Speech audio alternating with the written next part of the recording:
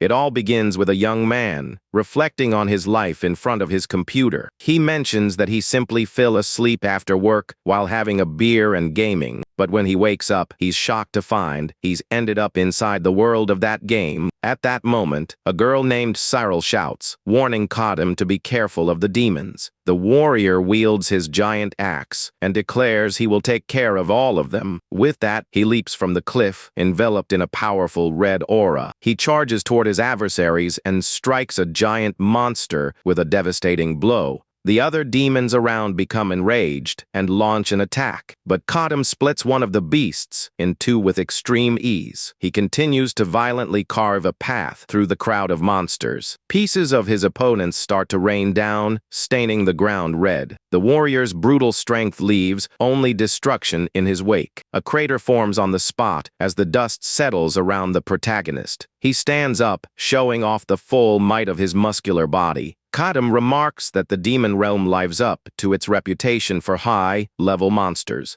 He realizes the path to the great demon will be much harder than he imagined. Even so, he looks back, seeming to worry about something else. Several fireballs fly through the air as he laments that he'll get an earful from Melissa. A huge explosion hits the creatures, right in front of the warrior. Right after, the mage shouts the protagonist's name at the top of her lungs. The mage Melissa appears, irritated, saying he shouldn't charge ahead alone like that. At that moment, a man draws his golden sword and asks the mage to calm down. The swordsman in the blue cape rushes at high speed toward the remaining beasts. This is the hero Gale, who lands a precise blow on the monster with his blade. He tells Melissa to save the scolding for later and focus on the current battle. The mage creates flames in her hand, sighing that Gale's heroic manner is almost irritating. Meanwhile, the priestess Cyril says a prayer, asking for Atala's protection. She watches the fight, worried that Kadam is pushing himself too hard for their sake. In the distance, the protagonist continues to mercilessly strike down demons. The priest Gordon approaches with his mace and tries to reassure the girl. He guarantees the warrior knows what he's doing and suggests they eliminate the monsters first. The priestess agrees as another explosion pushes back the nearby enemies.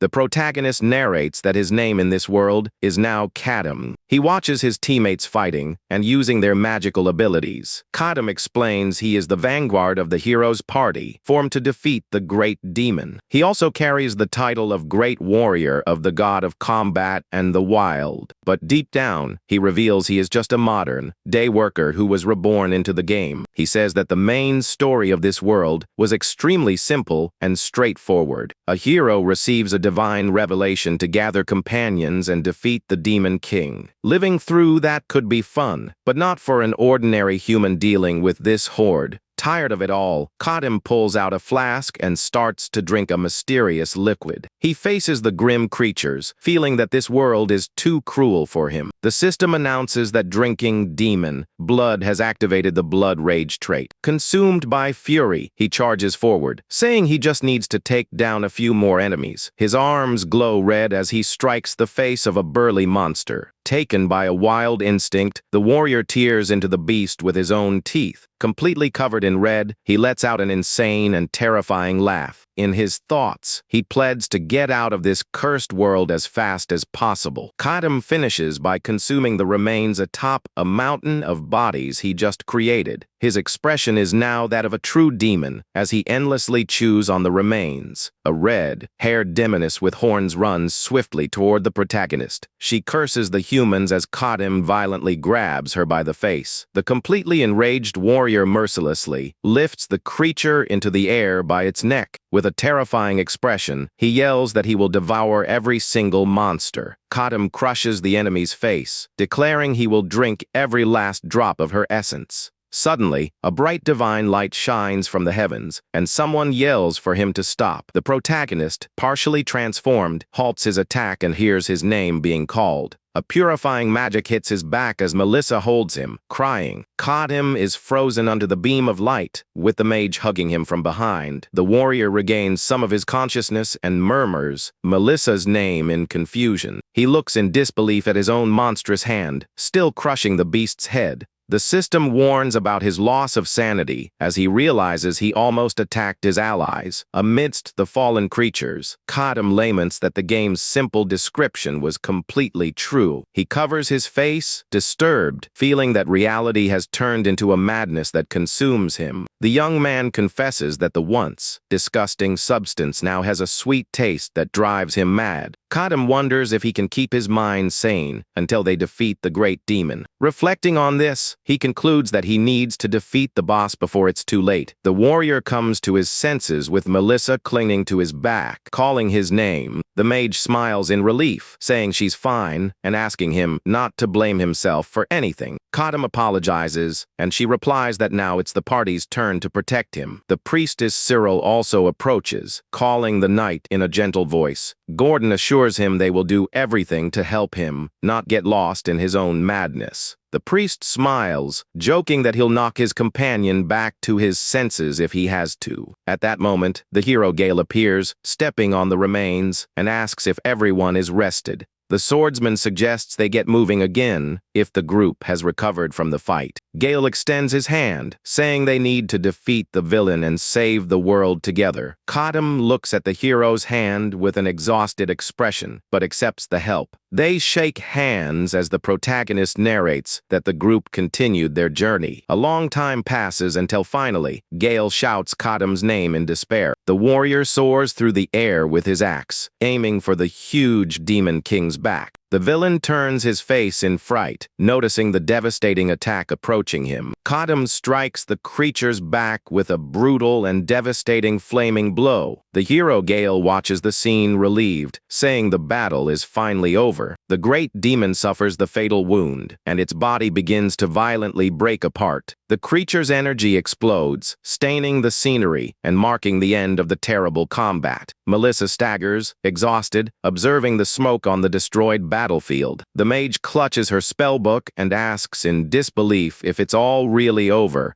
At that instant, a large, bloodied hand lightly touches the girl's shoulder. Gordon smiles calmly and confirms they won thanks to the mercy of the goddess Elga. The mage's eyes widen, still processing that the terrible mission was accomplished. But suddenly, she turns her face in shock, realizing something has gone very wrong. Someone falls to the ground as the group despairs, not understanding what just happened. Cyril, with her eyes covered, screams in panic, asking where Kadam went. The warrior drops his axe, leaving it stuck in the ground, and walks toward the portal of light. Gale yells for him to stop, asking how he can enter it without knowing what's inside. Kadam just stops at the top of the cliff before the illuminated path, saying nothing. The protagonist slowly turns around with a serene look, reflecting the golden glow. He smiles, revealing it was an honor to meet them in person and not through a screen. Gale extends his hand, shouting no, as his companion moves toward the unknown. The hero tries to grab him, but an incredibly blinding light engulfs everything around them. Someone tries to reach their companion, but the blinding light takes him away from there forever. One of the allies falls to his knees, completely devastated by the warrior's departure. The priestess Sarah weeps on the ground as several pillars of light pierce the dark skies. She murmurs Kadam's name, feeling the pain of losing someone so important. Meanwhile, the protagonist walks calmly through an immense dark void. He follows an illuminated path, reflecting on the end of his journey. Kadam walks with confidence, feeling that his mission has finally been accomplished. He realizes that this darkness is the same as when he arrived and thinks about what he'll do when he returns. The young man plans to have a cold beer and sleep, vowing never to play medieval fantasy again. He regrets not saying a proper goodbye to his companions, but accepts that he will never see them again. The young man reflects sadly that the great warrior Kadam is now gone forever. At that moment, he spots a luminous rift and believes it's the way back to reality. He celebrates that he will finally be free, but freezes when he notices something terribly wrong. Breaking into a cold sweat, he tries to convince himself that this is just a nightmare and can't be real. A huge plus symbol appears, shining intensely and illuminating all the darkness. The warrior lets out a nervous and completely desperate, laugh as he understands what happened. He screams at the top of his lungs, a mix of madness and despair throughout the entire void. The system then relentlessly displays the message announcing the start of New Game Plus. A second shining message confirms that the entire game is restarting from scratch. Everything begins again on a beautiful sunny day, with soldiers escorting a cart and prisoners. Several men walk exhaustedly, their hands firmly bound by heavy iron shackles. The convoy continues its journey, escorted by armed guards. In what seems to be a very peaceful setting, a bearded prisoner claims innocence, saying it was the baker's son who took the woman's life. One of the guards gets angry and yells, demanding that the criminals be quiet immediately. The old prisoner grumbles irritably, while the soldier glares at him threateningly. The guard mutters that this bunch of trash loves to talk too much during the long walk. At that moment, another prisoner politely gets his attention, saying he was wronged. The soldier looks on impatiently and asks what the man with the goatee wants now. The man insists he never sold demonic items and begs to speak with the inspector. The soldier just stares at him in complete silence, showing not the slightest empathy for his story. The prisoner nervously insists that some guards blame the innocent to forge achievements.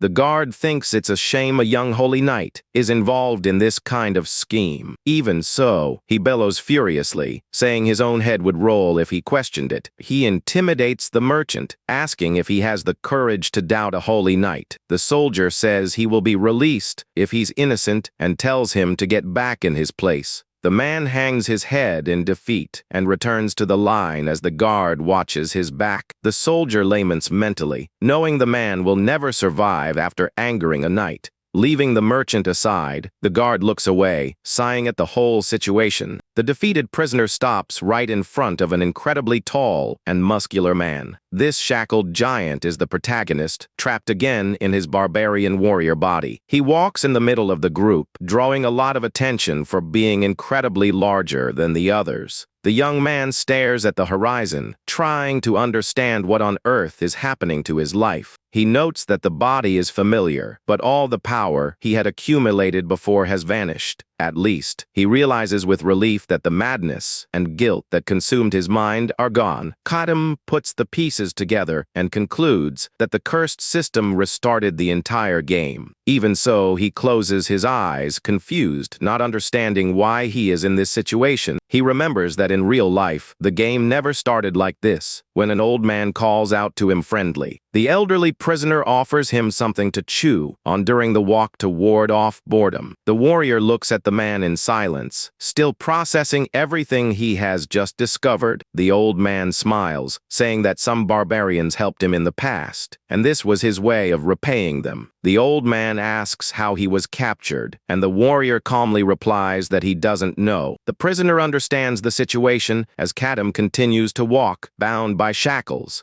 The protagonist laments that the Empire's knights are so cruel to heretics. He is confused to hear about an empire, and the man asks if he doesn't know about Lucanian. Kadam remembers that was the name of a kingdom, and the old man explains that was a long time ago. The warrior deduces he has traveled through time and discovers they are heading to the holy capital. The old man warns that he will probably face the terrible Inquisition when they arrive. Kadam sighs in relief, knowing that at least he won't be executed immediately. The old man is startled by the response and asks the reason for such relief. He desperately explains that the Inquisitors are madmen addicted to torturing prisoners. The old man warns that they tend to pull out fingernails and pour molten iron on people. Suddenly, a holy knight on horseback strikes the kind old man with a blow. The elderly prisoner spits blood after being brutally struck in the chest by the enemy's magic. The knight raises his spear, declaring that any offense must be paid for with one's life. The arrogant soldier smiles sadistically, wanting to stir up even more trouble there. The holy warrior's horse advances slowly along the dirt path, kicking up dust. He points the weapon at Kadam, asking if it was the barbarian who started the commotion.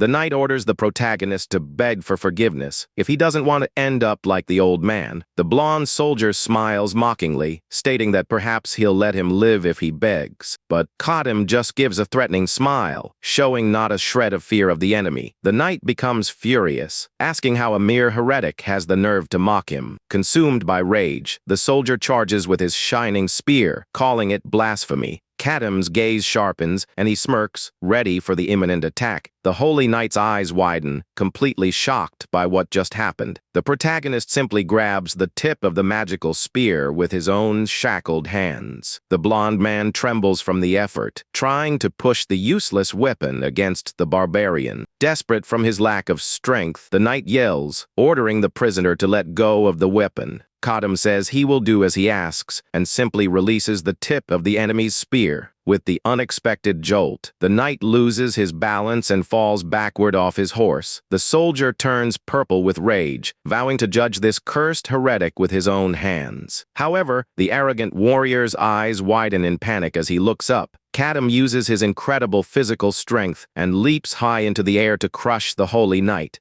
The warrior lands with a deafening crash, raising a thick cloud of dust. The cloud of dirt dissipates, showing Kadam crouched, unharmed after the violent impact. The horse collapses, exhausted on the ground, while the blonde soldier falls, completely defeated. Kadam stands up calmly and observes the opponent's condition in complete silence. The injured soldier crawls on the ground, cursing the filthy barbarian for daring to touch him. He grabs his spear with difficulty, refusing to lose to a common prisoner. The barbarian reflects that even as a rookie, a holy knight wouldn't go down that easily. The blonde warrior gets to his feet and points his spear to the sky, releasing a powerful aura. Kadam is surprised to see the magnitude of the spell about to be cast. The soldier calls upon the goddess Elga, asking the master of eternal light to grant him her strength. A massive divine pillar strikes the knight's weapon as he prepares for the blow. The blonde man's face contorts in fury, ready to punish the prisoner once and for all. The holy soldier channels all the accumulated energy and fires his devastating spell. A huge, cutting wave of light travels along the ground, destroying everything in Kadam's direction. The protagonist crouches defensively, his arms bound, sensing the imminent danger. With his abilities reduced, he realizes with frustration that it will be impossible to dodge the blow. The magic collides violently, exploding the terrain and blinding everyone around. Kadam is thrown backward, breaking the guard's own cart with the impact. The dust cloud settles, revealing Kadam fallen amidst the wreckage of the cart.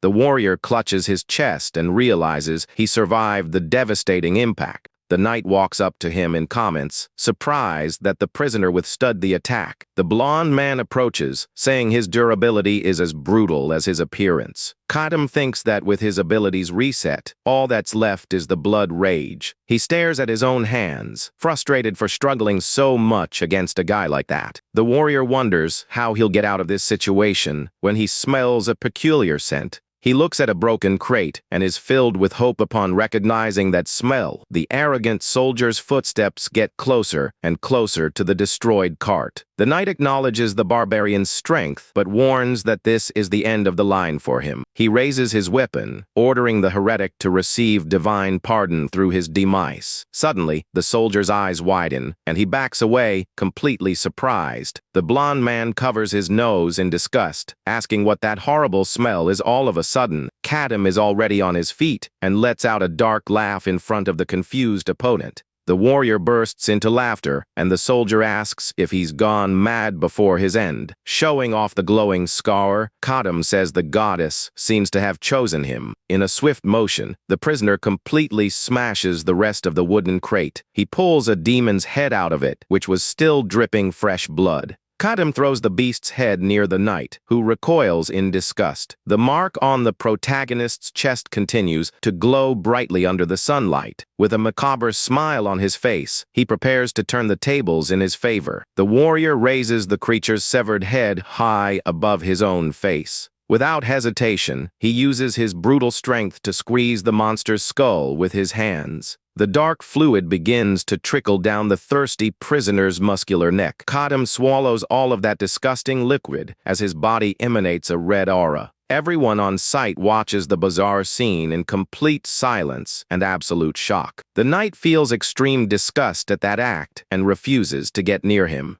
Cowardly, the blonde man yells, ordering one of the guards to finish off the filthy wretch. The soldier gulps and trembles as he advances against the barbarian, who is overflowing with pure energy. The poor guard stammers in terror, telling the prisoner to just perish already. He musters his courage and yells, brandishing his spear against the giant's glowing back. But Kadam simply crushes the man's face with a single monstrous hand. The barbarian continues to chew the demon's flesh, savoring his blood rage. The soldier struggles uselessly, begging for the warrior to spare his life. Kadam lifts the man by the neck as if he were a light and fragile toy. Desperation takes over the guard, who screams in pain as the giant hand squeezes his face. The holy knight watches the scene, completely paralyzed and in shock. A loud snap echoes as the protagonist brutally breaks the unfortunate man's head. Kadam notes that the blood was weak, but figures the strength gained will be enough to escape. With glowing red eyes, he insanely shouts that this is more than enough. The prisoner roars to the heavens as dark power takes over his body. The other guards tremble in fear before the brutality of this gigantic man. The mustached soldier can't even form a sentence as he stares at the beast. He screams in desperation that this person is a monster and retreats in terror. The guards' spears fall to the dirt ground, marking their immediate surrender. All the men turn their backs and run away from the danger as fast as possible. The blonde knight furiously orders them to come back and form ranks against the unarmed target. He tries to impose order, threatening to severely punish anyone who flees the battle. The arrogant man thinks that just a few more thrusts would be enough to finish off the enemy. Just then, he is hit by the head thrown by Kadam, who is already charging to attack him. The blonde knight falls to a sitting position on the ground and groans, stunned by the unexpected impact. He looks in disbelief at the dead creature, wondering how it got there. Suddenly, the soldier gulps as he hears heavy footsteps approaching him. His eyes widen in terror as he senses the opponent's fury. Kadam charges at high speed, covered in a terrifying red aura. The blonde man quickly gets to one knee and readies his spear to counter the attack. He calls upon the goddess Elga, asking for permission to exterminate the demonic servant. The soldier's eyes glow with an intense divine power, full of blind hatred. But Kadam is more agile and stomps hard on the enemy's spear before the blow.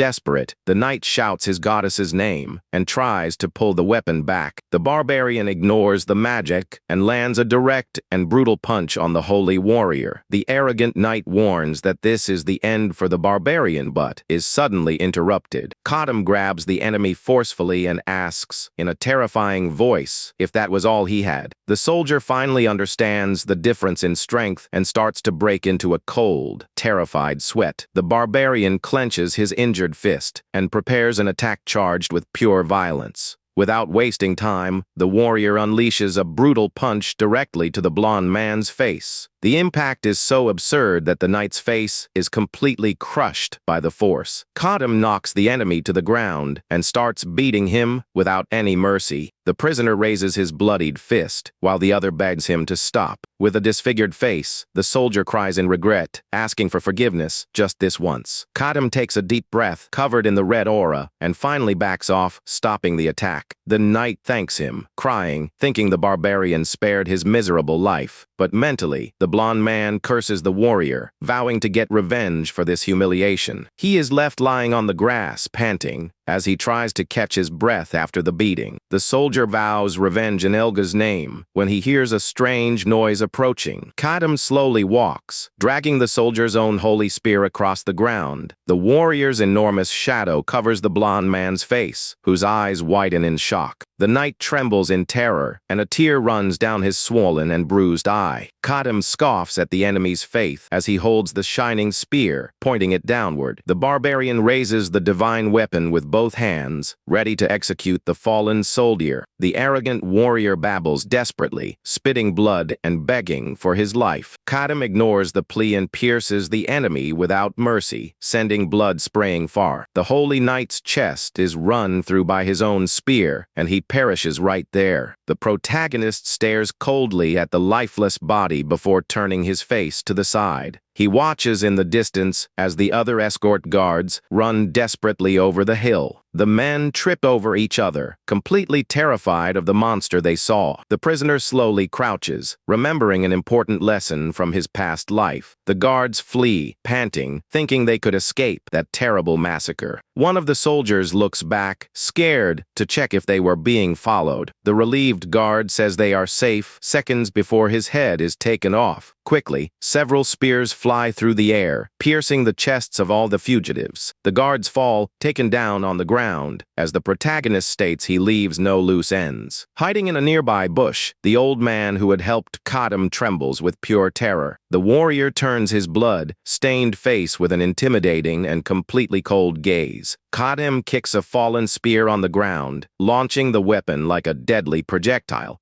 The spear pierces the arrogant guard from the beginning of the journey through the neck, ending the man. With the soldiers eliminated, the prisoner calls for the old man in a very serious voice. The man and the other prisoners stare at the warrior, paralyzed with pure fear. Kadam announces they need to talk as he breaks his own shackles with brute force. The hostages watch the demonstration of power, completely shocked by what they were seeing. Kadam takes a step forward, recalling the main lesson from his past life. The other prisoners take steps back, completely terrified of him. The warrior charges swiftly, covered by the red aura, to leave no loose ends. The men watch the scene of pure brutality, sweating and trembling with fear. A prisoner begs for mercy, asking what they did wrong. Kadam points the spear at the merchant, as the man weeps for mercy.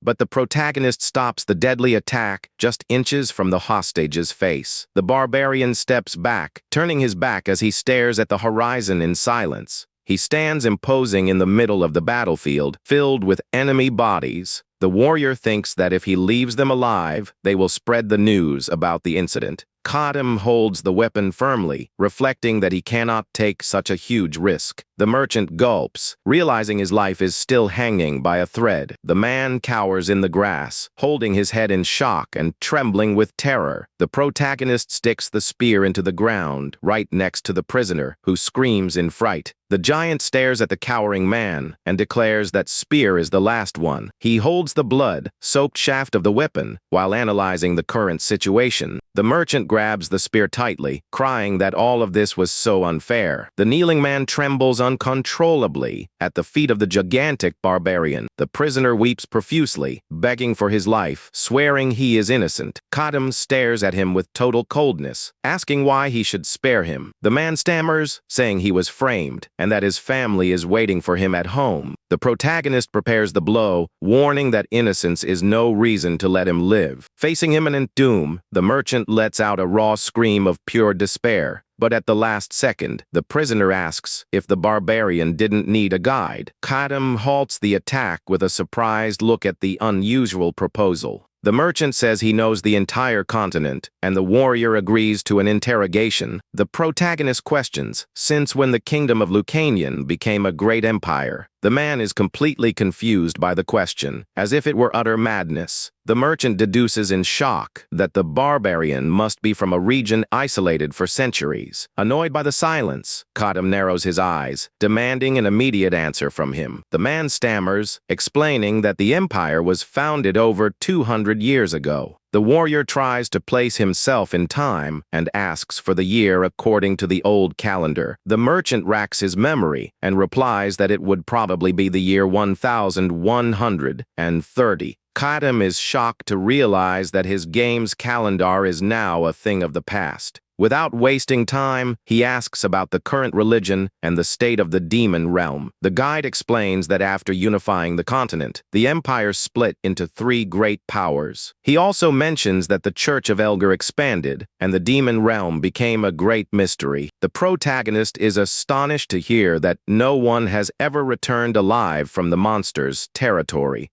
At that moment, the face of the hero Gale briefly appears in the warrior's thoughts. Soon after, he remembers the gentle smile of his dear mage companion, Melissa. He also recalls the kind priest Gordon and the devout priestess Cyril. Full of hope, Kadam eagerly asks if the merchant had ever heard those names. The man gulps, stating that he didn't recognize any of those people. However, the merchant's eyes widen as he breaks into a cold sweat, suddenly remembering something. The protagonist stares at the hostage with great expectation, hoping for a good answer. The guide murmurs, confused, trying to remember where he had heard that girl's name. Kadam puts a hand to his forehead, unable to believe the hero party had been forgotten by everyone. The warrior squints, trying to understand if this world was the future of the previous game. He asks why beasts are running rampant, and the guide confesses he doesn't know the real reason. The merchant recounts rumors of a divine punishment or a mad archmage opening portals.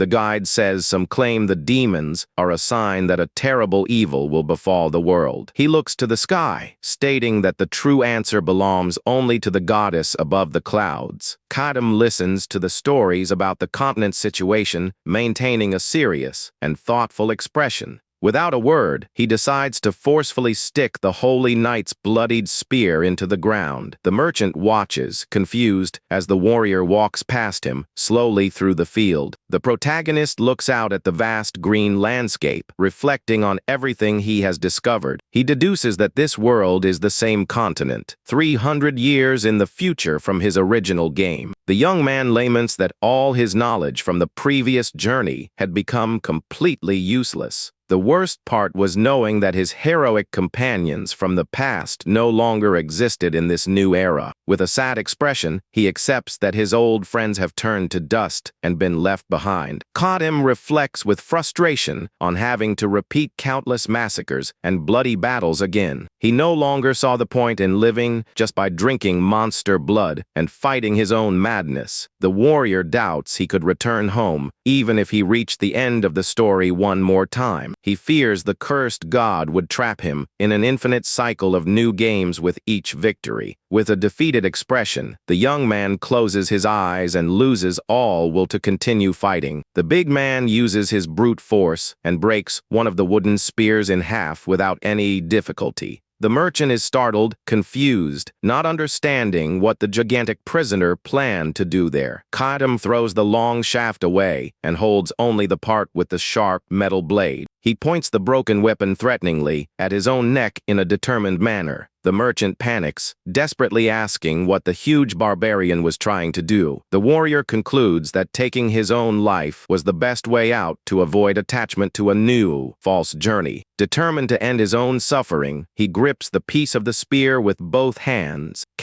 He won't end up stuck on a blank game, over screen after ending it all. He presses the sharp blade against his skin, causing a bit of blood to trickle from his neck. Suddenly, he remembers Melissa promising to build a magic tower when the war was over. Recalling his old companion's wish, the warrior's eyes widen in total shock. He turns abruptly, questioning if the prisoner had really said the name of the mage Melissa. The guide nods nervously, thinking that was the name of the first founding leader of the Great Magic Tower. Kadam grabs the man by the collar, demanding to know exactly where this building was located. The merchant stammers that it was very far from there and would take at least a 2-month journey on foot. The protagonist falls silent, processing the small chance that his friend might have left clues for him. He gives a small smile, feeling that this simple memory has ruined all his plans to perish. Remembering the young mage fondly, the young man understands she wouldn't let him rest in peace so soon. Reborn with hope, he orders the merchant to take him to the location by the fastest route.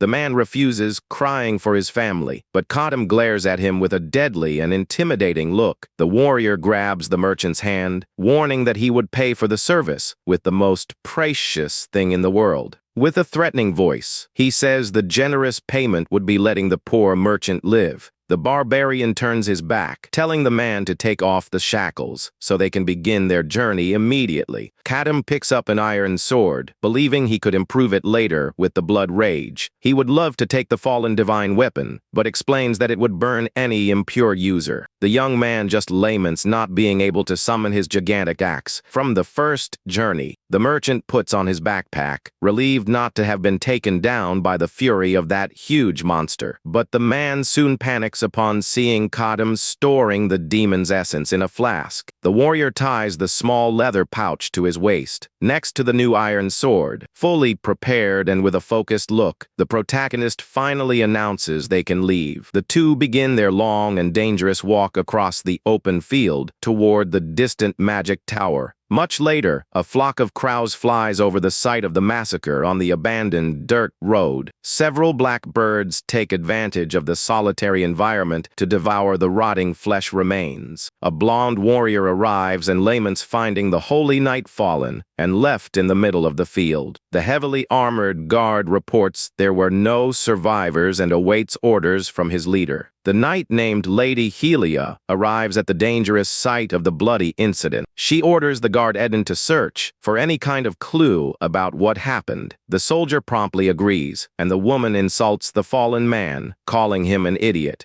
The warrior stares at the body, wondering who would have the audacity to take down a knight. She vows to find out what kind of trash would do that to a devoted servant of the archbishop. Meanwhile, the dense night falls, illuminated by a bright and enormous full moon. Kadam and his new guide set up a small camp in the forest to rest. The cozy campfire crackles intensely, warming the two silent travelers. The imposing barbarian takes advantage of the pleasant warmth to sleep deeply without a shirt. The merchant's precious belongings remain on the ground next to the fire, but the sound of hurried footsteps and heavy breathing suddenly echoes through the trees. The merchant runs desperately through the dark forest, fleeing from their camp. He looks back, celebrating with relief that he managed to escape with his life. The completely breathless man decides to run as far away as possible from that monster. He remembers thinking it was great to have a travel companion in such a dangerous place. The problem is that this companion feeds on demons and takes down armies alone. Over the past few days, he tried to offer some food to the silent warrior. The fearful man even offered to build a warmer fire in an attempt to please him. But Kadam never answered anything, creating an extremely eerie atmosphere. The merchant finds it impossible to read the intentions of a warrior who almost never speaks. The old man felt like he was in a circus, putting his head directly into a lion's mouth. But he swears he could have endured the immense psychological pressure if it were just that. The real problem was having to keep up with the big man's bizarre marching pace. The protagonist would always look back, dryly warning that the merchant was slow. The hero's walking speed was a real nightmare for the poor man. The man had always been a traveler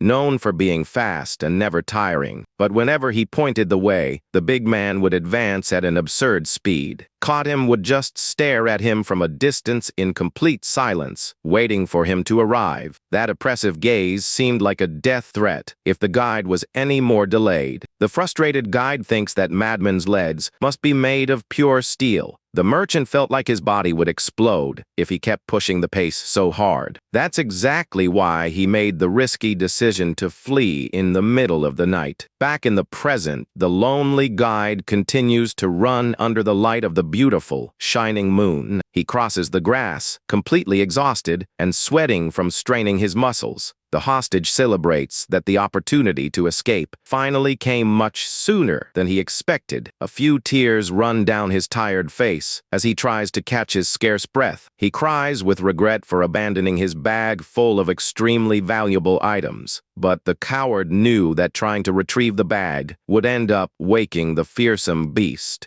The man sighs heavily, lamenting the huge loss of all his saved money. He finally stops running, feeling a sharp pain, to assess where he was on the path. The merchant throws his head back, feeling the pleasant taste of long-awaited freedom. However, a threatening and familiar voice questions where he was going in such a hurry. The man freezes in place, breaking into a cold sweat, unable to understand how he was found. Kadam appears imposing in the middle of the night, asking why his guide was running away. The protagonist, with glowing eyes, questions if the coward no longer wanted the promised payment. The merchant starts to tremble uncontrollably as he faces his end right in front of him again. The old man falls to his knees on the ground, admitting he made a grave mistake worthy of punishment. He bows in a lamentable and pathetic way, begging for mercy just one more time. Kadam approaches, looking down at him, and warns that he doesn't want an empty apology. The barbarian demands to know the real reason for the escape to ensure he won't try to run away again. The merchant stammers, explaining that he fled because the warrior's walking pace was too fast. The man lowers his head, crying that he would have perished from exhaustion if he had kept pushing so hard. The fearful man closes his sweat-drenched eyes and laments, being absolutely sure he would be finished off there. Kadam stares at the prisoner in complete silence, reflecting on everything he had just heard. The barbarian turns his back, ordering them to return to the camp, leaving the guide surprised. The protagonist surprises the hostage by warning that from now on, he would walk a little slower. The gigantic warrior resumes his path, walking calmly under the intense moonlight. The merchant remains on his knees, completely confused by the mercy of that huge man. The duo finally returns to the safety of the warm campfire at the small forest camp. The barbarian sits to watch over the area while his tired companion falls into a very restless sleep. The merchant thrashes in the middle of the night, having severe nightmares and begging for mercy. Kadam remains at his post, observing the terrible sleep of that fearful man in complete silence. The protagonist realizes that his hurried pace was a bad habit from his troubled past life. He remembers the dangerous demon realm where there was no rest, and madness always pursued him. The young man looks at the forest, noticing that this world had enough food and water to survive. The next morning, the journey resumes, and the barbarian soon notices how useful that old merchant was. The guide points out a long alternative path to avoid the dangerous guards at the Empire's borders. The fearful man tenses up, awaiting confirmation, terrified the giant might not like the detour. But the protagonist agrees with the idea, leaving the old merchant a little more relieved. Kadam admits that without his precious help, he would end up lost since his map is 3 centuries old. The man explains that warriors from other kingdoms wouldn't be safe because of the holy knights. The big man drinks the demon's essence, deducing that the monsters disappeared because of the church. He watches the flask empty and realizes he will need to hunt more demons very soon. The dense night falls once more, covering the quiet forest with an immense, eerie darkness. The merchant carefully pushes some bushes aside and is very surprised by what he sees along the path. The two travelers face an isolated and silent wooden village hidden in the middle of the darkness. The old man assesses the mysterious place, suggesting they ask for food and some shelter to sleep. But the relentless hero notices that there is something very wrong with that seemingly peaceful environment. The merchant gets scared, realizing that there wasn't a single light on in the village houses. The strange main gate was wide open, with no soldiers guarding the dangerous entrance. The barbarian answers his fearful partner's question by walking directly into that place. The desperate old man tries to stop him, warning that dangerous monsters could have wiped out the region. The wind blows hard, making the enormous gates creak in a sinister village that exudes pure abandonment. Kadam ignores his companion's terror and advances firmly while drawing his new iron sword. The imposing warrior grips the weapon tightly, remembering what the guide had said about monsters. He unsheathes the long blade, completely prepared for any enemy that might cross his path. The sadistic protagonist cracks a huge smile, stating that finding demons would be great news. The adventurers walk with heavy steps through the scary and empty center of the silent settlement. The fearful man scans the place, noticing that it didn't seem to have been deserted for a long time as he thought. The powerful barbarian suddenly stops walking, focusing all his great attention on something ahead. Kadam narrows his sharp eyes, carefully observing all the darkest corners of the house next to them. His companion crouches beside him,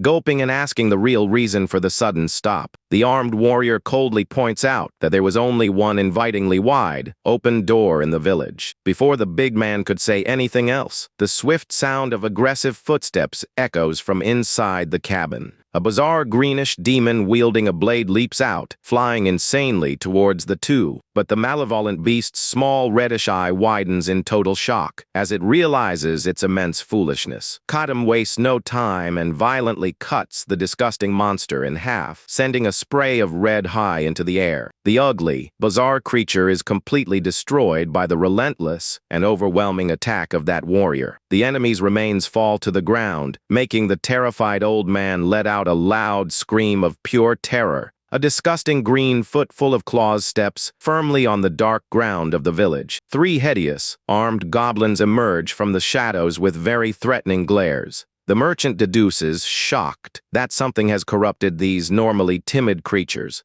Kadam gives an excited smile, stating that they came to the right place. One of the small monsters leaps, screaming with hatred, to attack with a piece of wood. The imposing hero draws his sword and makes a violent cut in the blink of an eye. The other 2 demons are complete confused by the swift and brutal attack. The powerful big man readies his sharp blade to continue the intense slaughter. One of the small monsters screams in terror, desperately trying to attack with a knife. But Kadam advances relentlessly and delivers a fatal blow, scattering red into the air. The hero continues to move across the battlefield at an absolutely absurd speed. He blocks a strong attack from another creature, creating bright sparks from the clash. The last remaining goblin raises its small axe, roaring with hatred at the invader. The protagonist simply plunges the sword directly into the beast's chest without any effort. The creature chokes, spitting red liquid, and feeling the cold blade tearing through its flesh. The monster lets out a raw scream of pain and agony as it is cruelly impaled there. Kadam pulls the weapon from the enemy's body, standing tall after eliminating the threat. The fearful guide observes the bodies on the ground, asking with a tremble if they are all gone. The warrior looks around suspiciously, confessing that he's not sure yet. Suddenly, a terrifying scream echoes from inside the cabin, making the old man break into a cold sweat.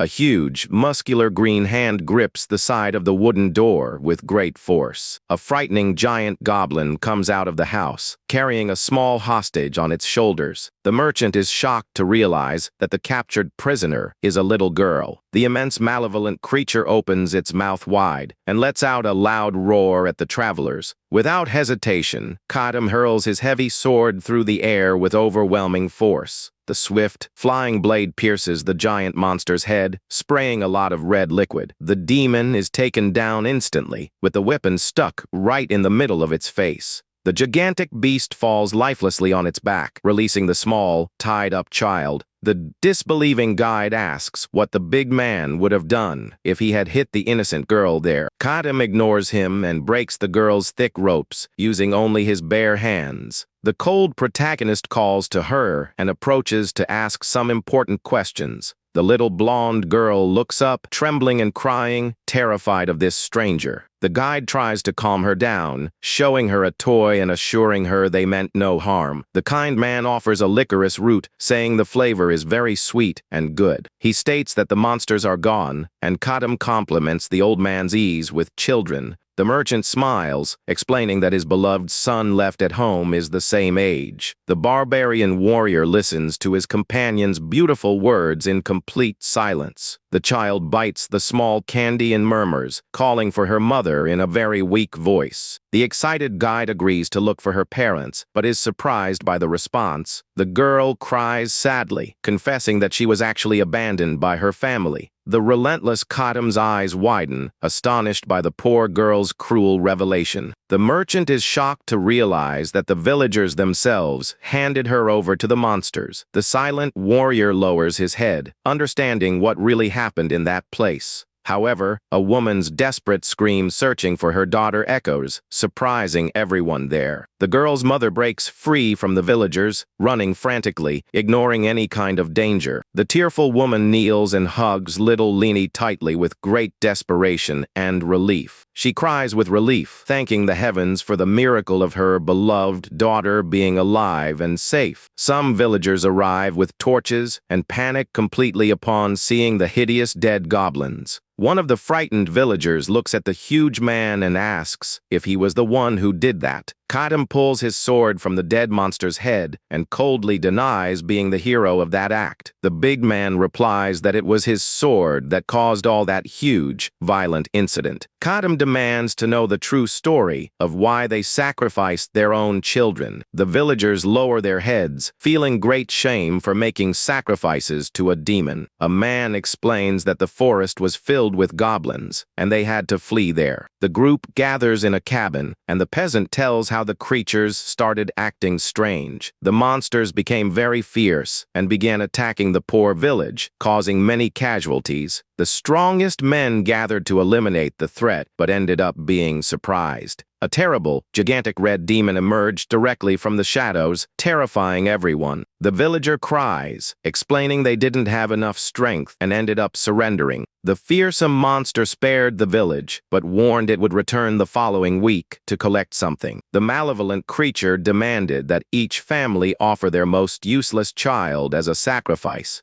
The merchant flips out in anger, asking if they went mad handing over such young children. The man retorts, asking who they should sacrifice, since everyone there would end up perishing. Kadam slams his fist on the table with great force, immediately stopping the big argument. The protagonist looks seriously at the peasant and asks how many horns the beast had. The villager is confused by the strange question and replies that the monster had no horns. The barbarian warrior listens to the important answer, processing the information in complete silence. Kadam firmly grips the hilt of his sword and tells the peasants to show him the way. The man stammers, terrified, not understanding where the big foreigner wanted to be taken. The warrior stands up very imposingly, staring at the villager with a very intimidating look. Kadam announces that they will go right now, directly to the demon's dangerous hideout. The frightened villager stammers, repeating again that the red beast had no horns. The barbarian deduces with relief that since it has no horns, the beast must be just a lesser monster. Kadam is confident it will be easy to deal with and prepares for combat, drawing his blade. The peasant remains completely paralyzed with fear, not wanting to go back to that place. The imposing protagonist stares at the cowards, expecting them to obey his simple order. The barbarian reaffirms with great confidence that they will march to the great demon's lair. A solitary torch is lit, intensely illuminating the terrible darkness of the dense forest. The desperate villagers and the travelers advance through the dangerous woods, guided by the fire's light. The peasant laments that the village has nothing to offer as payment for the dangerous service.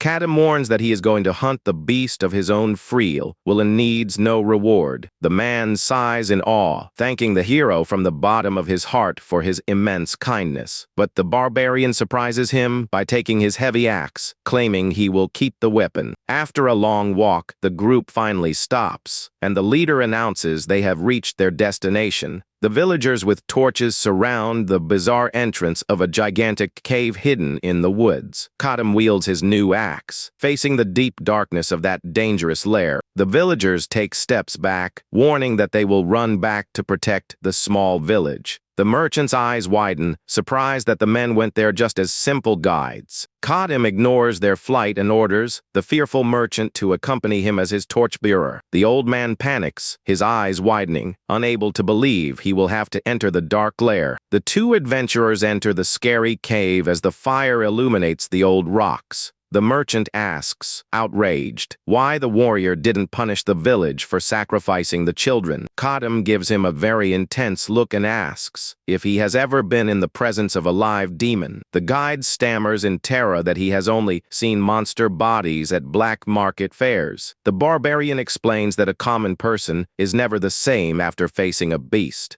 He states that all will to live perishes, leaving only the brutal instinct for survival. The old man tears up, murmuring that even wild beasts know how to value their young. Kadam coldly warns that sometimes swallowing the filth is the only way to keep surviving. The guide grows sad, reflecting that in the eyes of those poor children, the whole world abandoned them. The barbarian starts walking again, wondering what the true meaning of living without any humanity is. The merchant observes the warrior standing still, staring into nothing, and calls out to him, confused. Kadam reflects that his own morality has been distorted by his bloody past life. He fears he will never be able to live a normal life if he happens to return to reality. The frightened merchant thinks he said something very wrong and asks about the children. The protagonist remains immersed in his thoughts, not answering his old guide. He deduces that a very cruel monster would keep the small sacrifices alive for now. The old man is surprised, thinking that cruelty would make the beast devour them all immediately. Suddenly, the guide panics completely, calling for the big man and pointing at the axe. The fearful man screams with all his might, warning of the imminent attack, right behind the warrior. The old man cowers with his eyes closed, holding his torch, terrified of the danger. A bizarre stone axe cuts through the air violently, aiming directly at the hero's head, but the heavy enemy attack is easily blocked, kicking up dust inside the cave. The warrior turns his head, completely confused by the situation, blocking the sudden attack. A strange dark creature advances across the rocky ground, walking with very heavy steps. The frightened guide recognizes that the unexpected swift attacker was actually another goblin. In a quick move, the hero brutally sinks the new weapon right into the ugly monster's head. But dozens of other furious goblins emerge from the cave's shadows, screaming very loudly. The merchant despairs, not understanding where so many monsters came from, but Kadam asks for light. The warrior charges with all his might, stomping so hard on the ground that he kicks up small stones. One of the small demons prepares to use its knife, but is soon surprised by the hero. The protagonist lifts the small opponent by the neck with just one of his bare hands. He squeezes the creature's throat with such brutality that he almost crushes its bones. The big man uses the struggling monster's body as a shield against a clubbed strike. Kadam complains that the large rocks in the cave limit the wide movements of his sword. Some monsters approach, growling with macabre smiles, carrying rusted machetes. The protagonist prepares for the great carnage, wrapping the leather strap around his hand. A legion of those beasts advances, with blood in their eyes, wanting to tear the intruders apart. Kadam's sword cuts through the air, whizzing swiftly before the beasts attack the group. A hard blow tears the goblin's face, splattering a lot of red liquid on the dark floor of the lair. The brutal and relentless slaughter resumes in an intense bloodbath with many attacks. The powerful protagonist pulls the axe from the monster's head, announcing he will use the weapon. Kadam spins the handle of the heavy blade, driving the metal deep into the forehead of another small enemy. The bloody combat continues, sweeping away dozens of beasts with precise and very lethal blows. The sharp weapons tear through the weak creature's flesh, without giving them any chance to defend. A monster receives a clean blow, losing part of its head while spitting red liquid.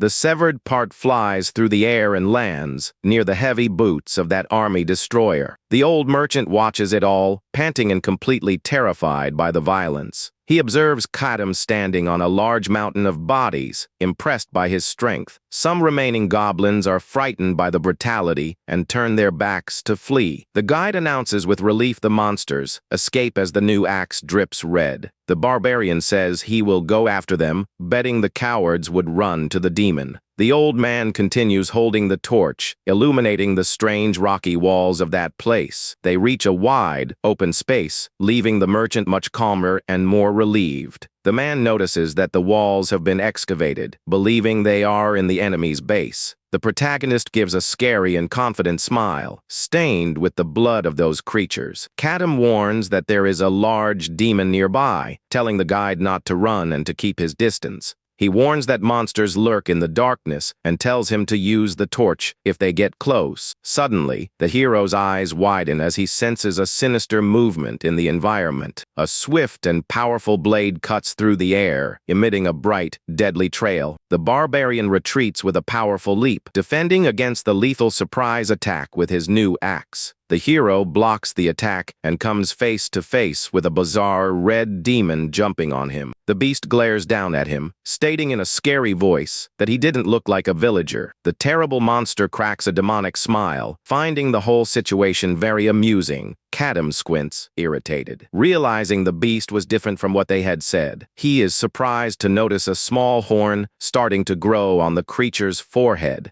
The warrior curses in frustration upon understanding that the danger there was much greater than he thought. The protagonist readies himself, wielding his weapon before the cruel, red-skinned demon. He deduces that the horn's growth indicated its evolution into a mid-level demon. The creature points a finger, loving the look of concern on that human's face. The demon advances at an absurd speed, tearing the air with its huge, sharp claws. The warrior reacts instantly, sensing the lethal attack coming his way. He blocks the blow using both weapons in an impact that generates a strong flash of light. The monster declares it really likes humans for being very weak and obedient creatures. Kadam admits to losing sight of the enemy and defending out of pure combat instinct. The powerful beast pressures the barbarian, proving its strength was not that of a common monster. The creature accuses the warrior of taking down too many goblins, demanding he beg for forgiveness. The hero knows that mid-level beasts are a lot of trouble even for elite soldiers. The demon smiles from ear to ear, warning that it would give its enemy a single chance. The beast points its large red claw, ordering the human to stop using his arm. The monster tells him to cut off his own arm and devour the flesh if he wants to stay alive. Kadam knows that fighting a mid-level demon would be very, very difficult in his current state, but the warrior assesses that his enemy's horn was not yet fully developed. The beast becomes furious, asking why the disobedient human hadn't cut himself yet. The protagonist sticks his sword into the cave floor, complaining about the creature's chatter. The barbarian pulls out his leather flask, warning that he doesn't take orders from a blood bag. Kadam uses his teeth and fiercely tears the side of the flask to make a large hole. The beast's eyes bulge, becoming very shocked as it quickly recognizes that smell. The monster questions why the human has that, while the hero swallows the dark liquid. The completely empty flask is discarded, falling and splattering red liquid on the cave floor. Kadam's heart beats rapidly, and an intense red aura overflows from his body. The big man lets out a raw scream as brutal power takes over all his muscles. The terrible red demon backs away, frightened, trembling as it feels the hero's immense pressure. The merciless protagonist faces the enemy, revealing his now bright, ruby, red eyes. He holds the axe, warning that the effect of the old blood would wear off soon, and he would be quick. The beast tries to shake off its own fear, stating that it had also gained a very new power.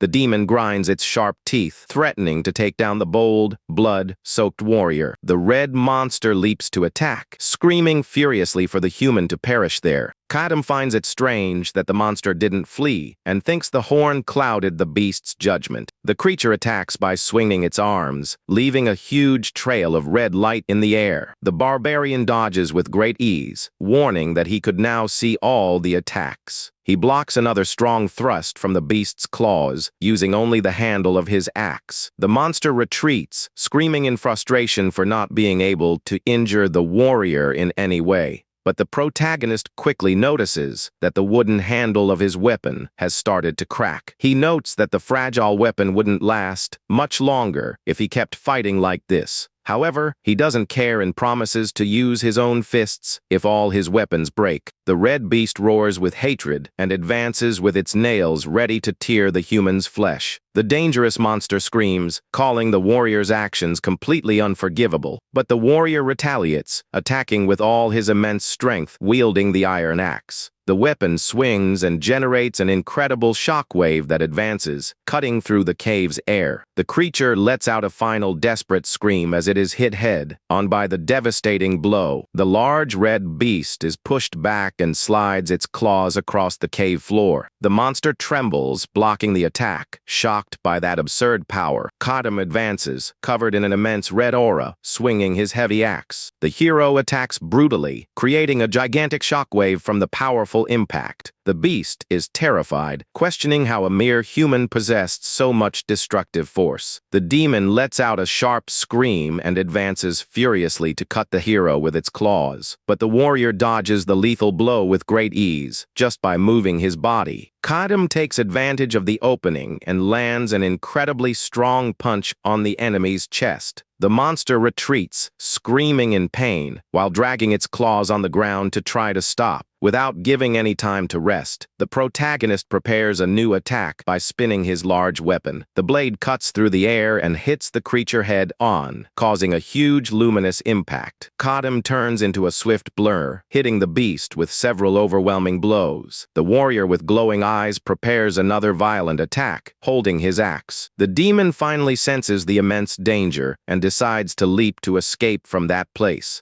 The barbarian's blow hits only the ground, sending several heavy rocks flying through the air. The red beast falls to its knees, panting, staring at that human bathed in red light. The frightened monster asks, trembling, what that strange creature in front of it was. It completely doubts that the blood-soaked warrior is a real human. Kadam takes a step forward, facing the beast with his scary, glowing eyes. The demon concludes that its enemy could only be a monster disguised as a person. The creature lets out a scream and jumps high, taking advantage of the darkness of the cave. The monster quickly clings to one of the enormous rocks, stuck to the rocky ceiling of the place. It realizes that the human was reading all its movements and overpowering it in strength. The beast hides, screaming in fear, telling the intruders to stay far away from it. At that moment, the beast looks at the old merchant being surrounded by two small goblins. The fearful man waves a lit torch to try to keep the creatures at bay. The fire burns intensely, illuminating and warming the cold darkness of the large cave. The demon smiles macabrely, wishing to extinguish that light to gain a great advantage. The beast jumps from the stalactite to focus on the new target and turn the tables in its favor. But the hero hurls his heavy axe, making the blade spin at high speed. Kadam warns that it was very obvious what that cowardly beast was trying to do there. The protagonist glares at the air, furiously declaring that he would not let the enemy win the fight. The axe flies swiftly, cutting through the dark air of that dangerous and very cold lair. The hero warns that he will destroy the very ground under the monster's feet to prevent its escape. The weapon hits the cave ceiling, causing an immense luminous and deafening explosion. The monster in the air is surprised by the attack, letting out a scream of shock at the situation.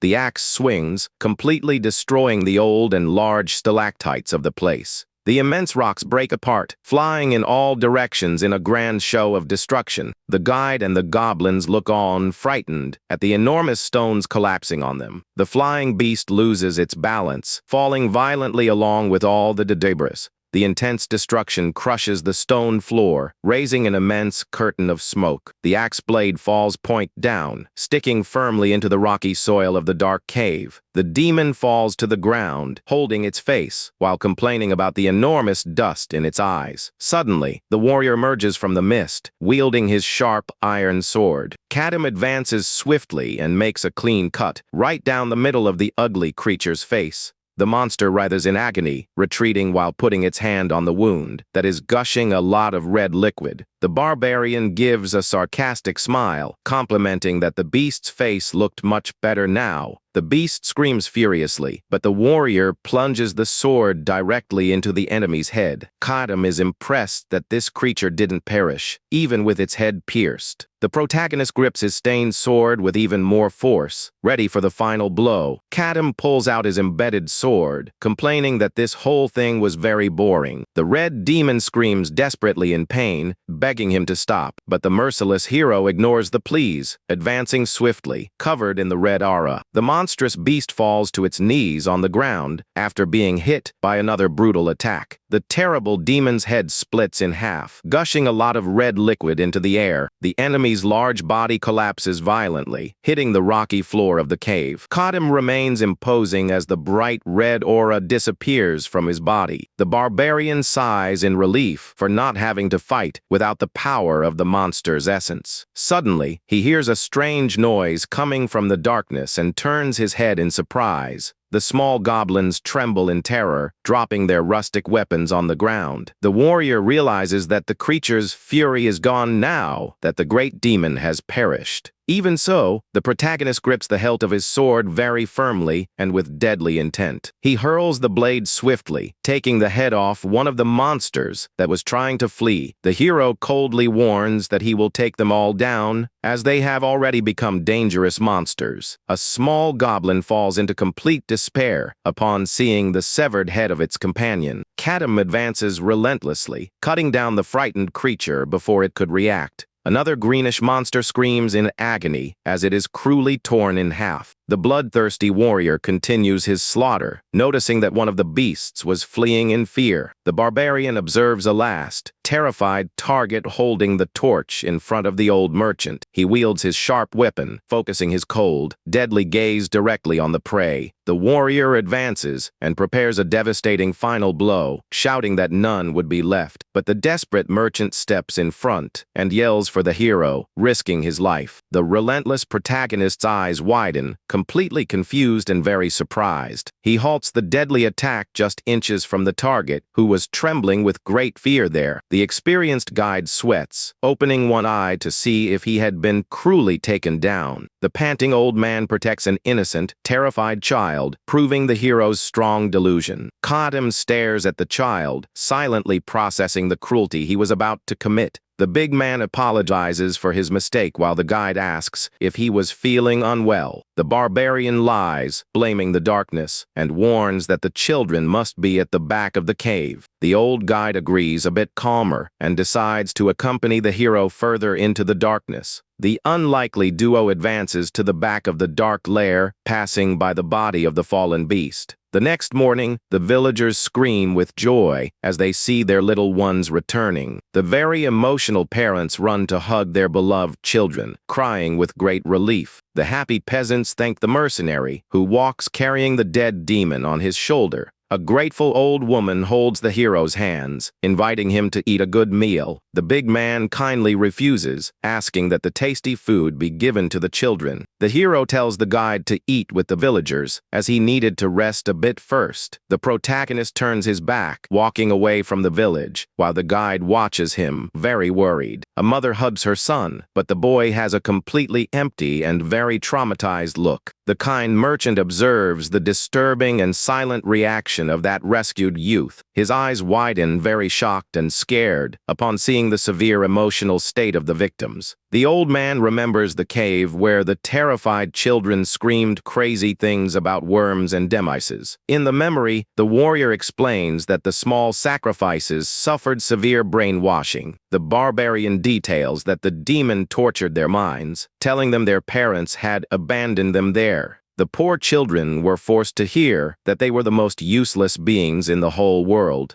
The intense and cruel mental torture would drive even the most faithful priest of the church mad. Kadam laments that this wasn't even a lie, as the parents really did hand them over to their doom. The merchant is perplexed to understand that those innocents would never have a good upbringing. The barbarian states that suffering and pure human despair are the greatest nourishment for those beasts. The old merchant is devastated and completely paralyzed, listening to that terrible truth. The guide finally understands that the children would have perished if the monster hadn't been cruel. The man asks if the little ones could recover if their parents regretted their actions. Kadam states that it's not something completely impossible to happen in the future, but he doubts that parents capable of abandoning their children could achieve such a feat. The merchant lowers his head, falling completely silent after hearing the sad truth. The unlikely duo begins to walk towards the huge gates of the small village. The old merchant is surprised and questions why they are leaving so soon. He suggests that the warrior rest and tend to his wounds before continuing their journey. Kadam refuses the idea, justifying that the mice of a holy night is a problem. The merchant panics upon remembering the serious crime his companion committed. The barbarian warns that the enemies might already be tracking them and that they need to hurry. Far away, crows fly over the huge spear of the fallen holy knight on the ground. The skilled knight Helia stares at the spear stuck in the ground with a very cold gaze. She tries to deduce how the criminal pierced and took down the church's soldier so brutally. The woman observes the intense scene and the huge pool of red that stained all the earth. She imagines the monstrous aggressor pulling the spear from the body and taking it as a prize. The scene also reveals that a mysterious flask of essence was filled after the battle. The warrior tries to understand why the aggressor left the beast's body behind. Meanwhile, the merchant recalls a peasant asking what they would do with the demon. In the memory, the warrior just tells them to burn the dead creature immediately. The villagers are surprised, believing the mercenary sold the monsters for money. The peasant sees a chance to profit if he can sell the dead beast to some noble. But Kadim senses the man's greed and warns that the smell of blood would attract dangers. The hero warns that new beasts would appear if they devoured the remains of that demon there. The peasant stammers in terror upon hearing they would be attacked by new, furious goblins. Without hesitation, the frightened villagers drag the beast's body, promising to burn everything. Soon after, Kadim turns, paying attention to an old woman who approaches cautiously. The woman offers some clothes and a pair of new boots as a reward for the rescue. The silent barbarian accepts the precious gifts, warning that he will make excellent use of them. The hero puts on the new leather equipment, preparing to face the long journey. With everything ready and equipped, the warrior tells his guide that they can leave now. Back in the present, the merchant looks at the big man's chest and notices a large cut. The guide recognizes that the serious wound was made by the Holy Knight's spear. The warrior realizes that the wounds from the most recent battle have healed, but that one has not. The protagonist deduces that the church's powerful spear was a dangerous, blessed weapon. Far away, the crows continue to fly over the crime scene that Kadim left behind. The knight Helia continues to inspect the macabre location in search of useful answers. Her partner, named Eden, approaches, lamenting that he found no clues in the area. The woman tells the soldier to look at the bodies and try to deduce the enemy's intentions. The man puts on his armor and asks which sacrilegious group would commit such an atrocity. Helia gets irritated with her partner's foolishness and yells, demanding he be smarter. The knight states that such incompetence is the reason he doesn't get promoted. Eden thinks the woman is very arrogant because she also had no idea who the aggressor was. But he can't argue, as she earned her rank by eliminating 20 demons on her own. The soldier admits her personality is garbage, but her skills are very real. Eden understands that his mere paladin level was not enough to go head-to-head there. The experienced knight sighs heavily, giving up on searching for more visible evidence. The blonde woman suddenly turns, telling the soldier to prepare the church's holy relic. Adan is shocked, asking if she would really use the twin mirrors at that moment. This extremely rare magical relic has the ability to reveal vivid scenes from the ancient past. Helia shouts irritably that the mirror was made to be used when searches reached a dead end. Helia tells her companion to stop worrying because the mirror would only break if it reflected a great demon. Eden finally hands the valuable magical relic into the leader's hands while trying to remain calm.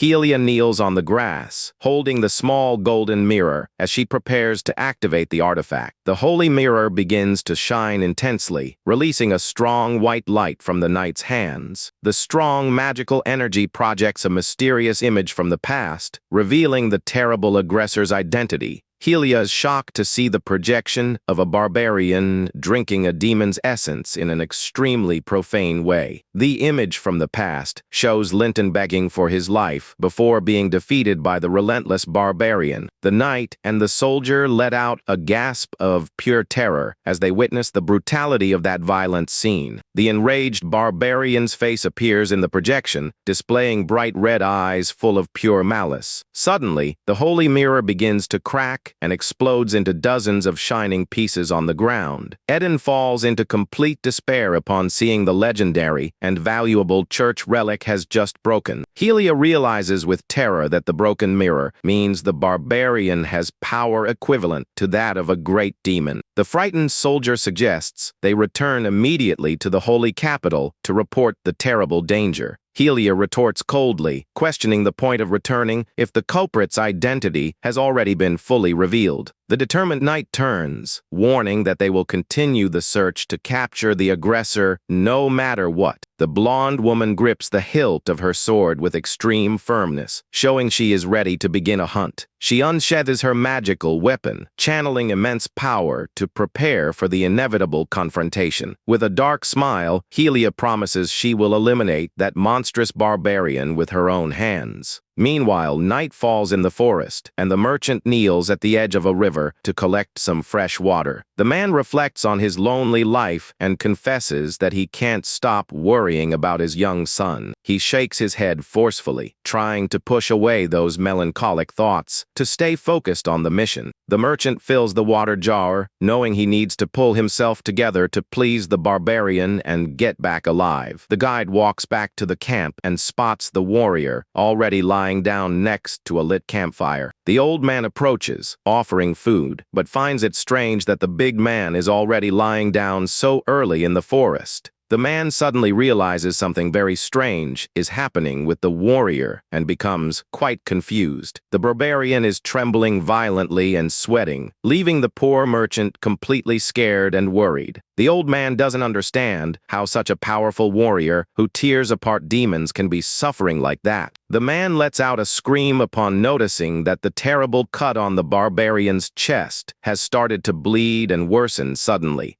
The injured hero mentally curses himself for not realizing the true danger of that blessed weapon suitor. He realizes that the church's spear possesses a powerful divine magic designed to inflict fatal wounds. As he is a berserker strengthened by demonic essence, the relic's magic has begun to destroy his body from the inside. The guide laments that they should have rested in the village, but the hero warns that common rest won't heal it. The warrior asks about the shape of the moon the previous day, and the guide replies it was a very thin waning moon. Kadam sighs in relief, realizing he still has a chance to recover if he acts that very night in the forest. Suddenly, a long and eerie howl echoes through the darkness of the forest, making the experienced guide very tense. The old man recognizes the bizarre sound and begins to tremble, fearing the worst is about to happen at the camp. Dozens of bright yellow eyes appear among the trees, revealing that they are completely surrounded. A monstrous wolf with sharp teeth approaches, revealing that the pack is composed of terrible forest beasts. The warrior takes a deep breath, trying to control the unbearable pain in his chest as he faces the deadly threat. Without hesitation, the two survivors grab their weapons, ready to fight for their lives against the hungry monsters. The hero tells his frightened companion to fall back, even though his body is very weakened by the wound. He internally laments that this cursed world seems unwilling to let him rest in peace for even a second. The warrior faces the dangerous pack of mutant wolves, which snarls hungrily, waiting for the right moment to attack. The barbarian raises his heavy axe and quips that the beasts could have waited for him to get better before showing up. The alpha wolf of the group bares its enormous sharp fangs, drooling with a pure desire to devour the two travelers. The warrior breathes very heavily, feeling the serious wound burn intensely before the combat begins. The monsters advance slowly, closing the circle around the campfire as the hero prepares for the first blow. The first wolf leaps fiercely towards the protagonist, its claws ready to tear his flesh. But the hero counters the attack, delivering a clean and extremely swift cut with his sharp axe in the air. The first wolf is brutally hit in the head by the axe, sending a lot of red liquid spraying through the forest. The pack watches the creature collapse lifelessly on the ground, while the other wolves retreat a little, scared. Kadam mentally complains that his blurred vision due to the pain prevented him from landing the blow perfectly. Two hungry beasts advance swiftly against the hero, ready to tear him apart with their sharp claws. The experienced barbarian quickly draws his iron sword, preparing for an immediate counterattack. He lands a fatal blow on the enemy's neck, while blocking the advance of the other creature with his arm. The warrior spins with agility, making a clean and deep cut on the beast that was trying to bite him from behind. One of the wolves manages to bite the protagonist's arm with great force, trying to tear off a piece of his flesh. Kadam grunts in pain, but firmly holds the monster's jaw, preparing a devastating punch to free himself. He lands a brutal punch on the beast's head, making the animal release his arm immediately with the impact. The barbarian keeps his gaze focused, even while feeling the intense pain of the wound that starts to bleed again. The hero grabs another wolf by the neck and breaks the monster's bones without showing any mercy. Another wolf takes advantage of the opening and violently bites the warrior's leg, trying to knock him to the muddy ground. Kadam clicks his tongue in irritation, realizing that the monsters keep attacking relentlessly from all directions. The protagonist drives his sword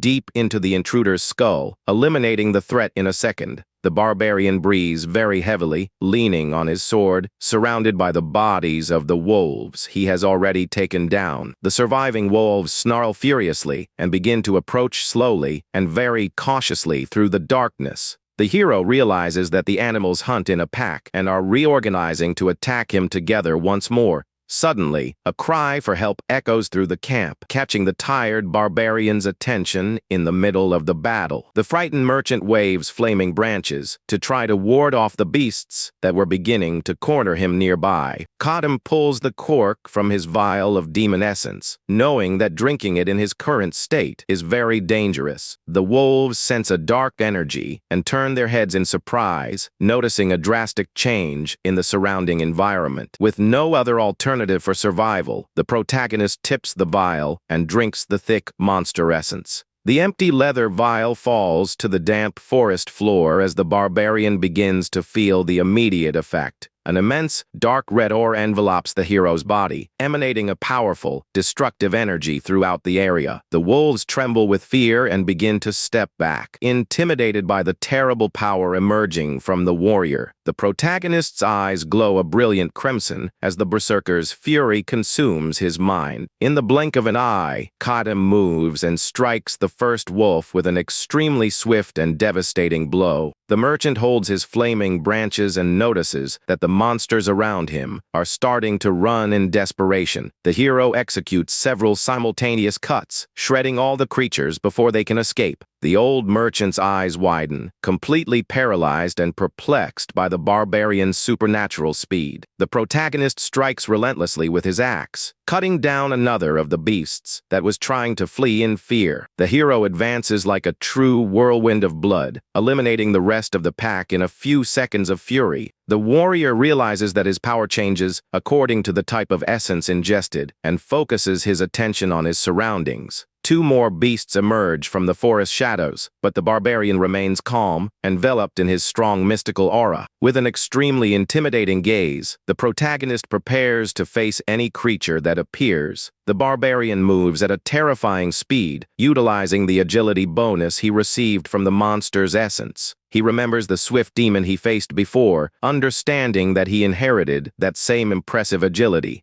Seeing the brutal slaughter, the few surviving creatures turn around and start running to save their lives. The guide shouts in surprise, warning the warrior that the monstrous wolves are fleeing in fear back into the shadows. The barbarian is suspicious of the beast's sudden escape and realizes that something is very wrong happening nearby. Suddenly, a huge and terrifying wolf paw smashes the ground with extreme violence, making the earth tremble violently. Kadam places himself in front of his frightened companion as he senses the approach of a gigantic creature. A colossal wolf with glowing eyes and a large scar on its face emerges from the darkness, snarling threateningly. The merchant points, trembling, and shouts desperately that this giant wolf is twice the size of the others. The warrior curses his bad luck, deducing that this gigantic creature is the supreme leader of the pack. The hero realizes the situation is terrible because the strengthening effect of the essence is about to wear off. The wolf leader leaps fiercely at the hero, who uses his iron sword to block the crushing physical attack. The barbarian uses all his strength to hold the weight of the colossal beast that tries to crush him directly into the ground. The protagonist's eyes widen as he feels the terrible destructive power of the creature pressing on his sword with force. The barbarian suddenly lets out a groan of pure pain, feeling his chest burn because of the serious blessed wound. He falls to his knees on the ground, completely exhausted and without strength, while the old man watches him with great concern. The frightened merchant runs towards the hero, shouting and desperately asking if he was okay. The man tries to wake the barbarian, warning in a panic that the giant wolf was still standing right in front of them. Kadam continues panting and tries to contain the heavy bleeding in his chest by pressing on the wound with his own hands. The colossal monster lets out a terrifying roar, preparing to devour the defenseless duo there at the camp, but the protagonist ignores the danger and looks at the starry sky, wondering if the conditions had already been met. Suddenly, the hero's heart beats very strongly, indicating that something extraordinary was about to happen. The barbarian's eye glows with an intense golden color, and he realizes that the long-awaited moment has finally arrived. The hero notices that it is exactly midnight on the day the waning moon has completely hidden in the dark sky. Without wasting time, Kadam drives the tip of his iron sword forcefully into the packed earth. The warrior closes his eyes and recites an ancient prayer, invoking the spirit of a powerful sword master. He asks the legendary warrior to bless his blade so he can quench his thirst with the blood of his enemies. The protagonist finishes his ritual, declaring that he would give that master's sacred name to his own sword. An immense explosion of light erupts around Kadam, illuminating the entire forest and leaving the giant wolf confused. The colossal beast tries to retreat, frightened, upon feeling an extremely overwhelming energy emanating from the mysterious glow. The old man shields his face from the strong flash, shouting, not understanding what was happening at that moment. The barbarian remains imposing, kneeling in the center of a gigantic and mystical column of golden fire in the forest. A floating message appears before his eyes, asking what name he would give to his new magical weapon. The protagonist smiles, remembering that he had already felt that incredible sensation of power in his first life. Without hesitation, the hero decides to name his sharp iron sword with the unusual and funny name of Mosquito. The golden energy begins to be absorbed by the blade, sealing the powerful enchantment definitively on the weapon. A strange and bright reddish symbol appears, carved into the sword's hilt, confirming the completion of the magical ritual. Kadam displays a confident expression as he activates his unique trait of giving sacred names to his equipment. The terrible giant wolf recovers from the shock and advances, roaring with fury, to tear the barbarian apart once and for all. The merchant lets out a desperate scream, believing the protagonist would be devoured alive by the beast's jaw. But the hero executes a perfect counterattack, cutting the monster's chest with superhuman speed and precision. The colossal wolf stumbles back as a large amount of red liquid begins to gush from its new wound. The system panel announces that the weapon's special effect has been activated, and the beast's essence begins to be siphoned by the blade. Strands of red energy envelop the hero's hand, transferring the drained life force directly into his body. The system reveals that the vampire's ability has restored the protagonist its health and healed some of his injuries. Even wounded, the wolf leader snarls with a bizarre look, showing it still has plenty of energy to fight. Kadam acknowledges that the healing is not yet complete, but provokes the monster, calling it for another round of combat. The hero delivers another brutal attack, tearing into the giant wolf's head and scattering even more red liquid around the area. He drives his powerful blade into the creature's skull, spectacularly finishing the violent combat. The barbarian stands victorious, holding his magical weapon, which continues to glow with the enemy's essence. New system messages confirm that all of the warrior's health has been restored and all wounds have been healed. The protagonist realizes that even the terrible blessed cut that was taking him down has completely disappeared. He observes the completely massacred wolf pack and concludes that the ambush actually ended up saving his life. The warrior admires the rune on his weapon, knowing that it grants the incredible effect of draining life from opponents. However, he knows that Mosquito's efficiency is low, and that the draining ability will not work on enemies without blood. The hero lets out a long sigh of relief, deciding that this level of healing was more than enough for now. The barbarian reflects that being able to enchant weapons without using materials is an absurd advantage, and that he can do it again. He sheathes the sword, remembering that having expectations that were too high always brought problems in his past life. The old man peeks out fearfully from behind a thick tree, asking with a tremble if the terrible combat had finally ended. The guide walks slowly, unable to believe that a man on the brink of his end managed to slaughter the wolf pack alone. He approaches and is perplexed to notice that all of the warrior's serious wounds had mysteriously disappeared. The silent barbarian faces his guide and calmly asks why he didn't take advantage of the confusion to flee. The old man's eyes widen, and he is completely speechless upon hearing that unexpected question from the mysterious warrior. Kadam explains to the guide that he wouldn't have been able to hunt him down if he had fled when he was weak. The old man begins to reflect and becomes quite thoughtful about the real reason he didn't escape. Suddenly, the old merchant's eyes widen as he realizes a great truth he hadn't noticed before. He argues that he would have been hunted and devoured by the wolves anyway, but Kadam realizes he thought about fleeing. The old man wonders if he was so worried about the injured barbarian that he simply forgot to try to escape. The warrior turns his back and tells the guide to watch the camp while he gets some sleep. He coldly warns that he will rip out the merchant's guts if he tries to flee while he is sleeping. The merchant trembles in complete terror, realizing that the barbarian was not joking with that terrible threat. The old man spends the rest of the dark night crying softly by the campfire while keeping his watch. The next morning, the guide walks under a strong sun, carrying the heavy baggage on his back while complaining of pain. The old man explains that they need to walk for another 10 days to the border and asks if they will be able to pass without problems. The barbarian states that he just prefers to avoid meeting another holy knight from the church during this long journey. The guide assures him that they chose this path precisely because it is poorly guarded but warns of the risk of thieves. The merchant points out that mere human plunderers would be no obstacle to the warrior's immense power. He says that along the way, there is a small castle beyond the church's reach where they can buy supplies and rest.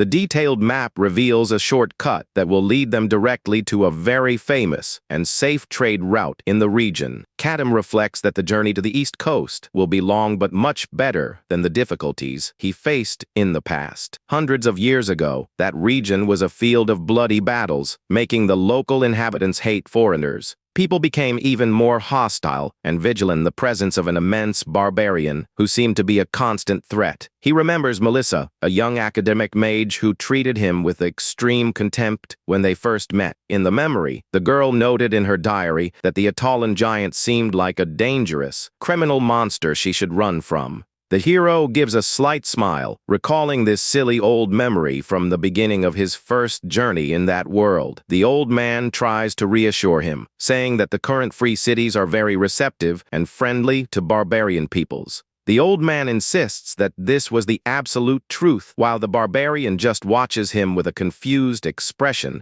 Suddenly, the duo spots a suspicious group arguing and making a lot of noise in the middle of the dirt road. Kadam points to the people on the road and asks his guide what he thought of that whole strange scene ahead. The guide explains that the group seems to be made up of dangerous bandits who are demanding something from other travelers. The barbarian clicks his tongue and decides to avoid that path, warning that getting involved in others' fights would only bring trouble. But the man in trouble spots the barbarian and shouts for help, immediately drawing the attention of all the thieves on the road. The warrior becomes extremely irritated, realizing he can no longer avoid that darn nosy mess. With no other option, the plunderers begin to walk threateningly toward the hero and his companion. The miscreants draw their weapons, showing they are ready to start a violent combat against the intruder. The barbarian advances with presence and draws his sharp sword, Mosquito, putting the aggressors on high alert. He maintains an extremely cold and relentless gaze, cautiously analyzing each of the opponents before him. The leader of the plunderer gang lets out an enraged scream, advancing with his blade to cut down the big man. But the miscreant suddenly joins his hands and makes a respectful bow, leaving everyone there completely confused. The thief celebrates, thinking the barbarian was actually an elite reinforcement sent by his own gang leader. The other travelers take advantage of the moment of distraction and start running desperately to save their lives. The bandits burst out laughing as they watch their victims flee and shout the name of their fearsome gang to scare them. With a cold and deep voice, the hero tells them to stop laughing and demands to know immediately what was happening there. The plunderer apologizes for the misunderstanding and thanks the warrior, calling him by his gang's pompous title. He seriously warns that he is not part of any gang and that he will take them all down if they don't get out of his way. The miscreants turn pale and are completely shocked to discover that the immense warrior was not the expected ally. The thief leader and his bald accomplice stare at each other in complete silence as they try to process the grave situation. Realizing he made a silly mistake, the criminal leader slowly draws his sharp iron dagger from his waist.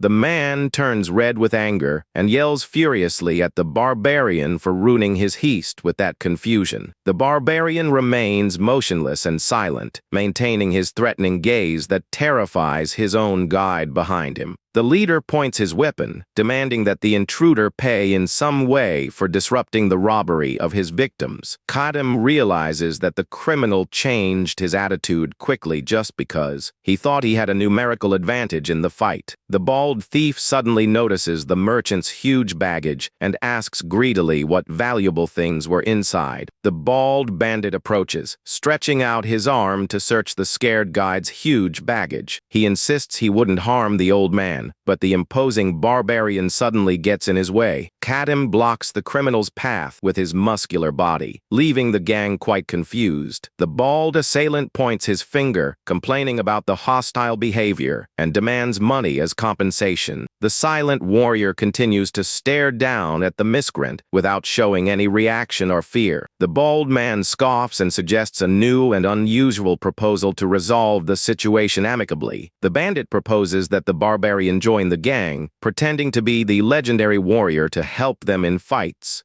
The miscreants begin to celebrate and teach him how he should shout in the middle of the battle to scare the victims. He insists that the hero must take responsibility for the disruption and demands that he accept the deal. The bald man gets close to the barbarian's face and starts mocking him, asking if he was actually a woman. The other plunderers burst out laughing, mocking the warrior's silence and believing he was scared. The guide realizes the bandits' audacity is increasing and wonders if the hero just wanted to avoid trouble. The bald bandit pats the warrior's muscular chest, considering the unusual deal to be sealed. He suggests they introduce themselves as new partners and asks what his new barbarian friend's name was. The warrior calmly warns that he will reveal his name as he firmly grips the hilt of his sword. In an incredibly fast movement, he takes off the bald leader's head with a single, violent slice of his sharp blade. The criminal's severed head slowly rolls across the packed dirt road, scaring the other plunderers. The surviving criminal's eyes widen, completely paralyzed, unable to believe the sudden event. One of the thieves lets out a deafening scream of pure despair upon seeing his boss's body collapse headless on the ground. The group panics, shouting for their fallen companion, while the guide just watches, unsurprised by it. One of the thieves tries to attack the hero with his sword, shouting that he would pay dearly for taking down the gang's boss. Kadam blocks the blow with extreme ease and finally reveals coldly that his real name is Kadam. He formally introduces himself as the great warrior of Atala, while focusing his deadly gaze on his opponents. Soon after the event, a beautiful butterfly gently lands on the tip of the wooden handle of an axe stuck in the road. The barbarian's rustic axe remains embedded in the forest floor as the butterfly calmly flaps its wings there. Suddenly, a robust hand grabs the axe handle with force, startling the small insect, which flies away. The relentless hero delivers a crushing blow against the last opponent, completing the total elimination of the gang. He raises his heavy, blood-soaked weapon and notices that the axe has started to make a strange, loose noise. The warrior realizes that the axe blade is chipped and loose, as that simple weapon was not made for combat. The barbarian puts the weapon on his belt and decides he needs to look for a better quality axe at the next castle.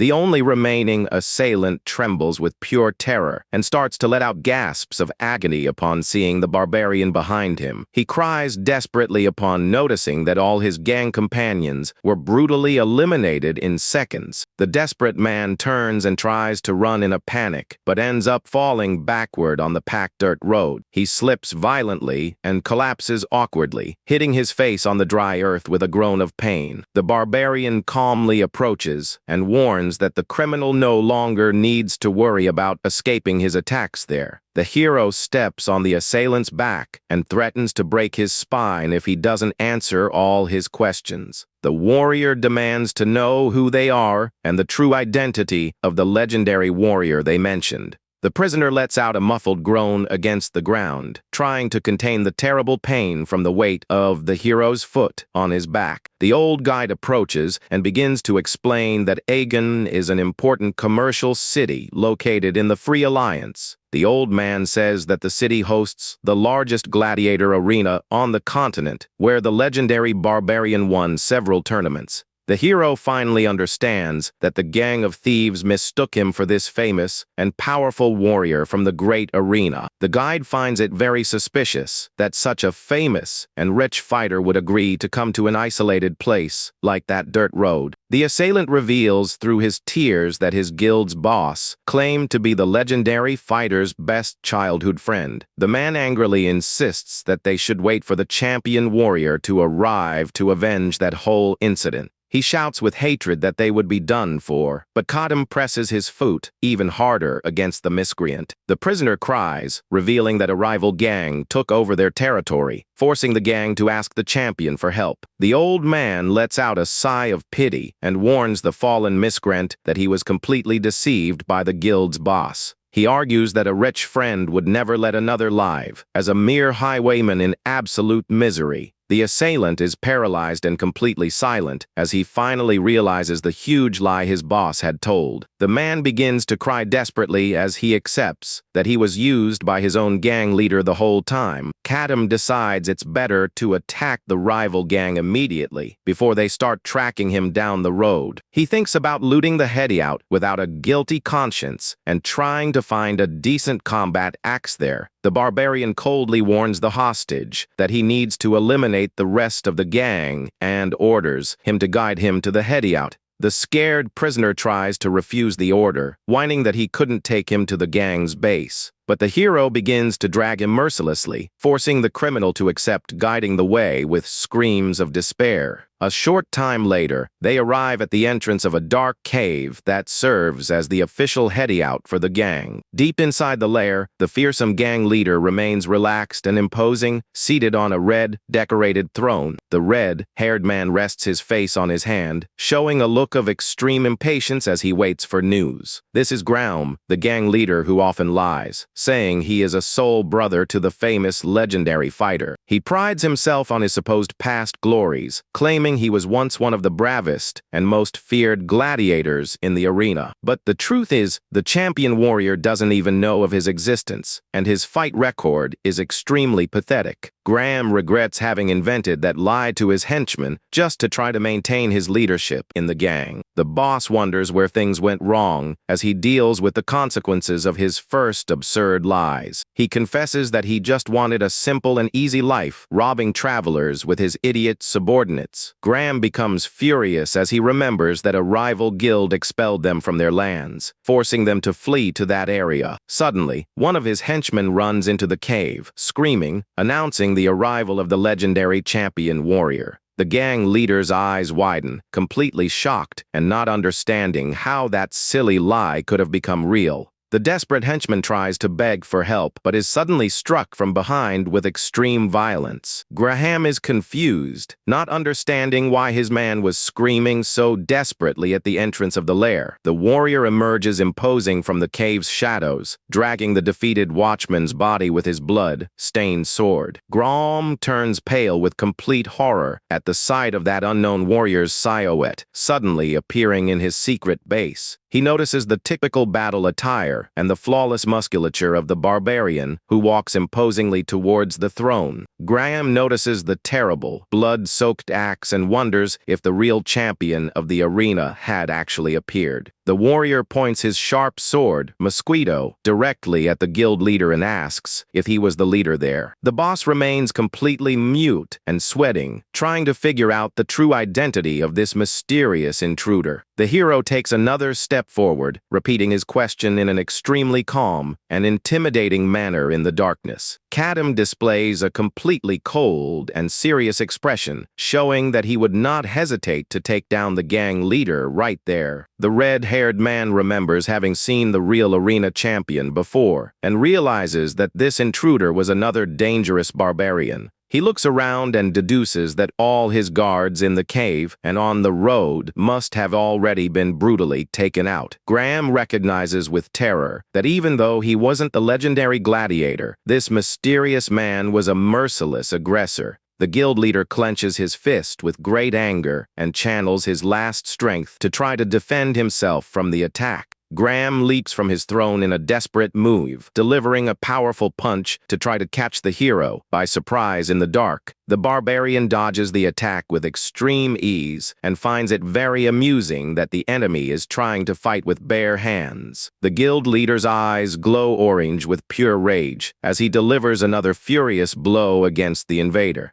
Kadam points his sword at the opponent, but is surprised to see the adversary make an unexpected move in the fight. Graham suddenly ducks quickly, dodging the deadly cut of the mosquito sword that grazes past his head. But instead of continuing to fight, Graham falls to his knees on the ground and desperately begs the barbarian for his life. He offers all his stolen treasure in exchange for mercy, while Kadam tells the coward to stop calling him brother. The guide observes the scene and thinks that the kneeling coward boss reminded him exactly of his own reaction earlier in the cave. The guild leader turns pale upon noticing that Kadam continues to raise his heavy sword threateningly in the dark. He continues to beg for mercy, promising to pay regular tributes if the hero just spares his miserable life. Graham despairs upon realizing that the barbarian will not listen to his pleas and laments, having such a ridiculous and cowardly end. Suddenly, the red-haired man's eyes widen as he notices a very important detail on his silent executioner's waist. Graham focuses his gaze on Kadam's broken and loose axe, realizing a final, valuable chance to save his life. The gang leader screams desperately, offering a legendary treasure map in exchange for his survival in the cave. He reveals that the valuable map indicates the exact location of a rare throwing axe made by skilled dwarves. The barbarian suddenly halts his lethal blow, showing great interest upon hearing about that legendary dwarven weapon.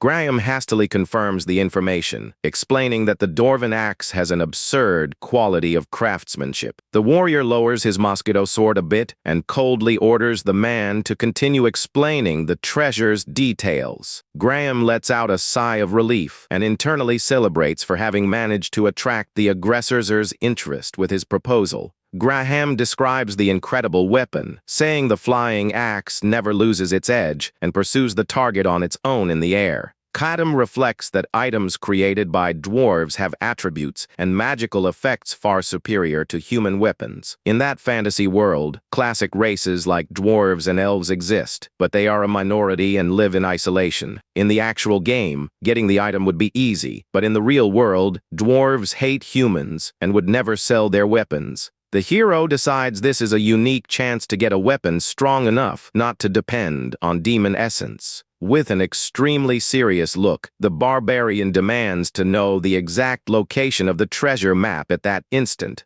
The gang leader tries to negotiate, demanding a guarantee that he will stay alive before handing over the map to the warrior. The barbarian finds the hostage's audacity amusing and questions if a mere thief really thinks he has the right to negotiate there. Without hesitation, Kadam pierces the criminal's shoulder with the tip of his sword, making Graham scream in pure surprise and pain. While the bandit writhes in agony, the hero coldly warns that he also has his own negotiation tricks. The barbarian warns with a dark smile that he will continue to pierce the hostage's body until he decides to tell the whole truth. Graham trembles in complete terror, realizing that the relentless hero would be capable of torturing him to his end without mercy. At the rival Black Hammer gang's camp, some guards argue quite heatedly in a secret meeting. The henchmen begin to argue in front of the boss, trying to prove that the report about the barbarian's arrival was real. An immense iron battle hammer hits the floor with extreme force, interrupting the guards' noisy discussion. The imposing gang leader leans on his heavy combat hammer, demanding a clear explanation about the rumors.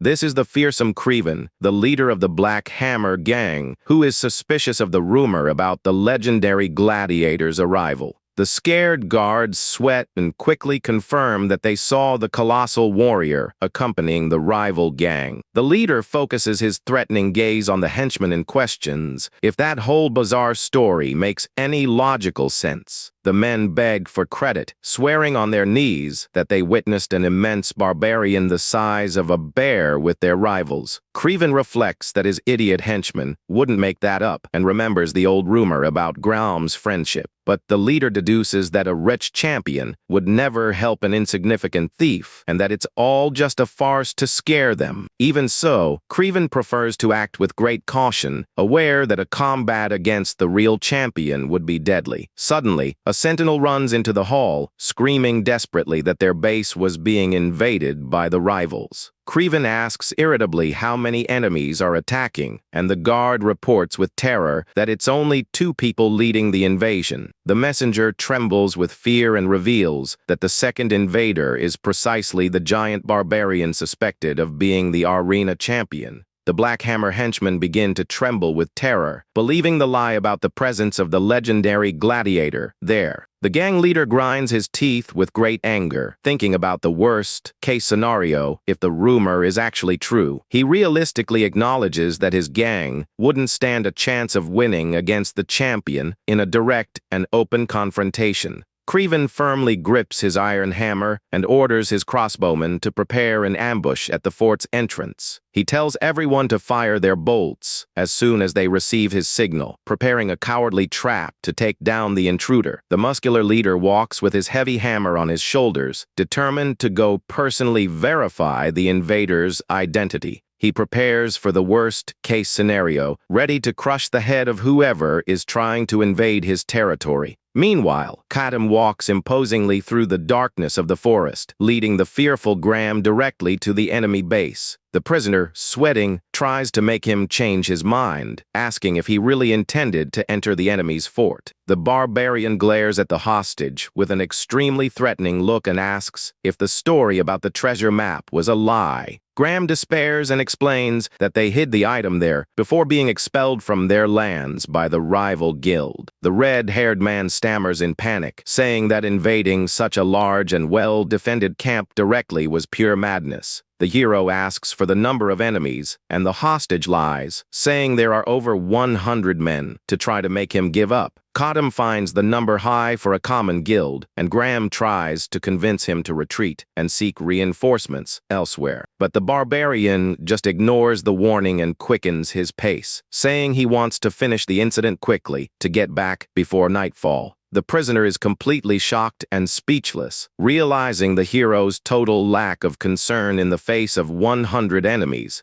The giant Creven waits impatiently at the fort's entrance, holding his large hammer as the duo slowly approaches. The 2 burly leaders exchange extremely cold and challenging looks, preparing for the inevitable mortal confrontation. Creven shouts intimidatingly at his old rival, asking what on earth brought him to his battle territory. Graham musters his courage and shouts back, declaring that he came there personally to finish off the rival guild once and for all. He proudly points to the hero, lying and declaring that the one beside him was the legendary, undefeated champion of the great arena. The Black Hammer henchmen begin to tremble with terror, believing the lie about the presence of the legendary gladiator there. The villain celebrates internally, planning to use the lie to distract everyone and sneak away in the middle of the great battle. But the relentless hero grabs Graham's head from behind with great force, preventing his escape and demanding a good explanation. Kadam shouts, clarifying that he is not the so-called legendary fighter and that he just wants to get the item he came for. He faces the enemy boss coldly, warning that there is no need for them to shed blood needlessly. Creven lets out a mocking smile upon confirming that the intruder is really just an ordinary imposter. The barbarian repeats firmly that his only objective there is to retrieve a valuable item of personal interest. He reinforces with total seriousness that he prefers to resolve everything without needing to start an unnecessary incident. Creven deduces that the hero is a hired mercenary who decided to betray his cowardly boss to save his own skin. But the Black Hammer leader finds the barbarian's immense calm strange and wonders if he didn't understand the danger. The muscular Creven slams his gigantic war hammer on the ground violently as a sign of pure hostility. Atop the palisades, his elite marksmen ready their crossbows, aiming their bolts at the hero. Other plunderers armed with swords remain hidden in the bushes, awaiting the signal to attack the invader. The entire gang emerges from the shadows, completely surrounding the duo and laughing at the barbarian's disadvantaged situation. Creven pretends to accept the peace deal and falsely asks what item the intruder came to get from his lands. Kadam replies dryly that he is looking for a map and warns that they just need to get out of his way. The gang leader's expression shows surprise upon discovering that the barbarian came for a simple paper map. Creven suddenly raises and reveals the torn treasure map that his gang had stolen from the former owners. Graham's eyes widen in complete terror upon noticing that his precious map was already in the hands of his worst enemy. Creven explains that he found the item hidden under a rock and deduces that it holds an incredibly valuable treasure. He gives a mocking smile at the barbarian, asking if he really intended to take the map back from there. The protagonist focuses his attention on the image of the scroll, understanding that he had finally found the relic. Suddenly, the gang leader lets out a hysterical laugh and starts tearing the precious map with his own hands. Graham falls into absolute despair upon seeing the item being destroyed, while the barbarian remains staring seriously at his rival. The insane boss puts the pieces of paper in his mouth and starts chewing the entire sheet in front of the shocked invader. He swallows the entire valuable dwarven relic, leaving the fearful Graham completely perplexed by such extreme madness. The colossal miscreant lets out a loud burp and pats his belly, challenging the barbarian to try to retrieve the item from his stomach. He displays a mocking smile, believing that he was now completely safe from the invader's greed. Kadam stares at his opponent coldly and replies threateningly that he will do exactly what he just suggested. The barbarian warns in a frightening manner that he will need to be quick to get the item out before it starts to be digested. Creven is startled by the threat and shouts for all his archers to fire immediately at the intruder. The sentinel positioned high up pulls the trigger of his long-range weapon, firing the heavy iron bolt. The shot is fired at extremely high speed, tearing through the forest air towards the hero invader's unprotected chest. Kadam focuses his sharp gladiator's vision and follows the bolt's trajectory without showing any fear. In the blink of an eye, he grabs the frightened Graham by the neck before the man could run away. The strong barbarian lifts Graham's body without any effort, using his former ally as a makeshift human shield. A shower of iron bolts flies quickly through the dark forest sky towards the location of the rival camp. The crossbow bolts violently strike Graham's back and chest, who lets out a deafening scream of pure agony. Creven's eyes widen in complete horror as he witnesses the invader's coldness and cruelty in using the hostage.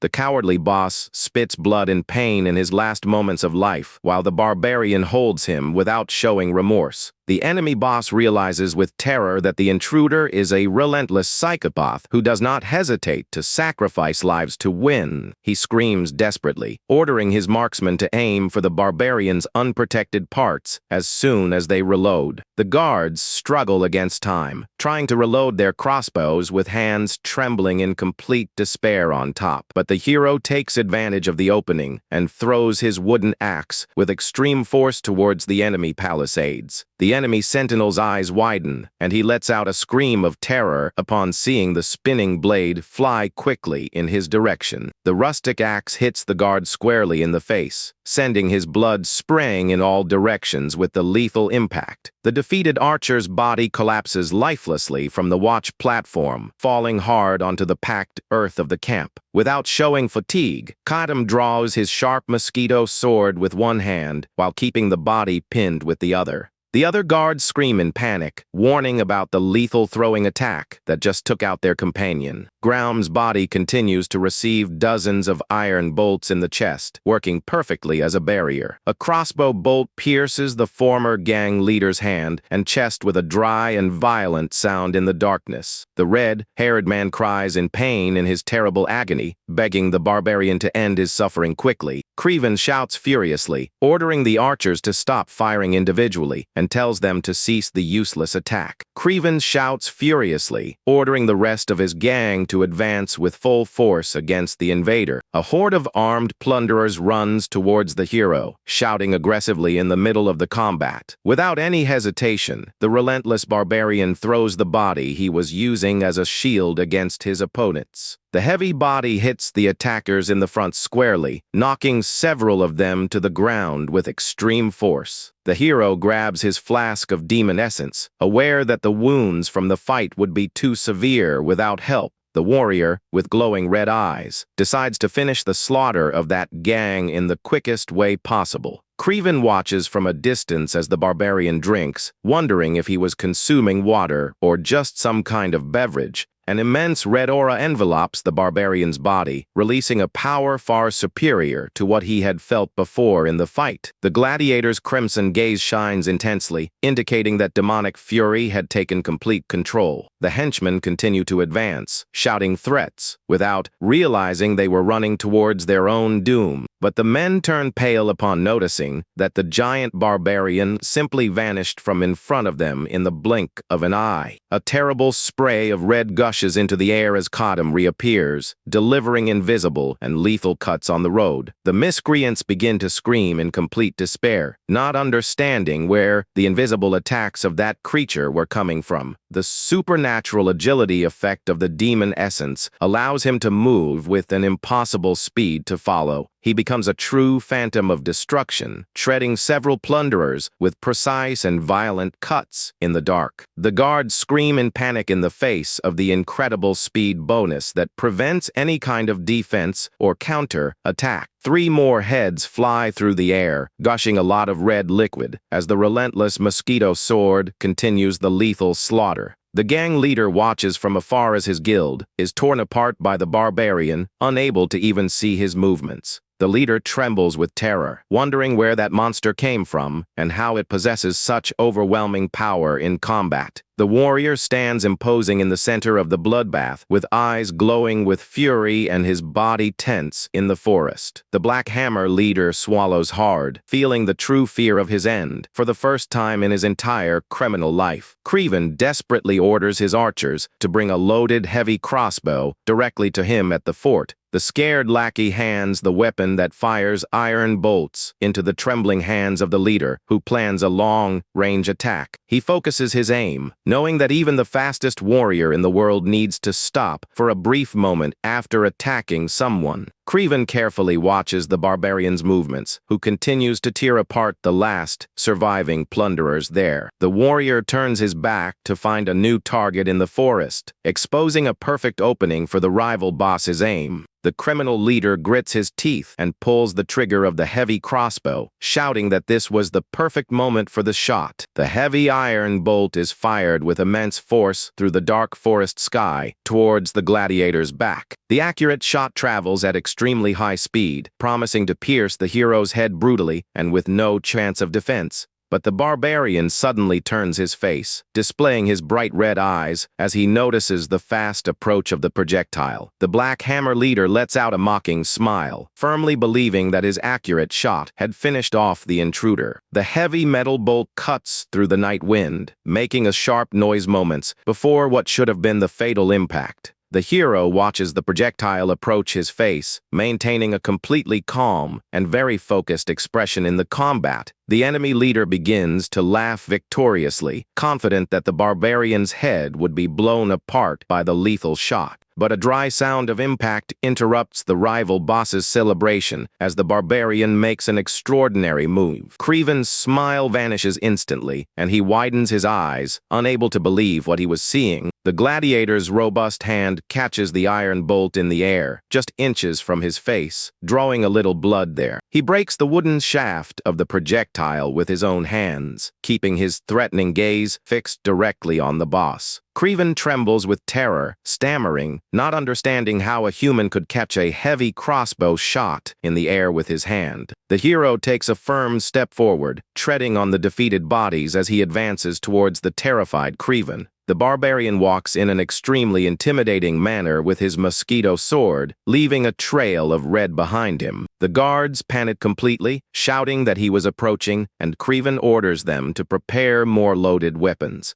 The last warriors of the gang advance desperately, trying to prevent the monster from getting near their leader. But a swift and brilliant golden slash cuts through the air, reaping the lives of those plunderers in an instant. The aggressors' bodies are brutally torn apart by the overwhelming power of the protagonist's sword in the forest. The gladiator with glowing red eyes continues his silent and lethal walk towards the top of the palisade. The gang leader realizes, with desperation, that his long-range weapons had only irritated the terrible barbarian even more. Creven hastily asks how many loaded weapons were left, and the guard replies that they only have 3 crossbows there. The Black Hammer leader grits his teeth and tells his henchmen to pay close attention to his next combat instructions. The guard obeys quickly as he draws a final iron bolt, preparing for the boss's desperate plan. Creven suddenly drops his heavy battle hammer on the packed dirt road, showing that he was going to surrender. But in reality, the criminal leader just prepared a crushing blow, spinning his rustic iron hammer in the air. The hero reacts quickly and stomps firmly on the ground, ready to dodge the opponent's powerful blow. Kadim advances swiftly, enveloped in his red fury, closing the distance between them imperceptibly. Creven realizes that the barbarian is too fast and that his warhammer would never be able to hit him in the fight. The cunning criminal glances to the side, noticing a loaded crossbow lying on the ground right beside him. He prepares for one last desperate move as the barbarian advances. Enveloped in the red mist, Creven raises his heavy combat hammer and shouts with hatred, delivering a brutal blow from top to bottom. The terrible attack hits the packed ground squarely, opening a crack and scattering stones and dust across the road. Kadim shields his face from the stones thrown by the violent impact of the hammer on the forest floor. Creven suddenly takes advantage of the distraction of the dust and shouts furiously, ordering his archers to fire. The sentinels positioned high on the palisades pull the triggers, firing the heavy iron bolts. The hero sees through the rival's setup and just mentally complains about that cowardly and ridiculous trick.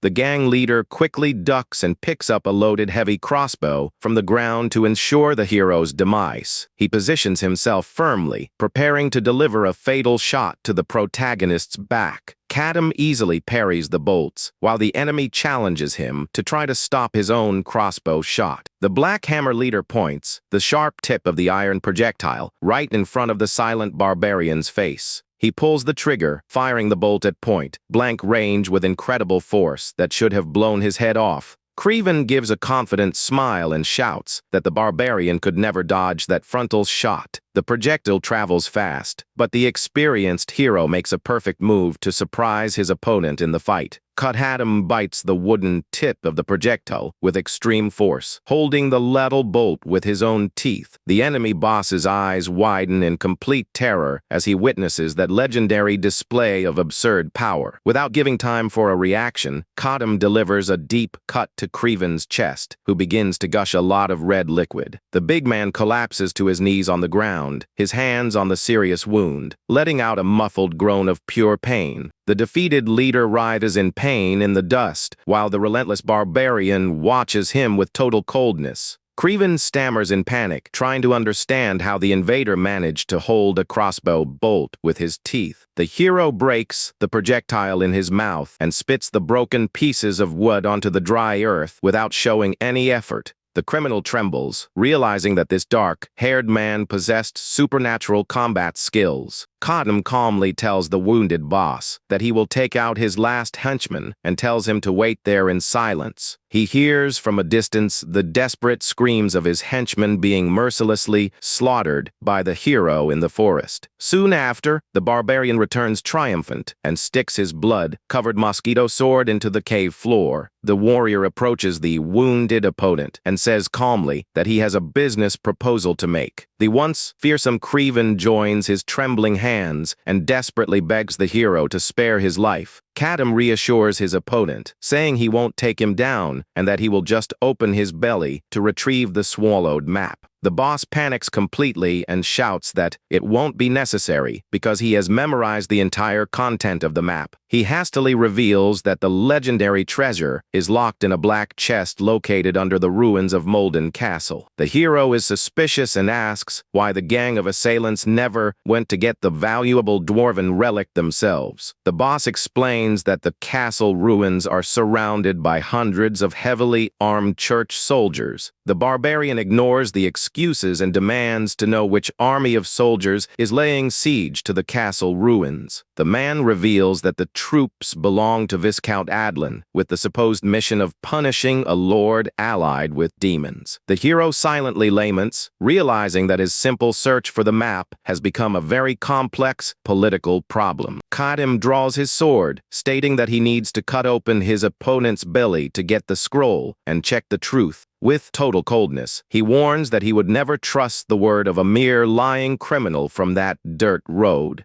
Creven trembles with terror, remembering that the barbarian would really do whatever it takes to get the dwarven map back. The desperate villain lets out a final curse in the darkness of the forest, accepting his terrible and bloody final fate. A little later, the barbarian throws the blood-stained pieces of the scroll to his guide and tells him to put the parts together. The old man lets out a scream of terror upon discovering that the hero ripped the scroll directly from inside the rival's stomach. The guide gulps and holds the trembling piece of paper upon hearing the sordid details of that brutal field surgery. The guide manages to reassemble most of the map, confirming that the information matches the story told by the leader. The barbarian analyzes the facts and concludes that the story about the castle being surrounded by soldiers must also be true. The barbarian reflects thoughtfully on the mysterious title of Demon Baron, mentioned in the story of Molden Castle. In another location, the flames of campfires illuminate a small and isolated peasant village under the starry sky. A peasant woman trembles with complete fear and swears on her knees that no outsider has passed through her village in recent days. The scared villagers continue to beg for clemency, assuring that the local routine remains completely peaceful. The relentless paladin Helia listens to the justifications coldly while her soldiers watch over the villagers around them. The blonde woman asks with suspicion if the woman would be able to solemnly swear before Elga about that truth. The villagers tremble with fear before the paladin's severe inquisition, who showed no hesitation. She demands that the oath before the Lord of Light be made without any lies to avoid a terrible punishment. The desperate woman stammers in panic as she confirms her oath to try to save her family's life from their end. In the woman's memory, the barbarian had seriously warned that no one in the village should answer questions about his whereabouts. The hero also strictly forbade any peasant from mentioning the appearance of the demon in the forest. Kadam coldly warned that there would be serious consequences for anyone who disrespected his warning. He threatened to return in the future to eliminate the entire village if he found out someone had opened their mouth to the guards. Helia is suspicious of the villagers' denial as she had found clear clues that the aggressor passed through there. The peasant woman stammers with fear as she lies, repeating that no mercenary or foreign warrior had passed through the small village. The paladin realizes the lie instantly and retorts coldly, pointing out that she had never mentioned the profession of a mercenary. The peasant woman's eyes widen in complete terror as she realizes she has just fallen into the blonde's clever word trap. With a smile of pure mockery, Helia slowly grips the hilt of her sword, ready to begin an execution there. The poor villager's heart beats with extreme force as she realizes that their end would be inevitable for everyone there.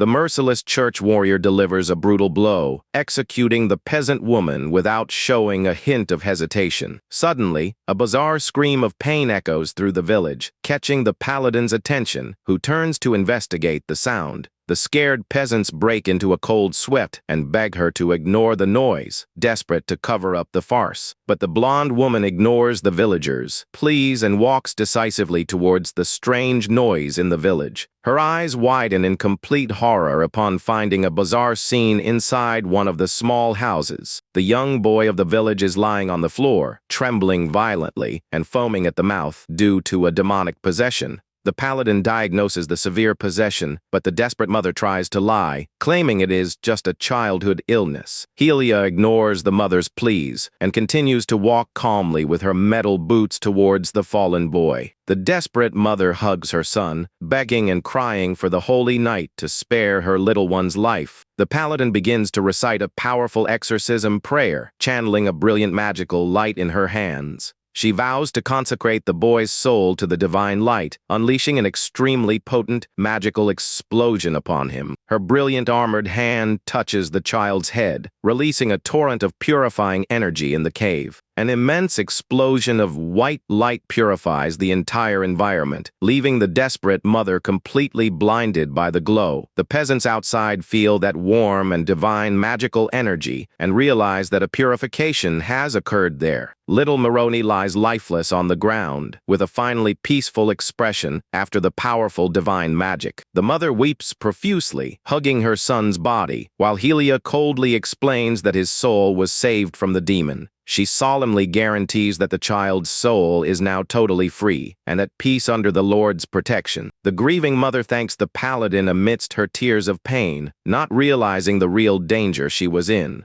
But a swift and violent burst of divine fire strikes the mother's back without her being able to react or defend herself. The relentless paladin pierces the mother's back with her sword of shining flames, determined to purify the lie. Helia cruelly argues that any sheep stained by evil must serve as a sacrifice to wash away its sin. In her final moments of life, the mother realizes with horror that her son's head had been cruelly taken off by the blow. She lets out a deafening scream of pure suffering before collapsing lifelessly over the ashes of her beloved son. The Holy Knight coldly declares that the boy's soul will now have its eternal rest beside the Lord of Light, but she warns that the fate of the traitor who broke the sacred oath would be eternal condemnation in the deep darkness. With her mosquito sword glowing, Helia demands that the last survivors of the village reveal the whole truth about the Barian. The paladin of the Lord of Light demands to know immediately which direction the barbarian aggressor took when fleeing that region. Far away, the night is calm and starry in the deep forest as Kadam and the guide rest by the campfire. The old man explains with satisfaction that the loots from the heady-outs have provided more supplies and food than they can carry. However, the guide laments that he couldn't find any high-quality axes among all the stolen treasure. Kadam decides to change the subject and asks his companion what he knows about the fearsome and mysterious Lord of Molden. The old man explains that he has heard in passing about the demon Baron and that his nickname came from his cruel rules. The guide remembers a merchant from Molden who praised his land very much, saying it was a great place to live. But the hero argues that this proves nothing, as there are cruel demons who pretend to bring prosperity just to deceive. He concludes that the only way to obtain the valuable dwarven weapons from the castle would be to go there and check the situation personally. The barbarian stares at his almost empty flask and wonders if he could break through the siege of hundreds of soldiers with just that. The old man accompanying him through the forest suddenly musters his courage and asks for permission to ask a very important question.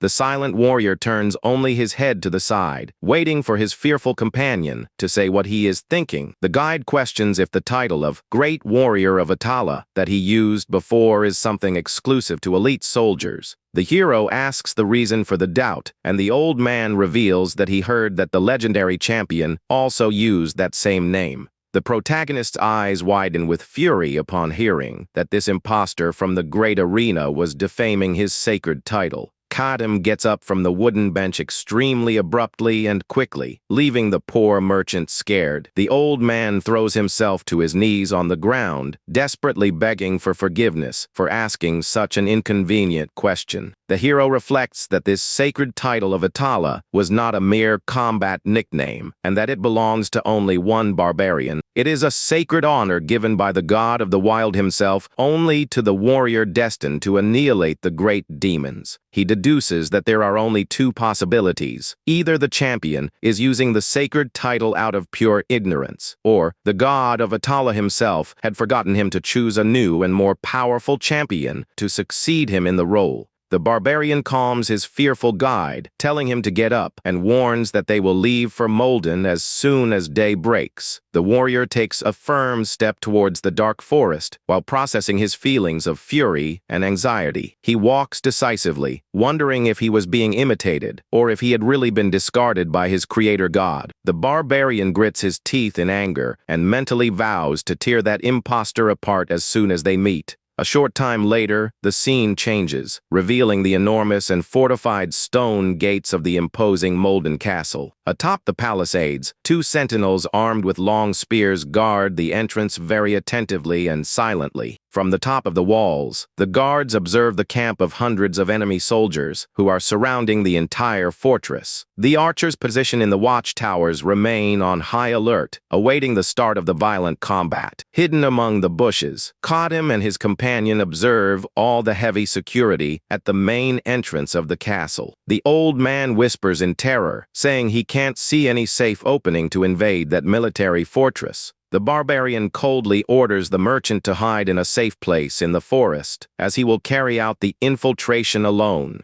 The guide is startled by the barbarian's audacity, but Kadam explains that he intends to use the cover of night to eliminate the watchman. Suddenly, a loud crash echoes through the area as the castle's iron gates begin to move slowly upwards. The pair of spies' eyes widen in surprise as they see the main entrance of the fortress suddenly open at night. The scared merchant wonders if the Baron of Molden is opening the stone gates to start an all-out war. Without wasting time, Kadam pulls the cork from his flask of essence, aware that this opening was his only chance to invade. The strong barbarian grabs his guide under his arm and tells him to hold on tight before taking off at high speed. He unsheathes his mosquito sword in the blink of an eye and gives a powerful push off the dry earth, running towards the entrance. The hero runs swiftly, enveloped in his red mist, carrying his trembling companion through the darkness. The gladiator with glowing red eyes grits his teeth, focused on crossing the enemy lines in a single run. Meanwhile, a line of armored soldiers marches towards the fortress gates in battle formation. One of the elite guards suddenly turns his head, confused, upon hearing a strange noise approaching quickly from behind. A swift gust of wind cuts through the air beside the guard, who can't even see the barbarian's fast silhouette. In the blink of an eye, one of the sentinels' heads is taken off, gushing a lot of red liquid as the hero runs past him. Another enemy soldier is brutally finished before he can even react at the castle entrance. Kadam continues to run at the speed of light, focused only on getting through the gates before they were closed for good. He becomes a true phantom of destruction among the guards, shredding anyone who got in his way. The other soldiers in the rear remain paralyzed in shock, not understanding why their companions were falling. The barbarian is suspicious of the soldiers' total lack of reaction, who continue to march even as their allies are taken down. With no time to think about mysteries, he just focuses on continuing the slaughter to cross the iron gate before it closes. The hero gives another strong stomp on the ground to gain even more momentum and speed in the middle of that deadly run. A last armored sentinel turns to the side, surprised, upon noticing the swift approach of that immense crimson fury. The protagonist delivers an extremely fast cut against the enemy, eliminating the last obstacle in his path to the gate. The guard's body collapses lifelessly at the entrance of Molden under the watchful eye of the barbarian, who completes his lethal infiltration.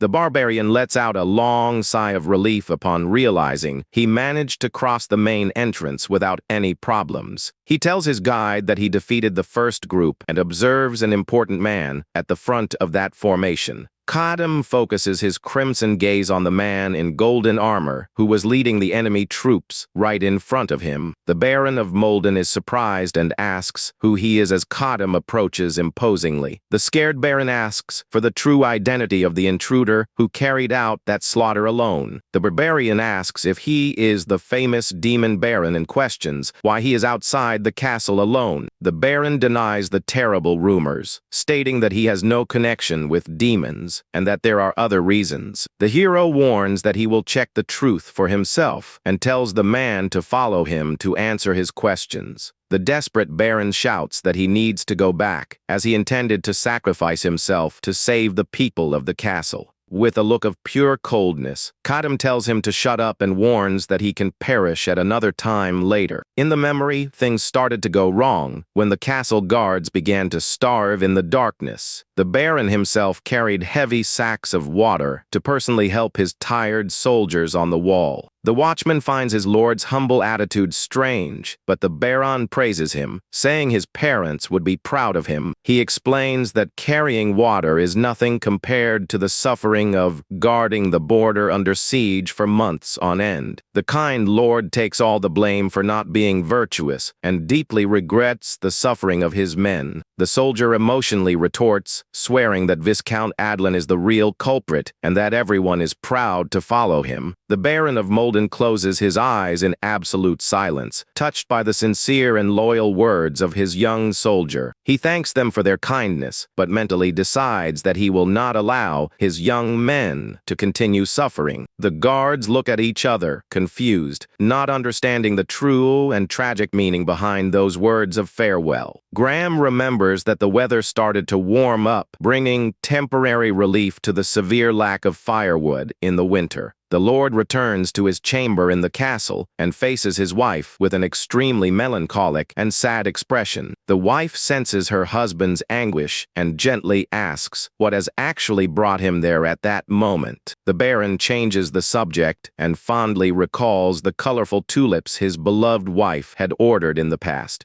He comments that the flowers would have been beautiful if they had bloomed properly before the whole siege began. The woman closes her eyes sadly, saying that the people's hunger in the castle was much more important than mere flowers. The Baron reveals in tears that he saw hungry children digging up the tulip bulbs to eat due to extreme hunger. The Lady of Molden is completely perplexed and asks with a trembling voice if he had reprimanded the hungry children. The Lord weeps profusely, taking all the blame for the extreme suffering of his people in the besieged castle. He laments that the food supplies have run out and that the castle will not last much longer if the siege continues like this. He reveals that he has decided to surrender and perish with honor today to remove the enemy army's pretext for attacking the castle. The wife panics completely, shouting that this end would be useless and that the pretext of demons is a lying farce. The Lord retorts that for the enemy, what matters is profit and the excuse, and that they never wanted to know the real truth. He instructs his wife to send messengers to the Emperor or flee to the Free Alliance if the Viscount insists on attacking them. the Baron says goodbye to his beloved, officially entrusting the fate of all the people of the fortress into her trembling hands. He leaves, determined to give his own life to end once and for all that long and exhausting battle for his home. Back in the present, the guards run desperately around the Lord, who remains paralyzed by the barbarian's strength. The hero stands firm, enveloped in his red fury, drawing the attention of all the guards who tremble with fear on the spot. Suddenly, one of the sentinels points in terror towards the road, realizing that the enemy army had moved.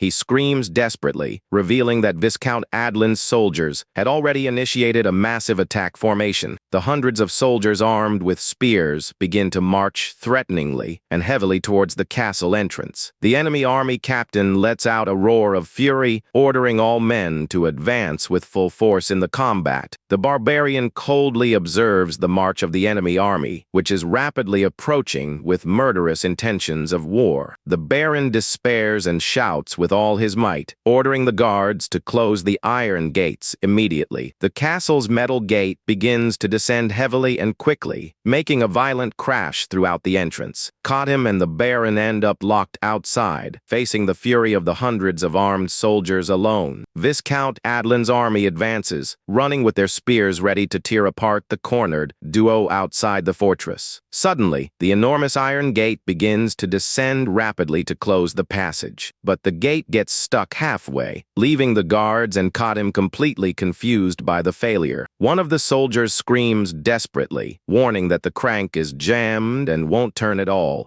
The Baron of Molden is paralyzed with terror, realizing they are about to be invaded by the enemies. Kadim just clicks his tongue, showing irritation with the whole disastrous situation at the entrance. The Baron quickly starts shouting orders to bring strong soldiers and a mechanic to fix the gate. Ignoring the desperate shouts, the barbarian takes a determined step forward, his red aura glowing. A scared guard points forward and calls the Baron's attention to what is about to happen. Kadim then firmly grabs the heavy iron structure with his own power-infused hands. The guards watch in total shock, wondering if that man really intends to close the gate with brute force. The barbarian lets out a roar of effort, using all his impressive physical strength to pull the metal structure. With a deafening sound of creaking metal, the immense gate finally begins to descend, millimeter by millimeter. The guards can hardly believe what they see, but they realize the enemy army is already very close to the entrance. Seeing the danger, the Baron orders his men to shoot everything they can to delay the invaders' advance. The archers and spearmen on the walls begin to fire their projectiles with all the haste in the world. Several enemy soldiers in the vanguard are hit squarely by the spears that rain down from the top of the fortress. With his aura exploding in crimson flames, Kadim tells everyone to get away from there immediately. In a violent move, he pulls the gate with all his might, making the heavy metal grate collide with the ground. The enemy soldiers who were running come face to face with the closed grate and let out groans of pain from the impact. Kadim lets out a sigh of exhaustion after performing that unbelievable feat of pure physical strength. He calmly announces that he has solved the problem and orders them to finally lock the gate for good.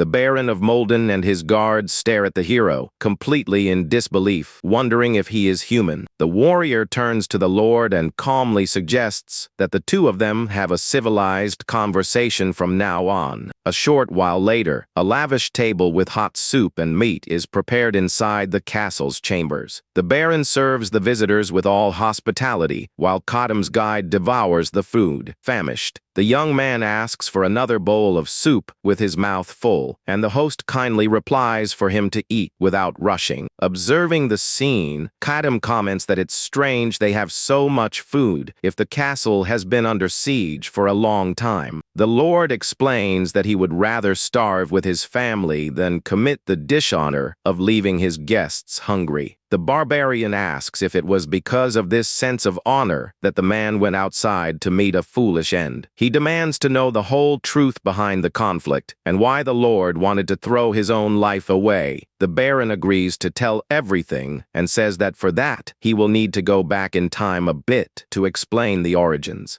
He recalls that this region was completely barren and dangerous when he received orders from the emperor to govern it. With over a decade of dedication, he transformed that isolated place into a prosperous and peaceful fiefdom. However, the greed and envy of a man named Viscount Adeline changed the fate of everyone forever. Being from a neighboring territory, the Viscount became jealous of Molden's development and began to spread lies. He spread the terrible rumor that the ruler of Molden was actually a demon who made a pact with the devil. At first, no one paid attention to those baseless rumors coming from such a distant region, but the situation changed when the fourth prince fell in love with the Viscount's daughter, giving enormous influence to the rival. With the emperor's silent support, the subjugation campaign against the supposed demon Baron finally began. Using this false pretext, they have been under siege for 4 months, and the Baron wanted to surrender to spare his people.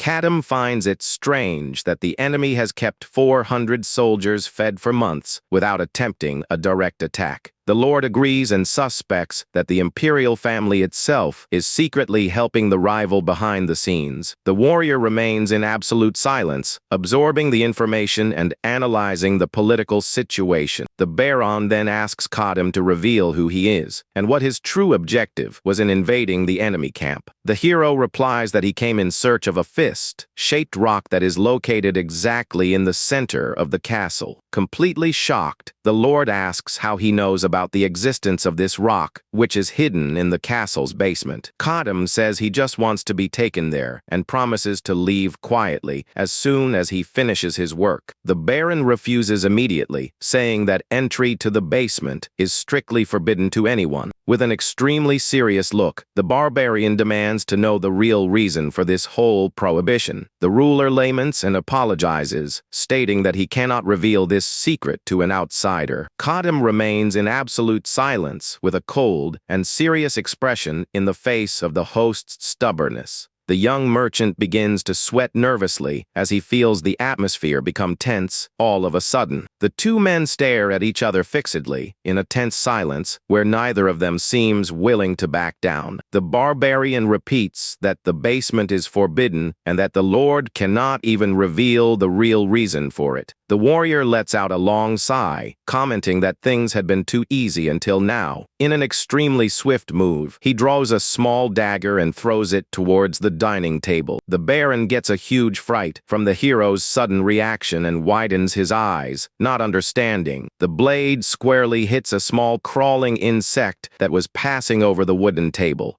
The Lord gulps as he stares at the warrior, with cold sweat running down his scared face. Kadam points to the crushed bud and warns that tomorrow, all 100 guards of the castle will be just like it. He reminds them that the guards have nowhere to run, since the entire territory is surrounded by the enemy army. The hero concludes that they will all meet a completely useless end without even knowing the real reason. The barbarian warns that he doesn't need to know the reason for the blockage, but that he will give the Lord a simple choice. He asks if the man prefers to guide him in peace, or if he wants to see the castle painted with the blood of the innocent. The Baron realizes from the warrior's gaze that this threat is very real and far too dangerous. He closes his eyes, regretful for having let an unknown and so dangerous warrior into his castle. Yielding to the strong pressure, the Lord finally agrees to guide the hero to the mysterious forbidden basement. But he adds that he will not do it now and imposes an important condition to seal that agreement. Kadam stares at him fixedly, showing curiosity to know the content of that condition imposed by the Lord. The Baron explains that he wants his help to defend the castle if Viscount Adeline tries to invade the place later. He promises to order the butler to take the warrior to the basement as soon as the enemy attack is fully repelled. The hero finds that ridiculous and asks if he really considers this cowardly plan an honorable end. He criticizes the Baron for running from the enemy and throwing all the responsibility into the hands of a complete stranger. The barbarian severely questions if abandoning his own people and perishing is the definition of honor for the Lord. The ruler of Molden just looks away, thoughtful and shaken upon hearing those harsh and sincere truths. Kadam says that sacrificing oneself for others is just a cowardly excuse to transfer the burden and perish for nothing. The warrior raises a closed fist and proudly states that the way of the people of Atala is very different from that. He explains that warriors fight until their last breath, even without any chance of winning the battle. The hero firmly concludes that only this fierce resistance is what defines a truly honorable end. The Baron remains silent and completely speechless in the face of the imposing barbarian's powerful life philosophy. Kadim then decides to make a new business proposal to the man and asks if he is willing to listen to it. The hero begins to explain the terms of his plan in detail, while the merchant just watches in silence. The warrior finishes speaking and asks what the Lord thinks of that unexpected proposal to save the castle. Thoughtful, the Baron asks for some time to reflect and suggests that the hero wait in the castle's guest quarters. The palace butler guides the visitors down the long corridor and shows them to the comfortable guest room. Kadim and the young merchant enter the richly decorated room under the watchful eyes of the fortress's servants. The hero tells the merchant to rest on the soft bed, leaving the young man completely surprised and awkward. Then, the warrior takes his huge sword off his back and sits down calmly to await the Lord's return. The young merchant sits timidly on the edge of the bed, still holding his backpack with great nervousness. He asks with concern if the barbarian really believes the Baron will accept the proposal he made. Kadim confidently replies that it is an excellent deal and that the ruler has no other viable choice.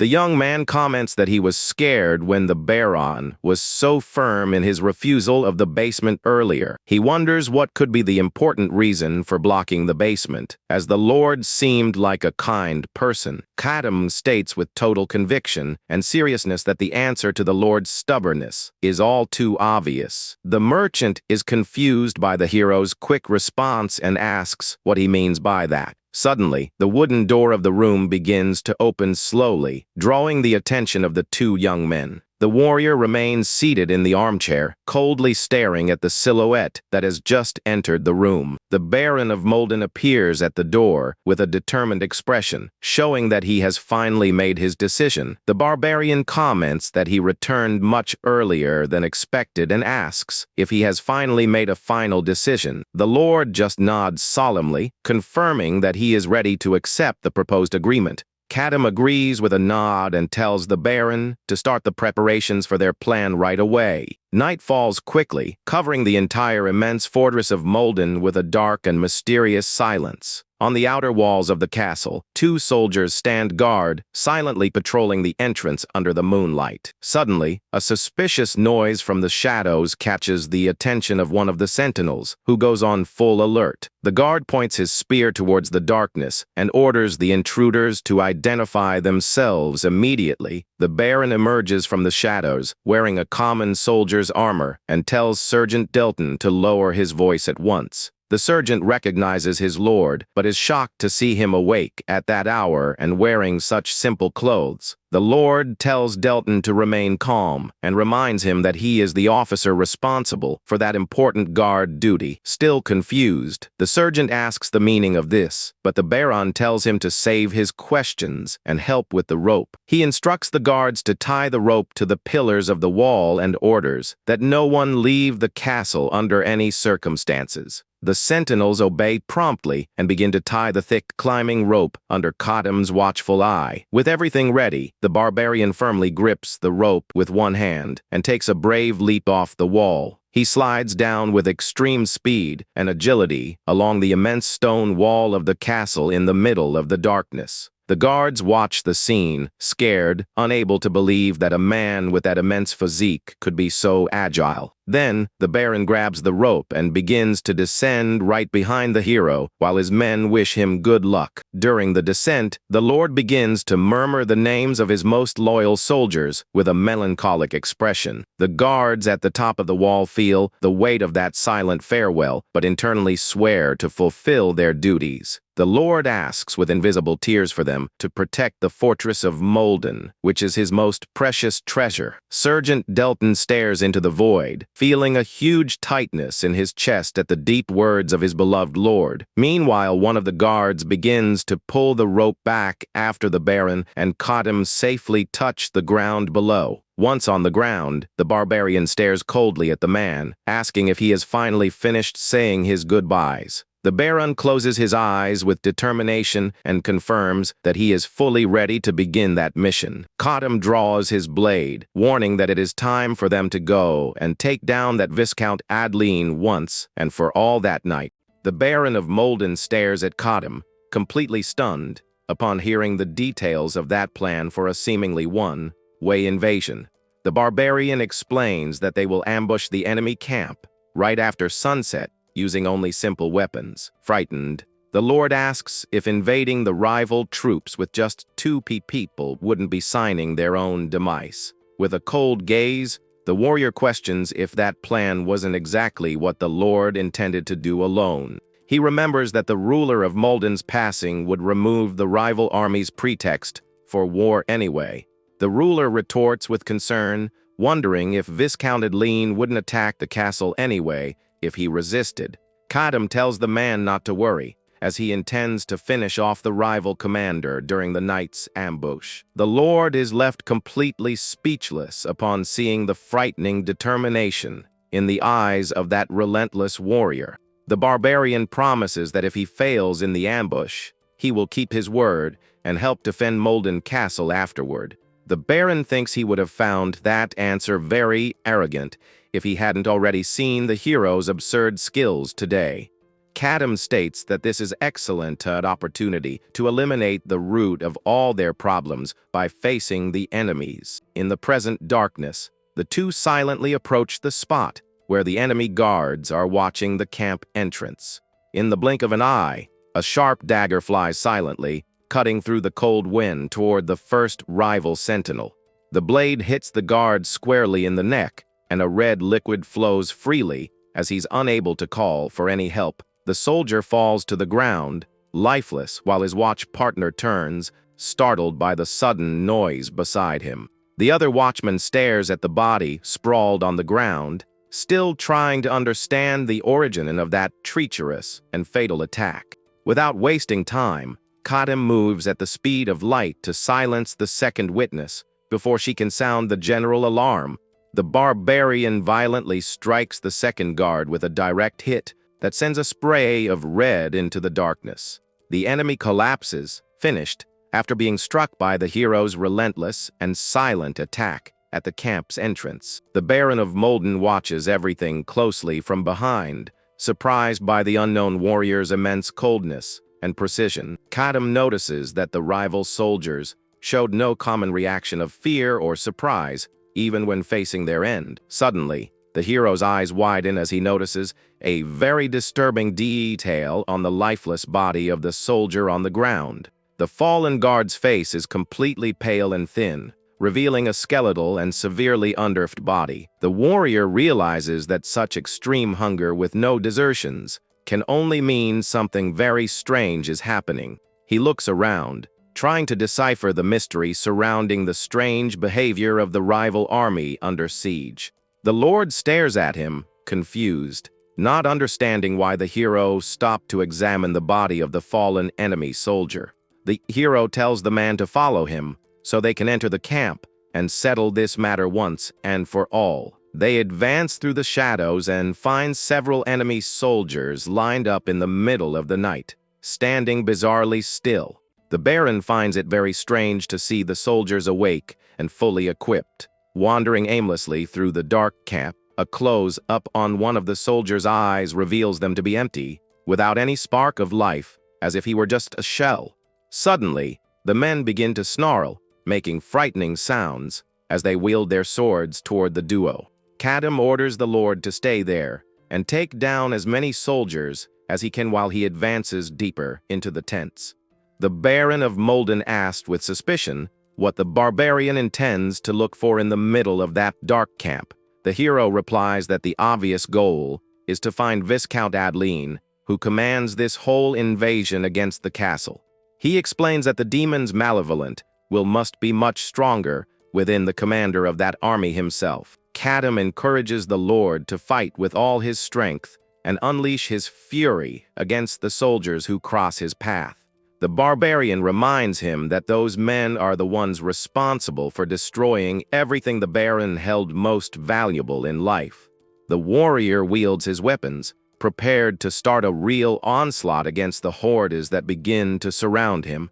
The hero advances, delivering swift and precise blows that cut through the darkness of the camp with a trail of destruction. Several enemies are instantly cut down, spraying a lot of red liquid as they try in vain to stop the barbarian's advance. He continues to spin his blade with brutal force, taking down and tearing through any opponent that appears before him.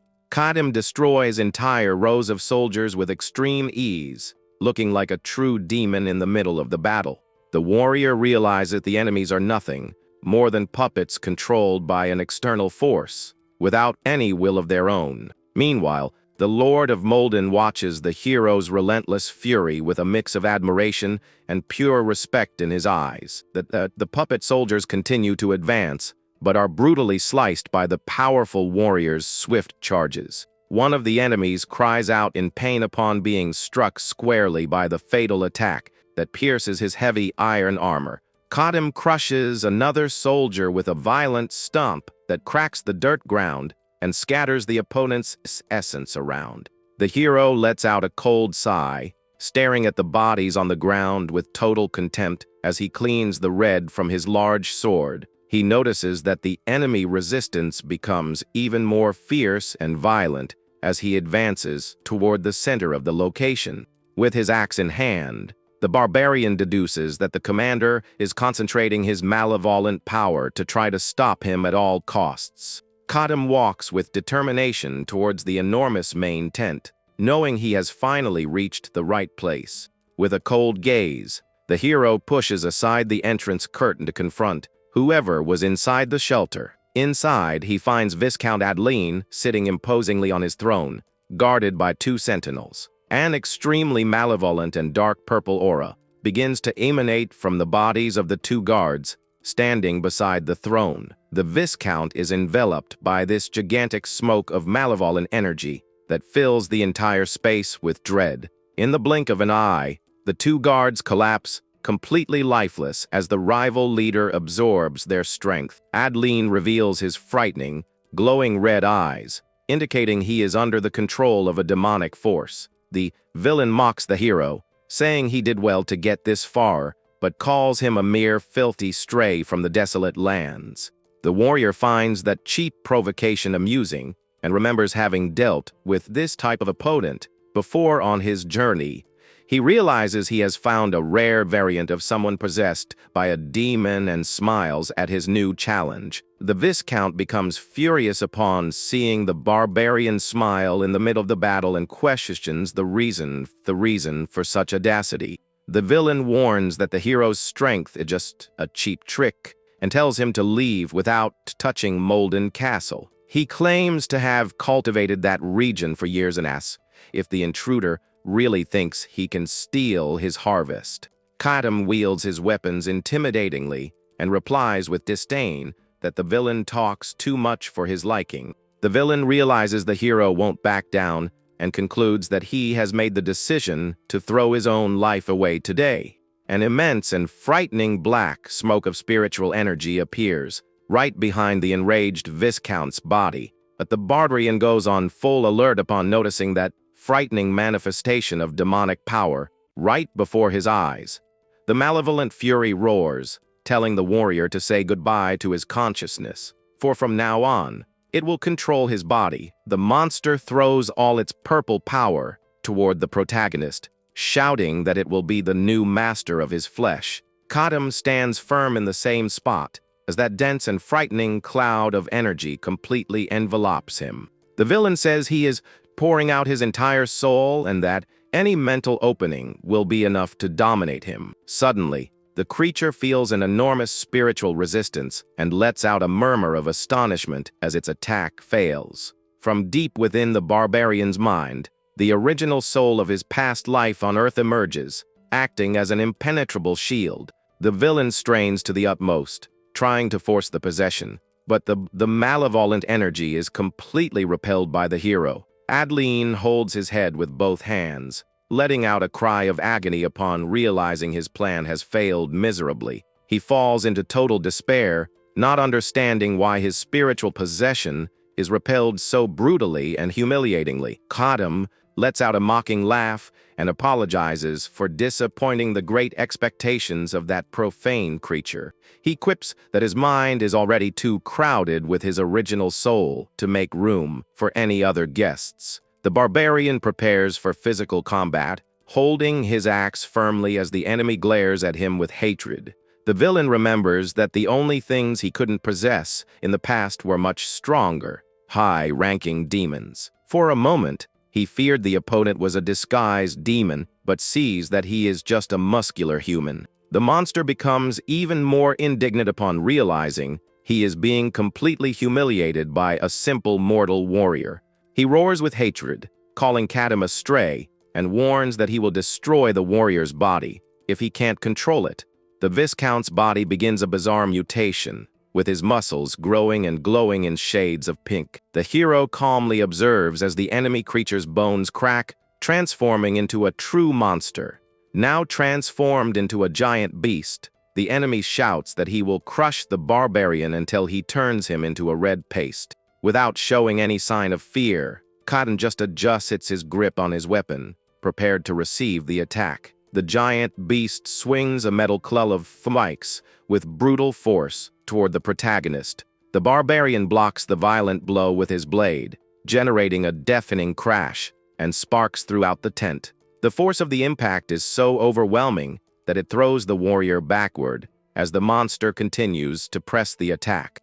The hero notices with concern that the handle of his axe has started to crack due to the tremendous impact of that block. He clicks his tongue, showing irritation upon realizing that his weapon won't withstand many more blows from that monster.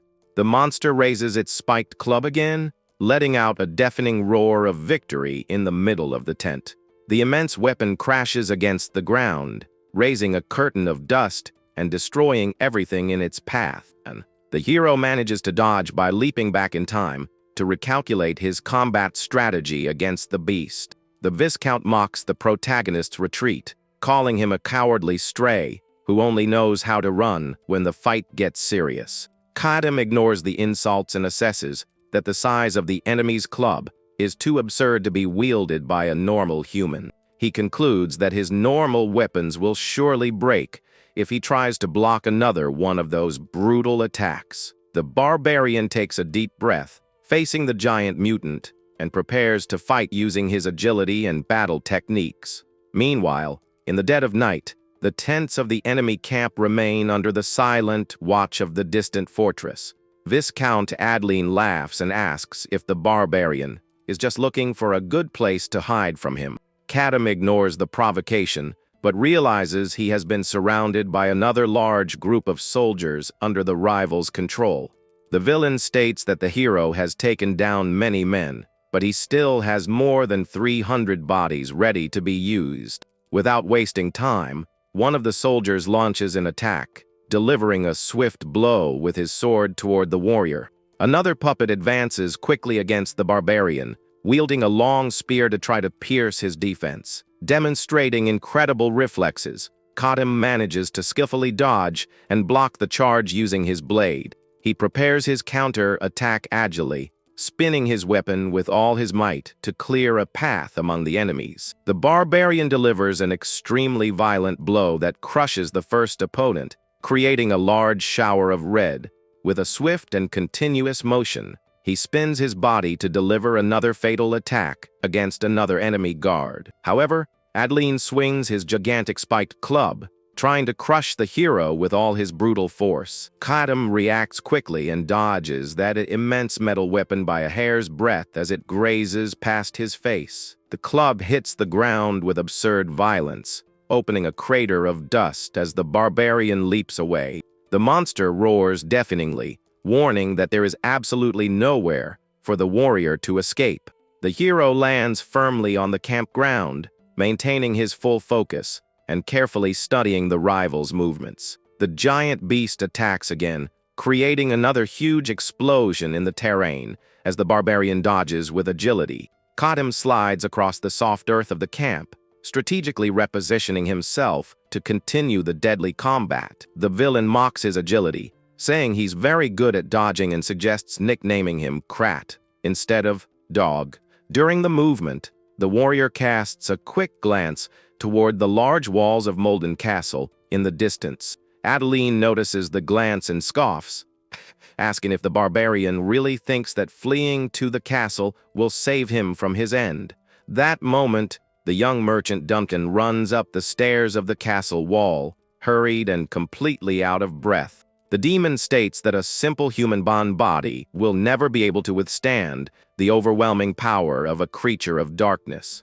He continues to mock, saying that to defeat him, the barbarians should have at least brought powerful reinforcements for the combat. Kadam agrees with the difficulty and admits that it would indeed be very hard to defeat all those puppet soldiers alone. The beast lets out a triumphant laugh, asking if the warrior has finally realized how foolish he was to face him. But the hero surprises him with an unexpected question, asking what will happen to the villain's real body. The monster stops his evil laughter at once and is completely confused, not understanding the true meaning of that question. Atop the walls, the merchant Duncan shouts with all his might, calling for the warrior to deliver something.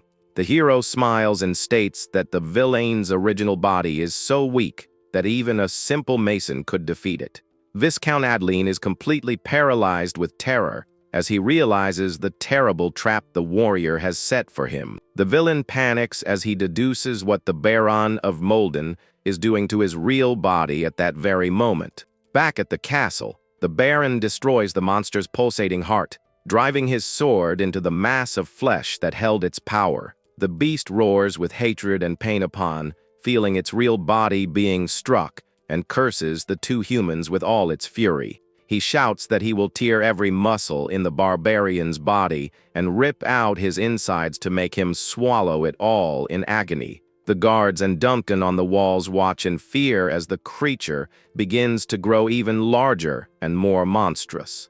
Kadam knows that even with the main body destroyed, he still needs to eliminate that possessed image to end the danger. The hero looks at the broken handle of his axe, which is about to shatter completely if it takes another violent impact. The weapon shatters completely in the next attack, making the monster laugh and mock Kadam for using such a fragile weapon. Even unarmed, the barbarian acts quickly and uses his backup sword to deliver a precise cut that pushes the giant enemy back. He backs away, keeping his guard up with only the sword in his hand, knowing he will need something stronger to win. The warrior silently stares at the broken wooden handle of his old axe, knowing he will need his secret weapon. The villain roars furiously, promising he will take down every last inhabitant of Molden before his possessed body dissipates. The hero shouts, calling for the merchant Duncan, who responds promptly, confirming he brought the mysterious item he asked for. With all his strength, the young man throws a shining object over the castle walls, begging the hero to catch it. The revealed object is an immense and sharp blue axe that spins in the air, glowing with an incredible aura of magical energy. The merchant despairs, thinking that because he is weak, he couldn't throw the heavy weapon with enough force for the hero.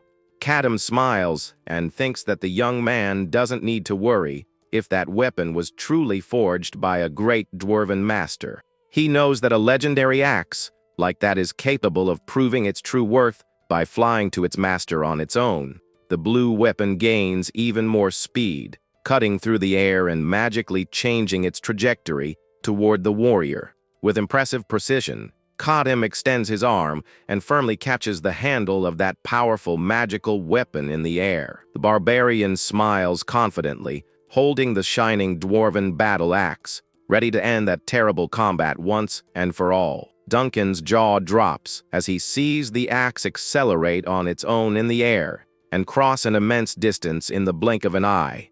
Viscount Adeline stares at the magical weapon, completely perplexed, unable to believe in the existence of such an artifact. Kadam holds the weapon and comments that the Baron really made a mistake by hiding such a valuable work of art. The barbarian praises the legendary axe and laments that the former owner left such a masterpiece to gather dust in the castle.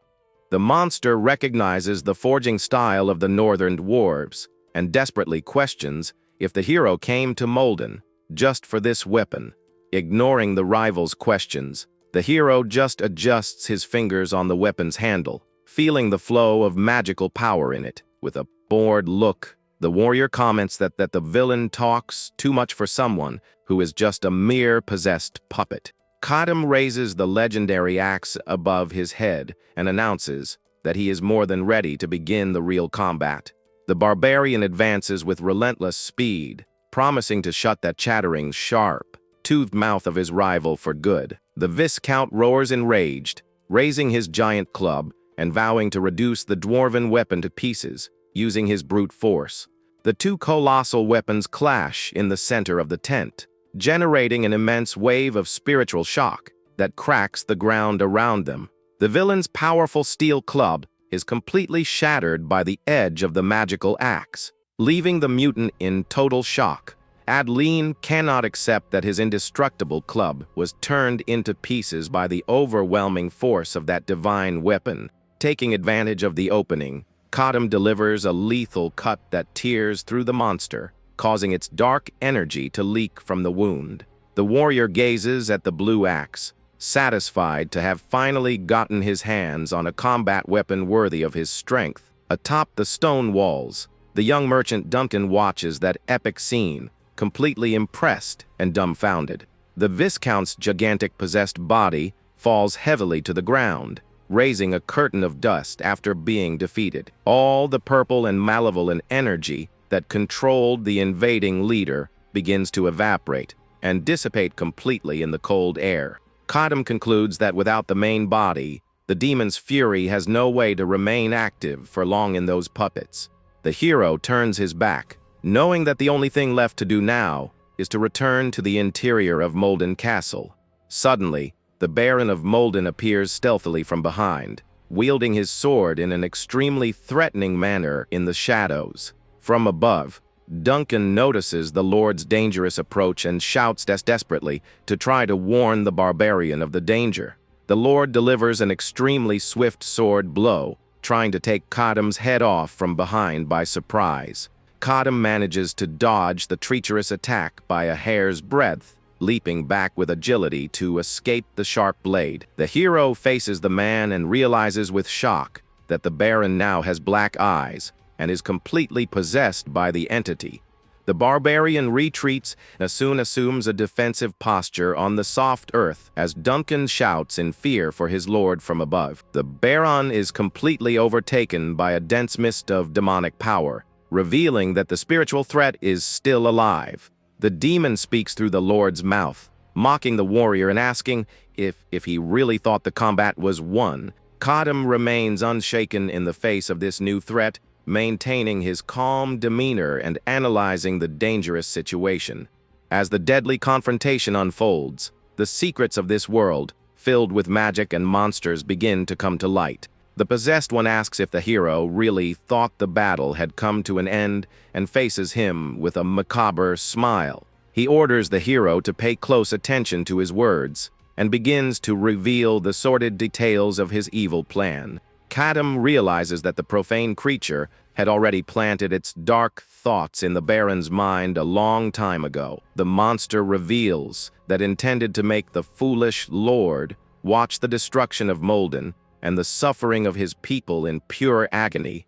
He deeply laments that the meddling barbarian ruined all his fun right at the time of the soul harvest. The hero deduces that the demon kept the Baron alive precisely to psychologically torment him with his people's suffering. The beast asks if Kadam will have the courage to tear apart the Baron's body in the same violent way he did with Viscount Adeline. With great tranquility, the warrior replies that the enemy made a great error in judgment regarding his intentions. He states that he didn't fight to save the castle, but to fulfill the business deal he made with the Baron of Molden. The demon laughs and warns that if the warrior takes down the Baron, he will be hunted by all the surviving guards of that army. Kadam retorts that it would be the same if he left the creature alive. controlling the ruler's body of that fortress. The barbarian coldly warns that if the soldiers of Molden try to attack him, he will simply finish all of them right there. Impressed by the hero's coldness, the malevolent creature confesses that it knows that threat of an onslaught is not just a bluff. The monster smiles sadistically and concludes that, in that case, the Baron of Molden is destined to perish at the hero's own hands. It says that since it has already lost its main body, it will content itself with savoring the agony of seeing the Lord perish under the hero's blade. Screaming with madness, the possessed Baron advances, delivering a frantic sword blow against the unshackable barbarian's chest. Kadam blocks the violent charge using his sword, creating another great clash of metal under the night stars. The hero manages to repel the attack, pushing the opponent back with his brute force to try to immobilize him for good. Suddenly, the Baron begins to tremble violently, holding his head as he tries to regain control of his own mind. In an act of desperation, the Lord points his own sword at himself, trying to end it all to trap the demon. The Baron of Molden fights bravely with his own consciousness, shouting that the demon will never lay its hands on his people. The malevolent entity inside him despairs upon realizing that this man is managing to resist the terrible possession. Kadam watches everything closely, completely surprised by the heroic effort and the willpower shown by the Lord. Gathering his last strength, the Baron vows to take the demon straight to the underworld with him that night. In a desperate blow, the Lord forces his own blade against his own chest, piercing his heavy armor. The demon lets out a roar of agony as it tries in vain to prevent the Lord from completing his terrible act of sacrifice. The Baron spits a red liquid and lets out a groan of pain as he drives the sharp blade deep into his own chest. The silence of the night is broken by the terrible echo of that heroic sacrifice, which startles everyone on the battlefield. From afar, the soldiers scream desperately, not understanding why their beloved leader has just turned against his own life. The Baron falls heavily to his knees on the dirt ground, letting out a final groan as the red liquid flows from his wound. The monster's consciousness is shocked to realize that a simple human managed to injure himself, even while under possession. The Lord remains kneeling with the sword embedded in his chest as Kadam approaches,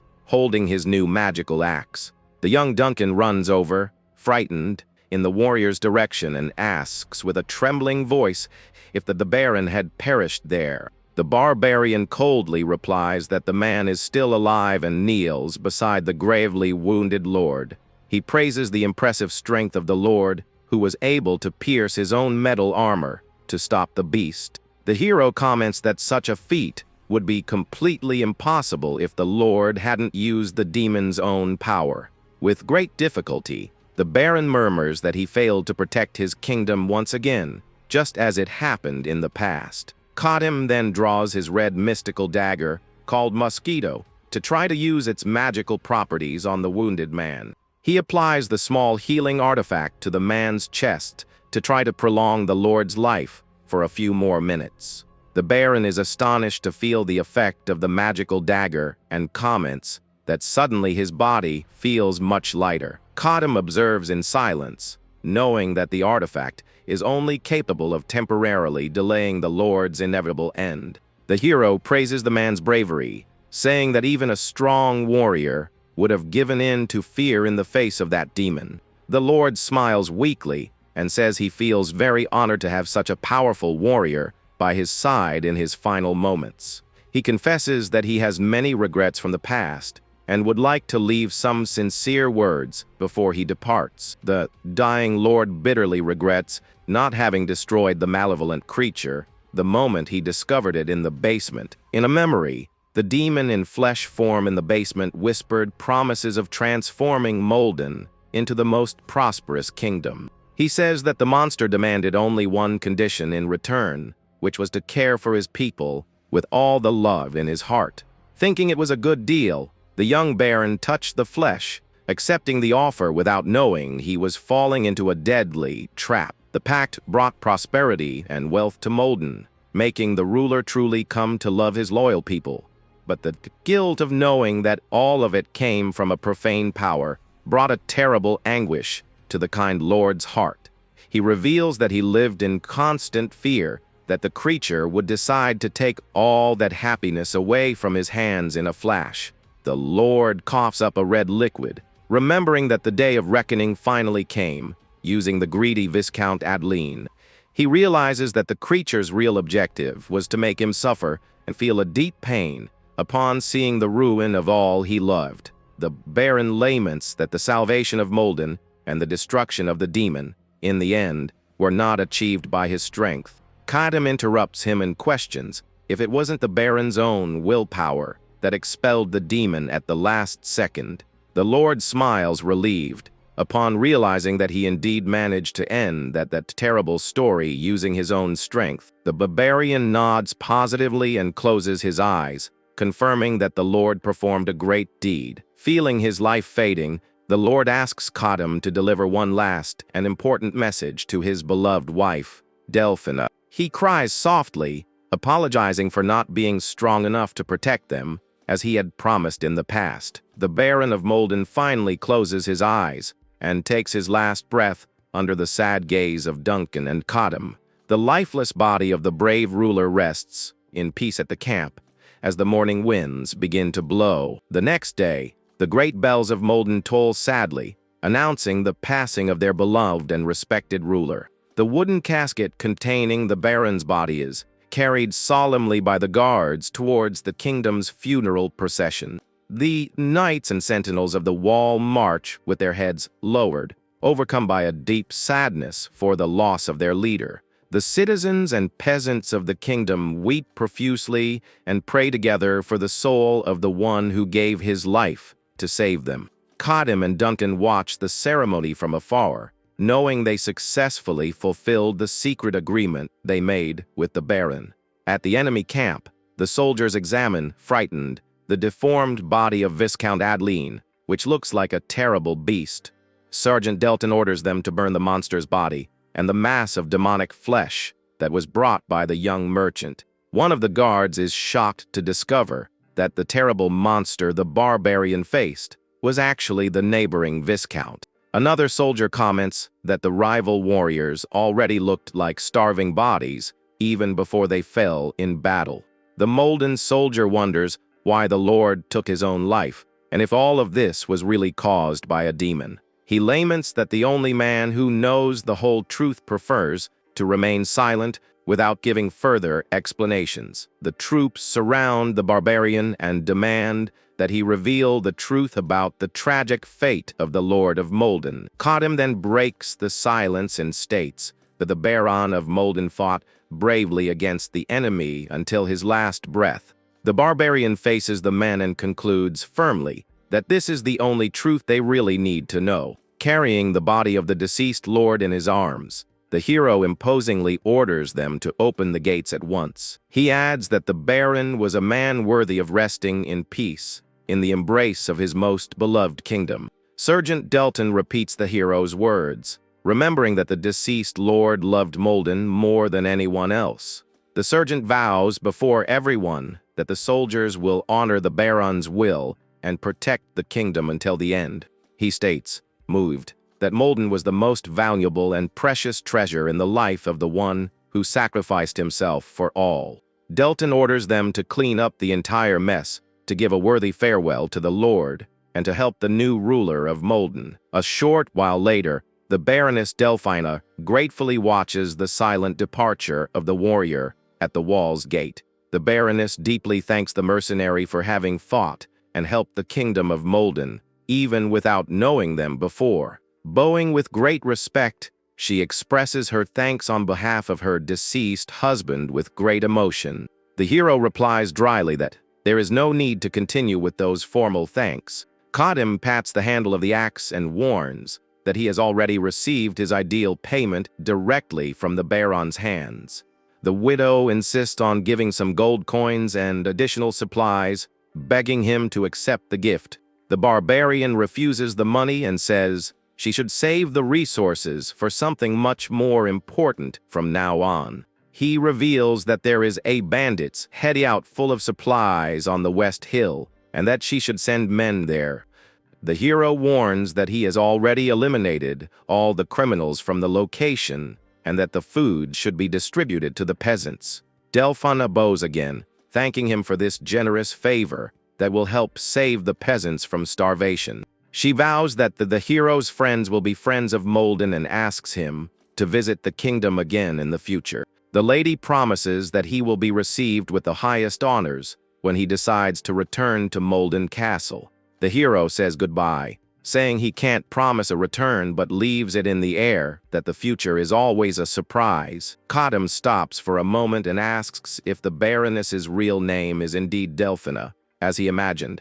The woman is very surprised and asks how the mysterious warrior knows her secret personal name. The warrior closes his eyes respectfully and reveals that the deceased Baron left one last special message for her. He reports that her husband apologized in his final moments for not being able to protect her tulips. In Delphina's memory, the Baron appears smiling and lovingly caring for the colorful tulips in the royal garden. The Baroness can't contain her emotion and begins to weep profusely upon realizing that her husband loved her until the very last second. Kadam concludes by saying that the Baron met his end with honor as the true Lord of Molden, and not as the feared demon Baron. He says she can be proud of her husband as he walks away, leaving the woman to weep in silence. Later, Duncan walks through the forest, chattering excitedly about how he noticed the terrible monster's presence in the basement. The young man continues to describe the bizarre demon heart until he is interrupted by the already impatient barbarian. Kadam scolds the merchant and demands that he shut up so the two of them can walk in peace on the road. The hero asks if the boy brought what he asked for, and the young man hands him a leather flask containing a liquid. He analyzes the collected essence from the possessed demon and deduces that the fluid is capable of granting mental immunity. The barbarian reflects that even that strong essence will not be able to protect him from the terrible curse of madness. He decides he will need to look for the mage Melissa at the mage's tower to try to find a cure for this affliction. Kadam gazes at his dwarven battle axe, happy to have such a powerful weapon that will reduce his dependence on the essence. He reflects that he never saw such a powerful weapon in the game, and deduces that it must have been forged in the ancient mythical era. The hero concludes that the battle axe of the ancient dwarves must belong at least to the unique rarity level of items. The warrior wonders why a treasure with such colossal power would be hidden in the underground of that castle. Duncan gets nervous and says that there was a strange white symbol drawn on the chest where the magical weapon was stored. Kadam finds that detail about the symbol very concerning, but decides it's not worth going back to Molden just to investigate. The barbarian remembers that he left a huge trail of red in his escape, and that his pursuers must be on his heels. He deduces that the likely holy knights of the Order of Elga must already be following his tracks through the forest. The warrior knows that low-level paladins won't be a problem, but fears the absurd power of high-ranking knights. Kadam recalls with hatred the terrible Supreme Paladin who in the past mercilessly took down hundreds of warriors. That dark memory brings bitter feelings to the barbarian, who continues his journey in silence beside Duncan. Kadam walks thoughtfully through the forest, cursing the religious fanatics who live hunting people in the name of the church. Far away, the paladin Helia complains irritably about the slowness of her subordinate Eden, who is keeping her waiting. The young Aiden apologizes, frightened, while the arrogant leader finds him completely pathetic for not being able to keep up. Helia points to the horizon, warning that they are finally very close to reaching the territory of Molden. Back in the forest, Duncan shouts in fear, warning the barbarian that he is going completely the wrong way. Panting, the young man warns that if they continue this way, they will run right into the advanced guard post at the kingdom's border. He points to a hidden shortcut on the hillside and suggests they take that detour to avoid the guards. Kadam realizes he ended up speeding up without noticing due to the anxiety from the old memories that resurfaced in his mind. The warrior accepts his companion's suggestion and calmly follows the alternative dirt path suggested by Duncan. He continues his journey thoughtfully, remembering everything that happened at the castle and the tragic end of the heroic Baron. Duncan shyly tries to get the barbarian's attention, but hesitates at the last second, not knowing how to start a conversation. The young man looks away, embarrassed, and says it was nothing important as he adjusts the heavy straps of his large backpack. The warrior looks at his shining dwarven battle axe and lets out a cold sigh, ignoring his companion's shyness. Finding the boy too dull, Kadam just uses his strength to cut a dry branch that was blocking the passage. Duncan walks behind, downcast and silent, feeling the fatigue of that long and dangerous journey through the dense forest. Meanwhile, Helia continues to ride swiftly along the dirt road with her shining horse, full of holy energy. The animal's hooves run at a frantic pace, kicking up dust along the trail that leads toward the kingdom's border. Suddenly, the impatient paladin pulls the reins of her mount, ordering the animal to stop immediately on the road. The horse stops abruptly under the leader's command, who turns back to wait for her late subordinate. Eden arrives shortly after with his normal horse, completely exhausted and panting from the absurd pace of the journey. The blonde woman complains that they are making no progress and demands that her partner ride much faster from now on. The young man replies that it's impossible to go faster with a common horse and mentally complains about his superior's unfairness. He remembers that she has an exclusive divine horse granted only to the supreme paladins of the Church of Elga. Eden suggests they stop in Molden to gather information about the barbarian and check the rumors about the demon there. Helia refuses, saying the imperial family has forbidden the order from interfering in the region and that the focus is on hunting Linton's aggressor. The paladin glares at him coldly and severely warns him to never forget his sacred duty as a knight. The young man thinks irritably that it's absurd for the church to commit acts against innocents in the name of a supposed divine mission. Seeing that her partner is delaying the journey, Helia clicks her tongue impatiently, deciding to take a drastic step in the search. She announces she will advance alone to capture the fugitive and orders the young man to follow behind, looking for clues. The woman takes off at a gallop with her divine horse, leaving her companion behind in the middle of that empty, dusty trail. The subordinate watches the dust rise with anger as he sees the arrogant leader disappear over the horizon without a care for him. The trail of dust disappears around the bend of the dirt road, leaving the young knight alone. And frustrated with the situation, he lets out a cry of anger, cursing his superior and venting all his accumulated frustration from that tiring journey. Taking a deep breath, Eden asks Elga for forgiveness for having uttered such profane words and tries to calm down in the woods. He questions why his deity would grant such incredible powers to someone as arrogant and cruel as that woman. The young man scolds himself for having such profane thoughts and tries to accept that all of this is part of the mysterious divine will.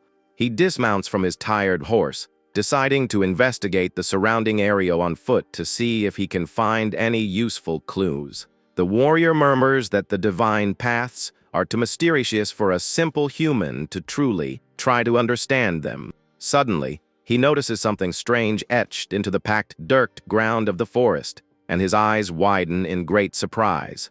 Upon crouching down, Eden discovers colossal footprints on the ground and confirms with certainty that they are the marks of the barbarian they are hunting. He notices that the barbarian changed direction and finds it strange that such an experienced fugitive would make a silly mistake like that. The young knight follows the footprints that lead into the dense vegetation, leaving the main road behind. He notices cleanly and precisely cut branches, deducing that the target used an extremely sharp blade there. The young man decides to tie his horse to a nearby tree so he continue his investigation silently. He firmly wields his holy shield and draws his sword, prepared to face any danger in the dense woods. Eden walks cautiously along the closed trail, trying not to make any noise so as not to reveal his presence in the forest. He ventures deeper into the dense woods, hearing only the sound of dry leaves crunching under his heavy boots. The young man realizes that the forest is becoming increasingly dense and dark, wondering where this path will lead. He wonders, intrigued, how that foreign warrior managed to discover the existence of such a hidden shortcut. Suddenly, he hears a familiar voice coming from the woods and goes on high alert, realizing he is not alone. The Night Eden watch is hidden, as Duncan comments that this closed vegetation shortcut would be the best escape route. The barbarian suddenly interrupts his companion's speech upon sensing a hostile and suspicious presence near the bushes, hidden in the woods. The paladin silently celebrates for finally having found the terrible target they were hunting. Eden remembers that the hero's face is identical to the dark image revealed by the church's holy relic earlier. The paladin focuses his gaze on Kadam, confirming that the strong man before him is indeed the wanted barbarian.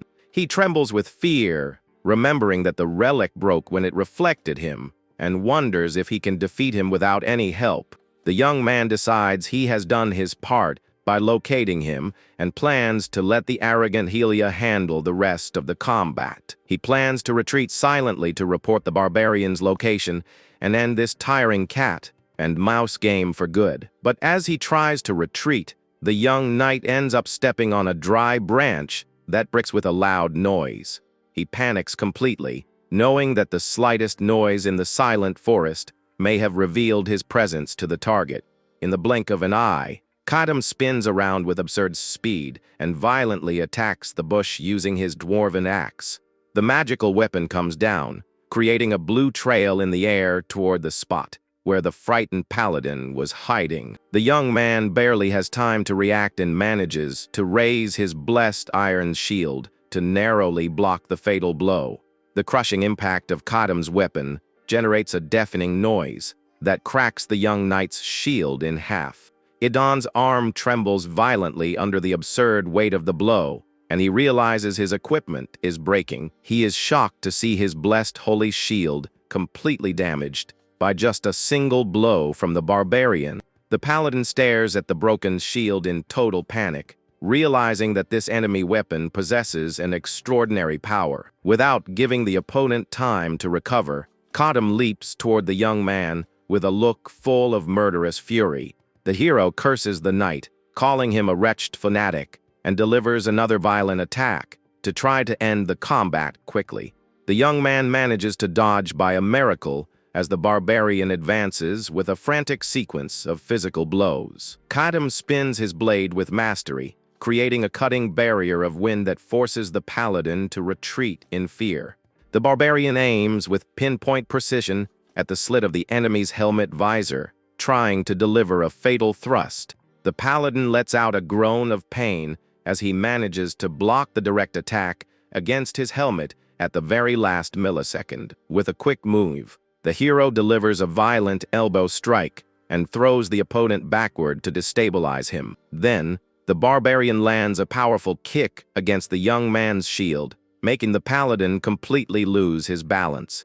The young knight is thrown far away and falls heavily onto the packed dirt ground, letting out a cry of pure agony. He tries to get up but realizes that the weight of the holy shield, now without divine energy, prevents him from reacting with agility. Kadam takes advantage of the fall and raises his enormous magical axe to deliver a final blow against the defenseless opponent. In desperation, Eden drops his heavy shield on the ground and quickly rolls to the side to escape the fatal attack. The barbarian's axe comes down with colossal force, opening a deep gash in the ground where the young man was lying before. The dust rises as the young man watches, terrified, at the demonstration of superhuman strength from that relentless warrior. He realizes with horror that if he hadn't dropped the shield in time, he would have been split in two along with the equipment. Eden looks at his blessed shield, which was cut in half as if it were paper by the magical blade of the enormous axe. Kadam glares at him coldly, saying that this trail is not common for knights, and asks if the paladin was following him. He notices that the opponent is completely alone in the forest and pulls his axe from the ground, prepared to attack again. The barbarian states coldly that won't be difficult at all to silence the only witness to his escape in the middle of that forest. The paladin gulps upon seeing the enemy's slow approach, knowing he is cornered and has no chance of escaping. In an act of desperation, the young man gets to his feet and raises his shining sword to try to defend his life as best he can. He begins to chant a holy prayer, imploring his deity Elga to grant him the necessary strength to fight. Kadam throws his spinning axe toward the young man with absurd speed to interrupt the enemy's magic. The weapon hits the young man in the middle of his prayer, interrupting the holy light spell before it could be completed. The impact throws the young paladin backward, breaking his concentration and frustrating his attempt to use divine magic. The hero scoffs, saying he won't let the enemy use spells in peace, and orders Duncan to get his axe from the ground. The knight curses in frustration upon realizing he failed to receive the blessing because of the rival's quick and aggressive reaction. Without giving any respite, the barbarian advances with firm and swift steps, closing the distance to restart the physical confrontation. He delivers an extremely fast diagonal cut, catching the paladin completely by surprise with his insane speed. The young man can barely see the blade's movement, and his eyes widen upon realizing the enemy is already in front of him. Their swords clash, generating a large wave of blue sparks as the young man desperately tries to defend himself. The paladin trembles under the crushing pressure and realizes with horror that he would have been knocked out if the blow had hit his helmet. Cotton continues to force his blade down, easily overcoming the physical resistance of the exhausted holy knight. The barbarian takes advantage of the opening and delivers a glancing blow that strikes the opponent's heavy armor squarely. Idon's eyes widen in fear as he feels the enemy's blade tear through the metal of his protection with extreme ease. He realizes with terror that the barbarian not only possesses absurd brute force, but is also a very experienced warrior. Kadam initiates an insane sequence of rapid blows, spinning his sword in a completely unpredictable manner in the woods. The paladin feels his joints pop with each block, unable to predict the direction of the barbarian's blows. He despairs, feeling that he is not facing a common human, but a true monster disguised as a man. In a swift and precise move, the hero firmly grabs the wrist of the young holy knight's armed arm. The young man lets out a murmur of astonishment upon having his movements blocked by the opponent's immense strength. With a cold and focused gaze, Kadam spins his body to deliver a fatal and definitive blow to end the fight. The barbarian severs the enemy's right arm in a brutal cut, drawing a deafening cry of pain from the paladin. Without showing any mercy, the hero spins his sword in the air, preparing to deliver the final thrust to his rival. He drives the blade into the enemy's neck through the slits of the helmet, drawing a terrible groan of agony from the young man. Edon screams in pain as the red liquid gushes from his neck, staining his entire shining armor. The paladin's sword falls heavily onto the packed dirt ground, mixing with the pool of red that spreads through the woods. The wounded young man collapses against a large tree, breathing with great difficulty and feeling his life fading. The barbarian scoffs at the young man's skills, saying he is too weak to be considered an elite paladin. The paladin curses in frustration upon realizing that without his right arm, he has no chance of continuing to fight. In a final act of desperation, he extends his left hand toward his sword thrown on the ground to try to attack. He attempts a quick blow, but Kadam dodges with ease, showing that this desperate attempt was futile. The warrior just watches the blow pass into the void without showing any concern for the rival's reaction. Duncan comes running with the axe and is startled to realize that the wounded paladin took advantage of the opening to flee. The hero takes his battle axe from the young man's hands and prepares to go after the fugitive in the dark forest. Kadam walks with slow and firm steps, following the trail of red left by the wounded paladin among the bushes. Meanwhile, the young knight runs desperately through the dense woods, panting in pain from his serious wound. Iden stops for a moment to catch his breath, feeling the unbearable weight of his metal armor on his body. He tears the helmet from his head and throws it into the bushes, trying to get rid of all unnecessary weight to run faster. The heavy pieces of his iron armor fall to the ground as he focuses all his strength on reaching his horse. The young man thinks that if he can escape, he can alert the paladin Helia about the real danger that Barbarian represents. But his eyes widen in terror as he sees a frightening shadow appear right in the middle of his escape path. Kadam suddenly appears, blocking the passage, and delivers a brutal axe blow that stops the young man's escape. The paladin is hit squarely and falls violently into the dense vegetation, letting out another cry of pure pain. Iden falls, defeated, at the foot of a large tree as the barbarian calmly approaches, holding the stained axe. The hero retrieves his magical weapon from the ground and coldly warns that this time, the enemy will have to answer his questions. He demands to know if there are other holy knights accompanying the young man on that relentless hunt through the forest. The young man spits a red liquid and replies with hatred that he will not reveal anything to a filthy monster, begging to be finished off quickly. Kadam stares at the young man with an extremely cold gaze and begins to move his sharp blade toward the wounded man.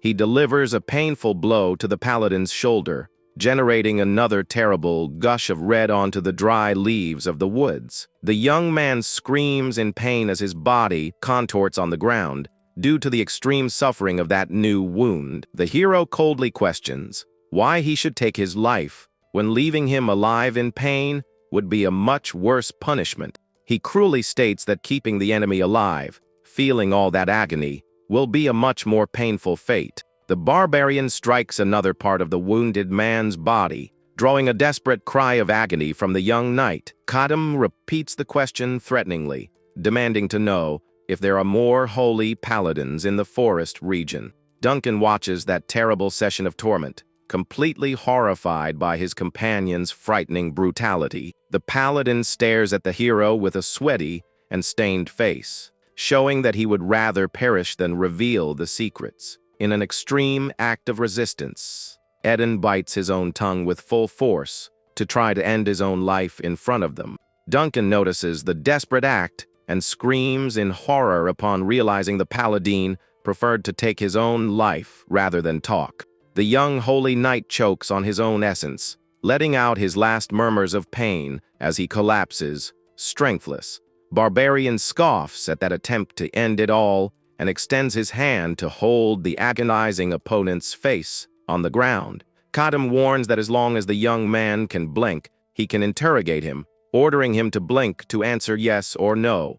He raises his battle axe and threatens to drive the blade into the young man's other shoulder if he refuses to cooperate. Kadam tells the young man to think very carefully if he really wants all that extreme pain to end soon. The paladin trembles in agony under the strong psychological pressure, but tries to resist, letting out groans of suffering. The barbarian interrogates the young man about the other knights, inflicting painful blows with each silence or hesitation. He asks precise questions about the archbishop and the supreme paladin, ignoring the young man's desperate attempt to resist. Without getting the answers he wanted, Kadam delivers a final and violent blow to the injured opponent's neck.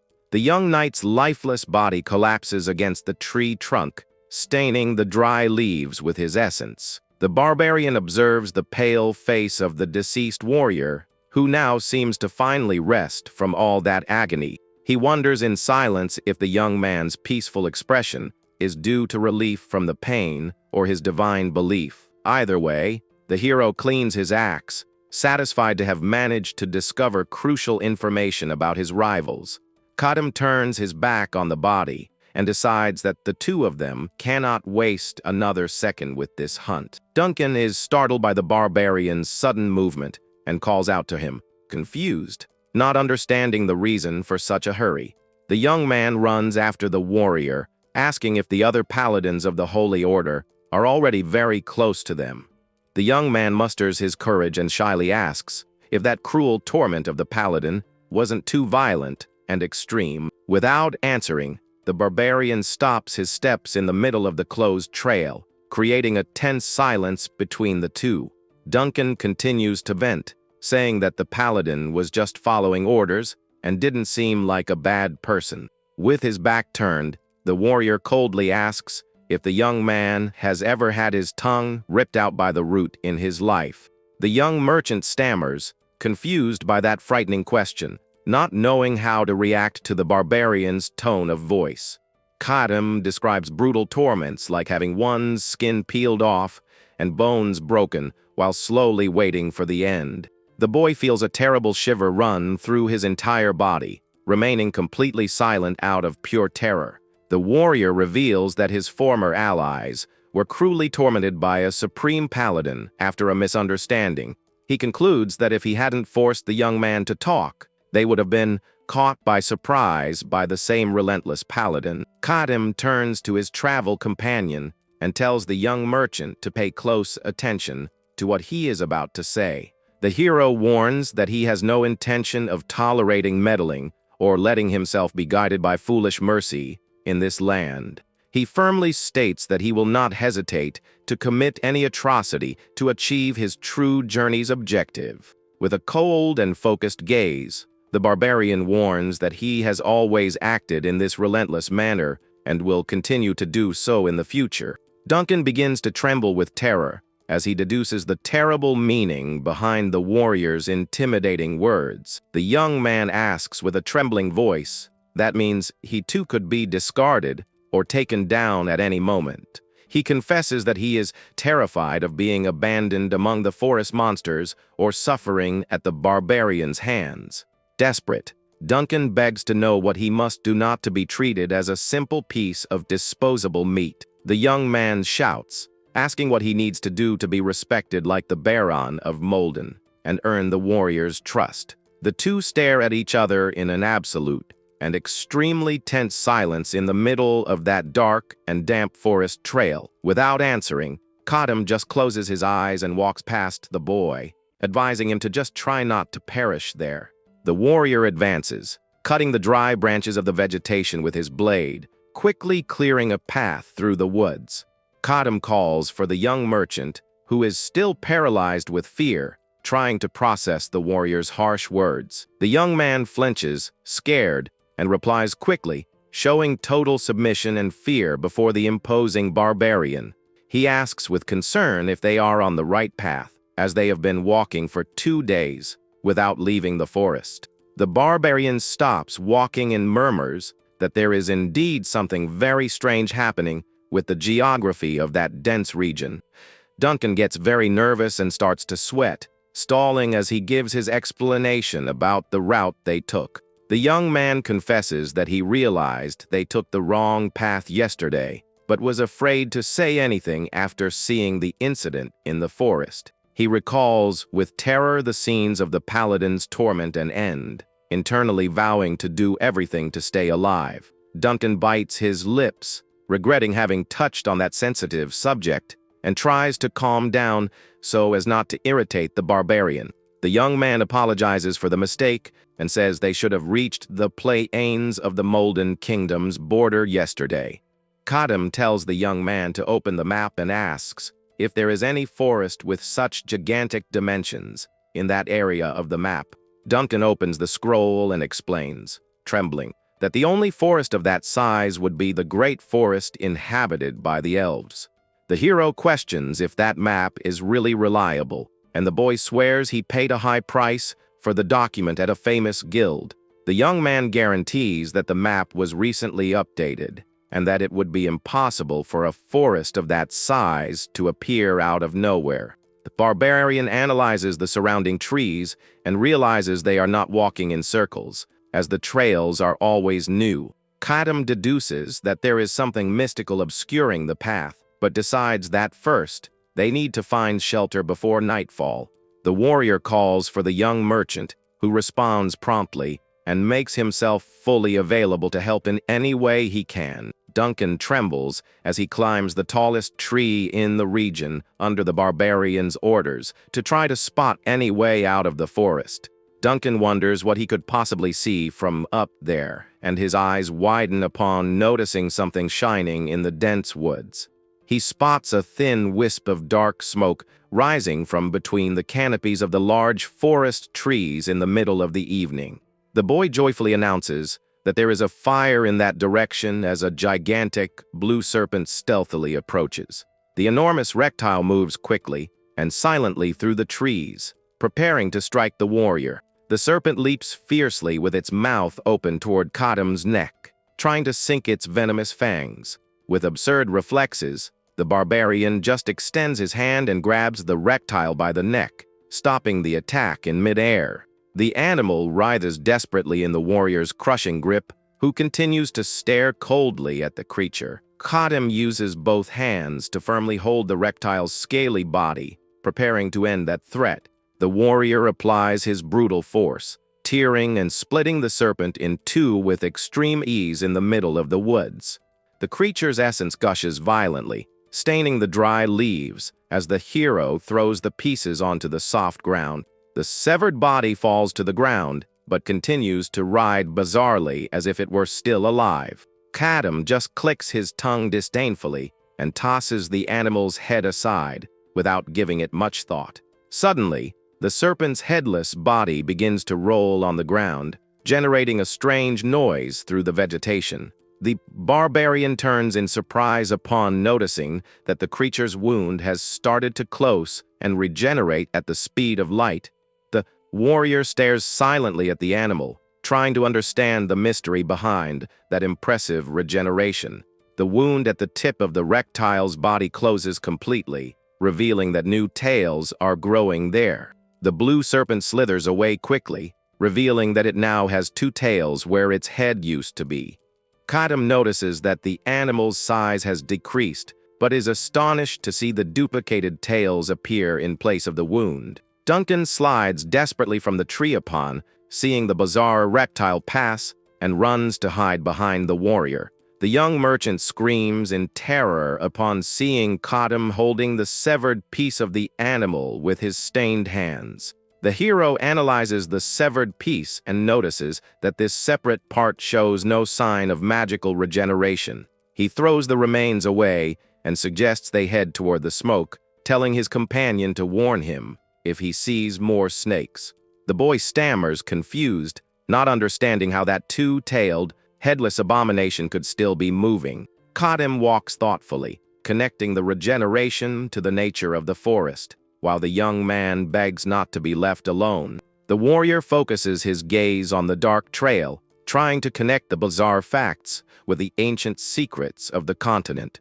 They advance through the dense vegetation until they come across the bright flames of a small campfire in the forest. The two cautiously approach and spot a mysterious hooded figure sitting peacefully near the fire. Kadam and the young Duncan walk slowly toward the camp to try to discover the stranger's identity. The warrior approaches the fire, keeping his guard up, as the mysterious figure begins to move under the dark cloak. The stranger slightly raises his head from under the torn hood and introduces himself to the travelers, saying his name is Nazran. The hero glares at him with suspicion, waiting for the stranger to reveal his face from under that tattered cloak. Nazran reveals his face, completely disfigured by a terrible illness, and asks for the names of the two travelers in the forest. Duncan takes over the conversation, introducing Kadam as a strong mercenary and identifying himself as a simple merchant. The sick man explains that he wanders aimlessly through isolated places because he is a hunched leper who has lost his fingers and toes. The boy is frightened by the revelation and wonders how a sick man has the courage to light a fire and stay alone in the woods. Nazran comments that he prefers the forest because there are no people there to throw stones or spit on his deformed body. The old man notices that the barbarian is not afraid and comments that he heard the desert priestesses can cure any illness. Kadam gives a slight smile and replies thoughtfully that they indeed performed miracles, but he doesn't know if things are still the same today. The boy finds the hero's answer strange, thinking he seems unfamiliar with the current situation of his own home in the desert, Barbarian changes the subject and asks if the old man knows anything about this forest that isn't even on the maps. The man smiles, revealing rotten teeth, and says he can tell the secrets of the woods as long as he receives something in return for the favor. The leper stares bizarrely at the two, showing that he has no intention of revealing any valuable information for free. The young merchant stammers worriedly, offering some of his food and gold coins to pay for information about the location. The sick man refuses, saying he has food and doesn't need coins, but suggests a fair exchange of stories among the three. He asks an extremely vulgar and disrespectful question about the intimate habits of the barbarian woman of the desert. Nazran glares at Kadam with a perverse smile, trying to extract a sexually toned answer from the serious and cold warrior. He disgustingly says he would like to lie with a young barbarian woman, and that they would accept coins, even from a leper. Duncan starts to sweat with terror upon hearing those disgusting offenses, knowing the old man could be finished at any second. Ignoring the insults, Kadam takes a step forward and questions why the bandages on his hands are so bulky. The old man laughs and explains that he filled the empty wrappings with wheat straw so he wouldn't feel the discomfort of no longer having fingers. Kadam firmly grips Nazran's bandaged wrist, preventing him from continuing to speak.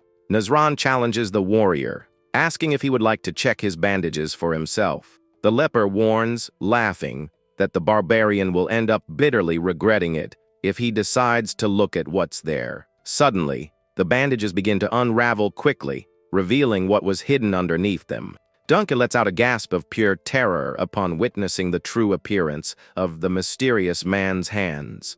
The young merchant is horrified to see that the man has a bizarre number of deformed fingers. Without hesitating for a second, Kadam raises his axe and delivers a swift blow toward the leaper. The heavy blade cuts through the enemy's deformed arm, causing a lot of red liquid to gush violently through the forest. The severed limb flies far away as Kadam takes a step back, maintaining his fully alert combat stance.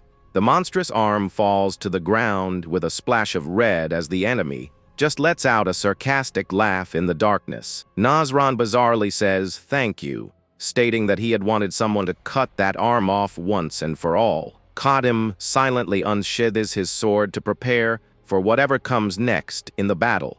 The leper asks if he hadn't warned him about regret as the wound on his arm begins to bubble. Several deformed arms begin to sprout rapidly from the wound where the limb was cut. The monster repeats, laughing that the barbarian would deeply regret starting that combat. Kadam watches the monster's laughter while coldly calculating his next move in the darkness. The hero advances, saying he wants to see what happens when the monster's head is cut off.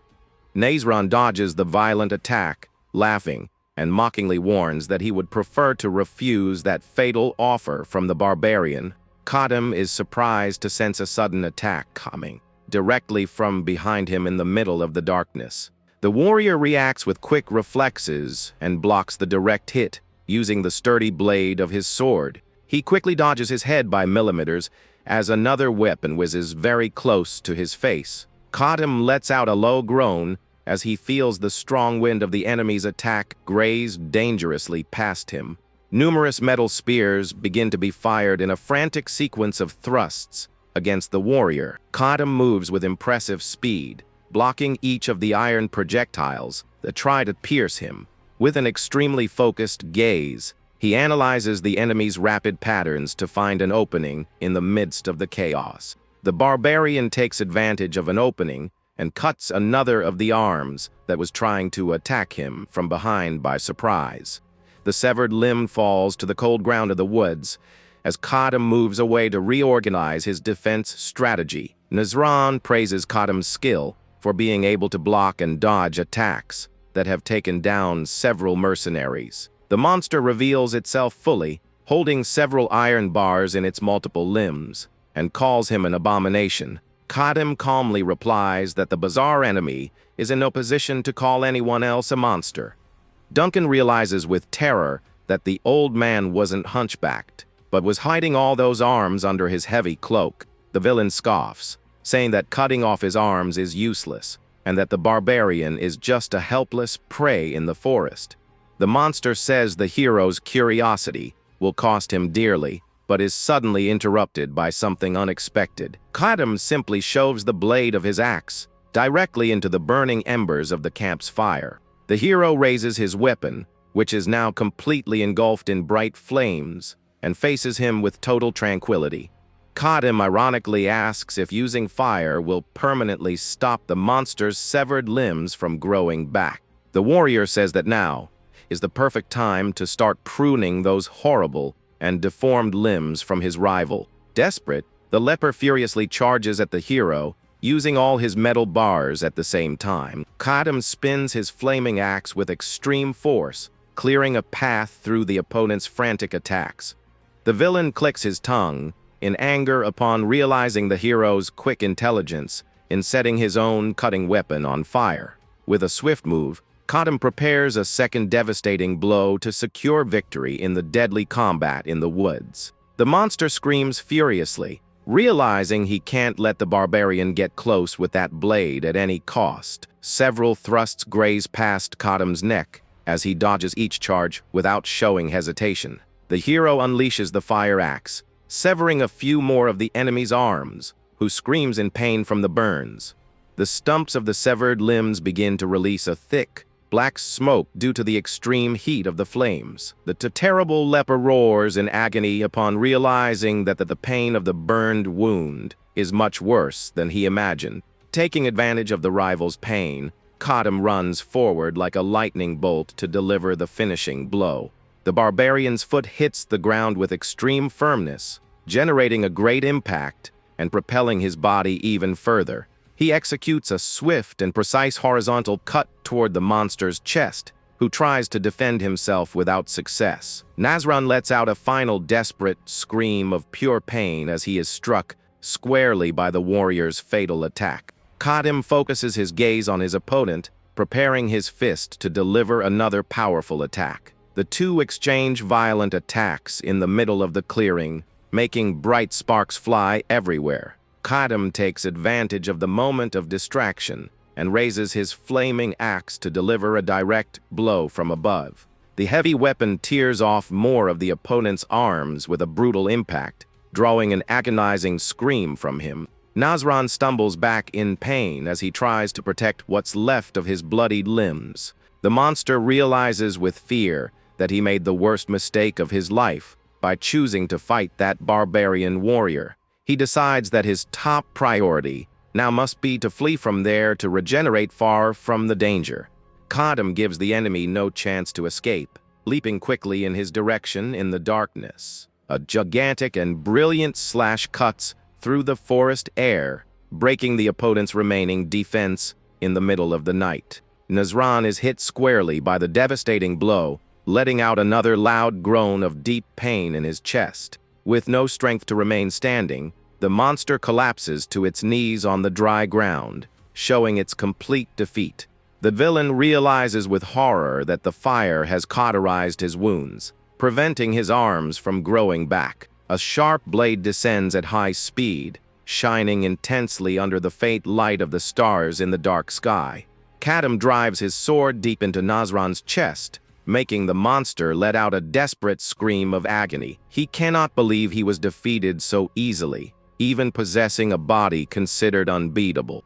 The leper wonders if that frightening barbarian also obtained his powers through some demon. Nazran breathes with great difficulty as he faces the relentless figure of the warrior before him.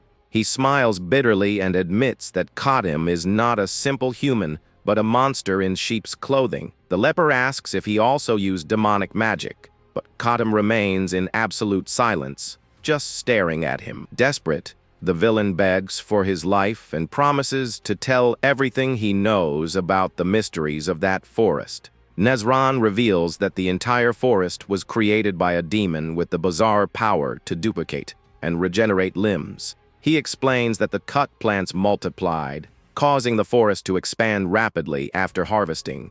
Duncan is extremely surprised to connect this story with the missing soldiers of Viscount Adlin, The leper says that the mutation was a blessing that saved his rotten body, allowing him to gain new arms. He explains that he used the campfire to attract travelers but laments that this ended up revealing his own location. Kadam turns slowly with a cold gaze and asks, without any emotion, if the monster has finished speaking. Nazran despairs and screams for mercy upon seeing the hero raise the sharp sword above his head again. The warrior replies coldly, questioning at what point he had promised to spare the rival's life. Kadam states that the monster only spoke of its own free will, leaving the enemy completely speechless.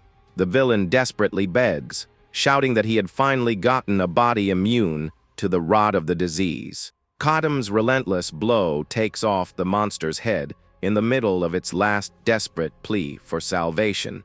Kadam kicks the severed head directly into the burning fire, ensuring the enemy is completely burned. Duncan watches the flames thoughtfully, wondering what kind of terrible creature would be capable of altering the entire forest. Kadam reflects on how the malice and special properties of demons corrupt everything around their presence. He remembers a rare species known as a transmuter and realizes he has faced something similar in the past. He analyzes the gray body, remembering that the monster's property makes the cut parts multiply by 2. The hero remembers that he had already faced an identical demon during his first playthrough at the end of the ancient world. That terrible creature inhabited the darkest depths of the demonic realm many centuries ago. The memory transports him 300 years into the past, in the middle of a bloody war against the enemy hordes. A fearless knight advances, leaping with his sword raised toward one of the gigantic demons of that area. The armored warrior delivers a powerful cut, drawing a lot of dark essence and gravely wounding the opponent.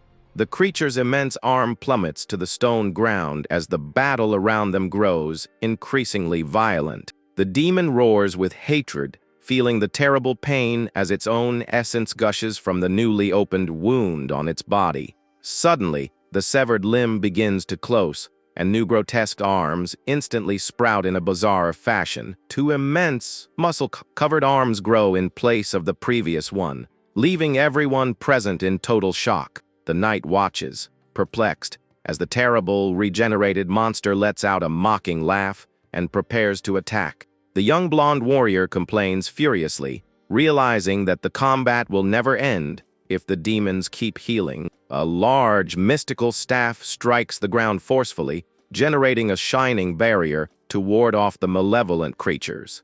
The priest Gordon warns Gale not to strike without thinking, as a transmuter demon is applying regeneration in the area. His companion desperately asks him to draw the stronger monsters far away from there as quickly as possible. The priestess Cyril Trial tries to locate the transmuter demon that is spreading its bizarre energy across the battlefield. Suddenly, her eyes widen as she notices something frightening in the middle of that red mist on the battlefield. Cyril shouts, warning that she has found the transmuter demon and that it is right in front of the warrior Kadam. Kadam faces the terrible multi-headed demon, knowing that it was indeed the sole culprit for that anomaly. The monster with several serpent heads has the absurd ability to duplicate every severed limb. The warrior grips his heavy axe, realizing he is facing a true legendary and destructive hydra. The creature's heads let out frightening hisses as they advance with extreme hunger toward the barbarian. Kadam desperately tries to remember how the ancient legends defeated that terrible regenerative monster. Suddenly, a strong blast of fire is fired by an ally who loudly shouts the hero's name on the battlefield. Kadam raises his immense axe and absorbs the intense flames of the blade with a look of total surprise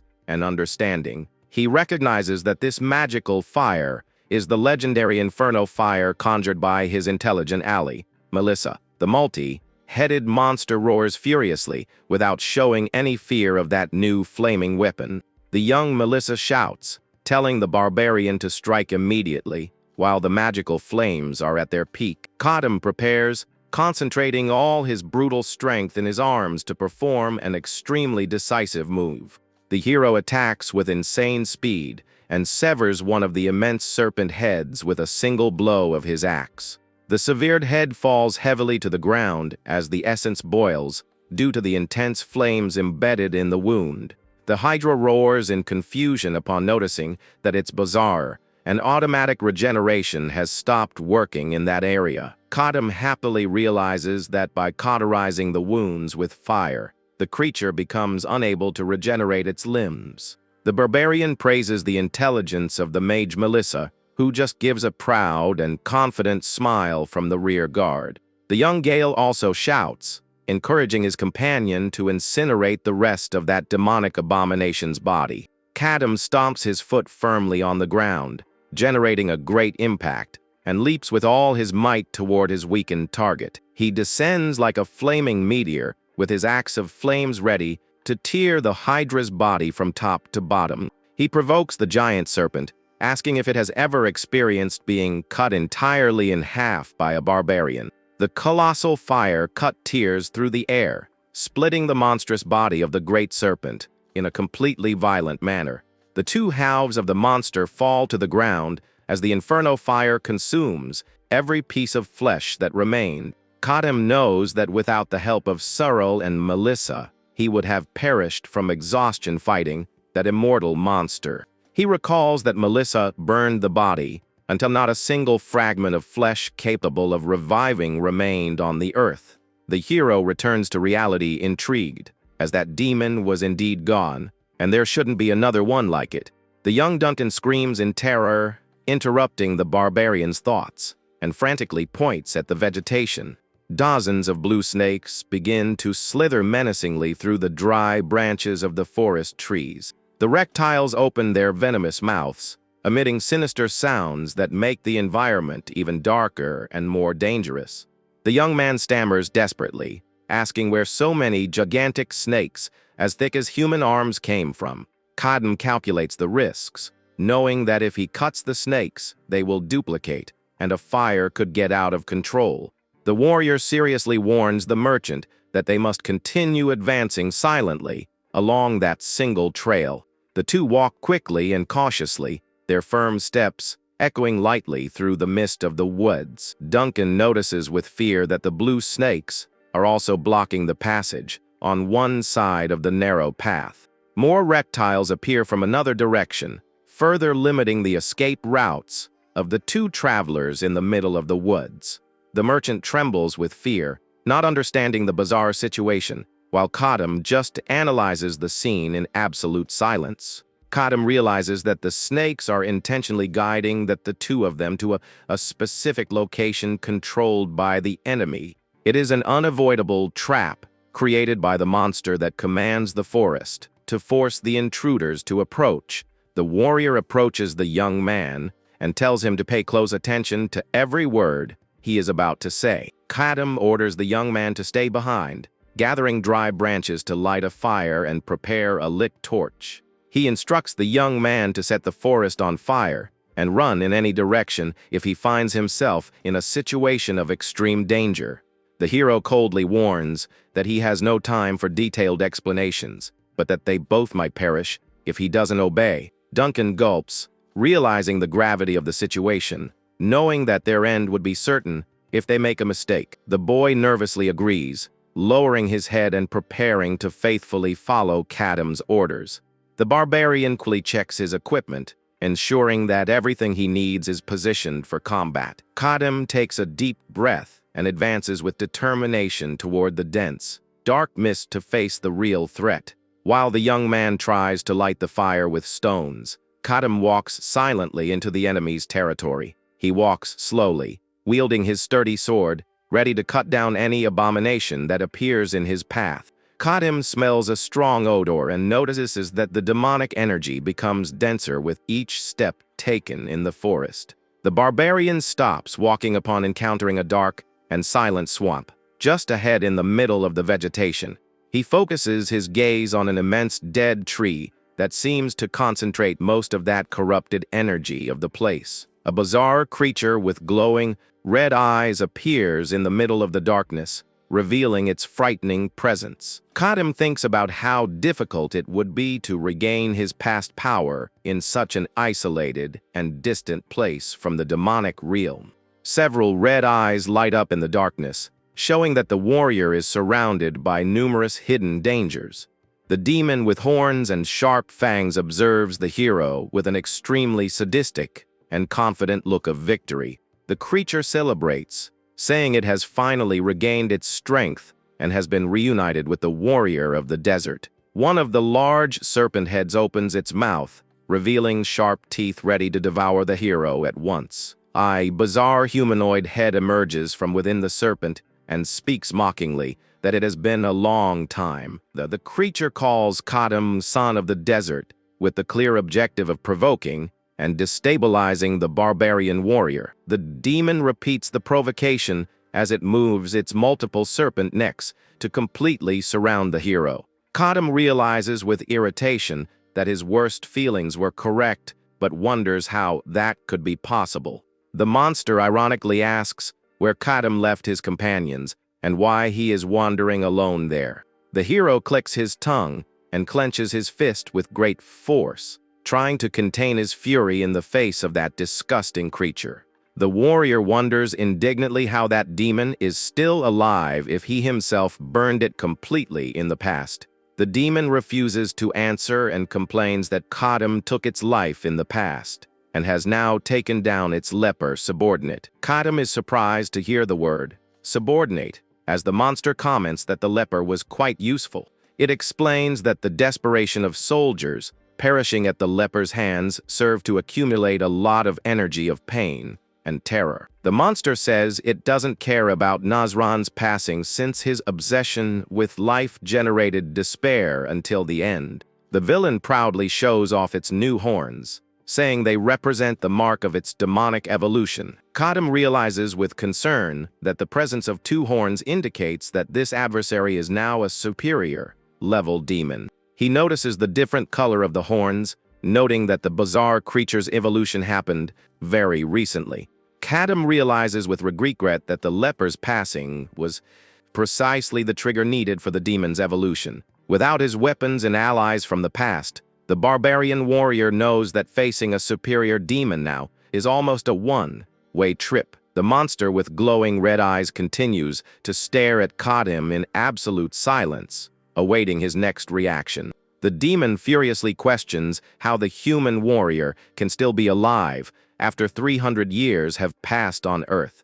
It asks if the hero received some kind of special blessing from the old and rusty god of the desert barbarians. With Kadam's silence, the creature assumes that there must be other survivors from the past scattered across the continent. The monster says the Kadam is not the only survivor from that ancient era, which greatly startles the barbarian warrior.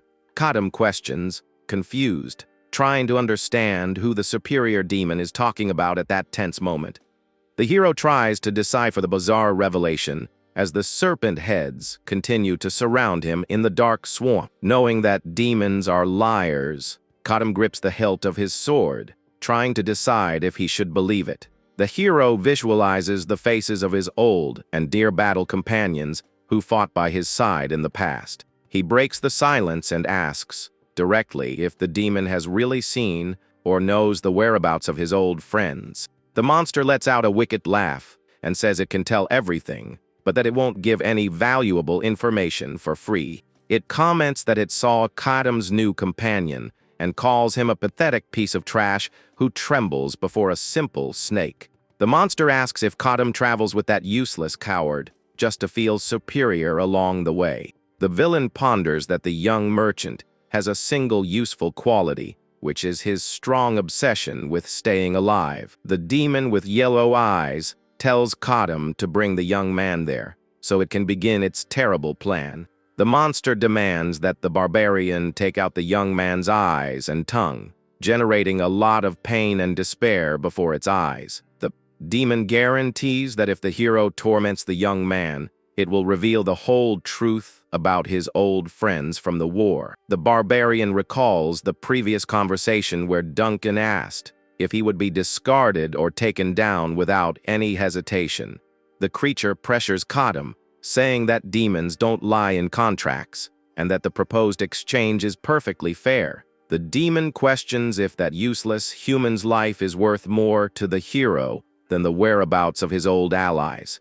Kadam thinks that he is not foolish enough to form bonds with someone in a few months, and that sparing lives has never been his way. The barbarian feels a revulsion for himself for hesitating for a brief moment in the face of the enemy's disgusting proposal. He firmly grips the hilt of his sword, thinking that negotiating with a demon is a joke that would make anyone laugh. He defines demons as just targets whose flesh must be torn apart and whose heads must be crushed without mercy. Kadam points his sharp sword directly at the demon's face and coldly warns that he will make a different proposal. Kadam demands to know the whereabouts of his old companions, promising a quick end if it answers. The demon remains in absolute silence, just baring its sharp teeth in a macabre and intimidating smile. The monster says there is no more need for conversation, since the warrior has foolishly chosen the path of his own demise. One of the large serpent heads charges furiously, shouting that it will take him down exactly as he so desires. Kadam reacts with incredible speed, rolling to the side the exact instant the brutal blow hits the ground. The warrior plants himself on the dry ground and quickly regains his balance, preparing to counter-attack the rival. Another colossal serpent head charges hissing and strikes the ground with great violence, generating a cloud of dust. Kadam concentrates his brutal strength in his arms and executes a quick to try to intercept the enemy's advance. The sword's blade clashes violently against the monster's hard scales, making sparks shine in the clearing. Kadam's eyes widen in total disbelief upon seeing the useless result of his blow against the rival's scales. The superior monster's thick scales remained intact, and it did not a single scratch from Kadam's attack. The demon scoffs, asking if the barbarian tried to harm it with such a pathetic sword that looks like a kitchen knife.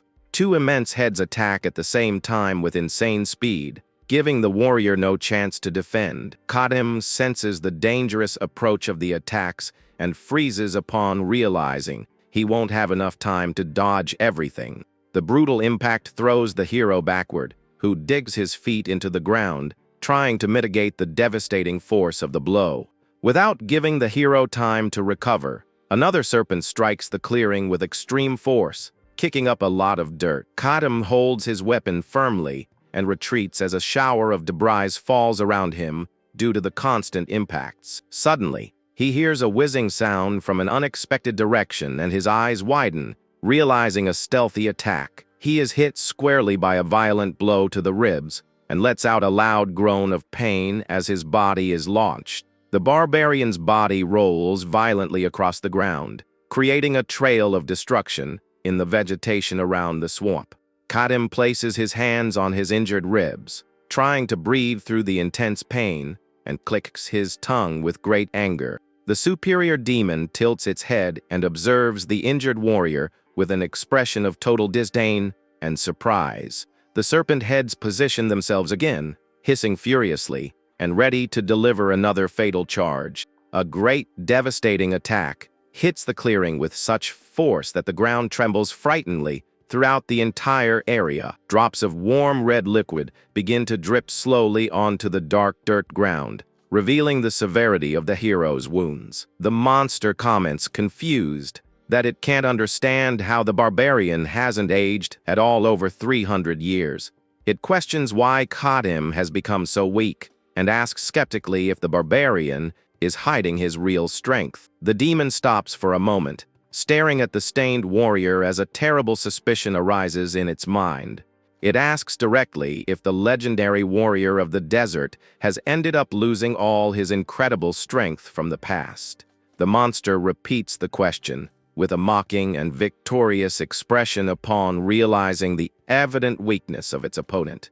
The demon laughs, saying the warrior tried to feign strength earlier, while Kadam just holds his weapon firmly. The villain warns that the barbarian should have accepted the proposed deal, as he would have at least had a less painful end. It shouts that Kadam could have met his end knowing the whereabouts of his companions if he had been smart. Kadam reacts with bravery and uses all his remaining energy to block another fatal charge from one of the heads. The barbarian lets out a groan of pain upon feeling the violent impact that cracks the ground beneath his feet in the middle of the fight.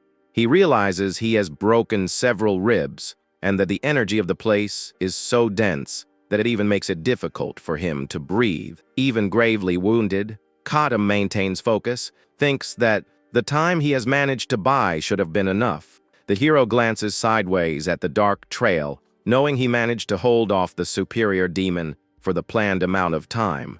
From the middle of the darkness emerges the silhouette of the young Duncan, who runs hastily carrying a lit fire torch. Kadam pushes himself backward and runs quickly toward the young man, leaving the multi-headed monster confused. The barbarian smiles slightly upon realizing that the superior demon hesitates for a moment and doesn't initiate a pursuit. Duncan arrives, panting, holding the bright torch, and calls out to the hero upon noticing the serious wounds on his body. The young man apologizes for the delay, explaining that the humidity of the forest made the task of lighting the flames difficult. Kadam quickly extends his arm and grabs the lit torch with an extremely firm and decisive grip in the darkness. The hero shouts, telling the merchant to run as fast as possible before the demon decides to attack him in the middle of the woods. He shouts with all his might, ordering the young man to flee from there without hesitating for a single second. The boy agrees in a panic and starts to run back, away from that clearing taken over by the demonic presence. Kadam drives his large metal sword directly into the ground with extreme force, generating a dull thud in the wet earth. Then, he pours the highly flammable oil from his bag directly onto the lit torch, which shines even brighter. With the magical flames at their peak and his sword wielded, Kadam prepares for the real round of that deadly combat. Kadam thinks that due to the demon's sheer carelessness or arrogance, he managed to buy valuable time by not being pursued. He knows perfectly well that he now has only one chance to reverse this situation and defeat the superior monster. The barbarian prepares to throw his axe with all his remaining strength toward the dense mist of the swamp.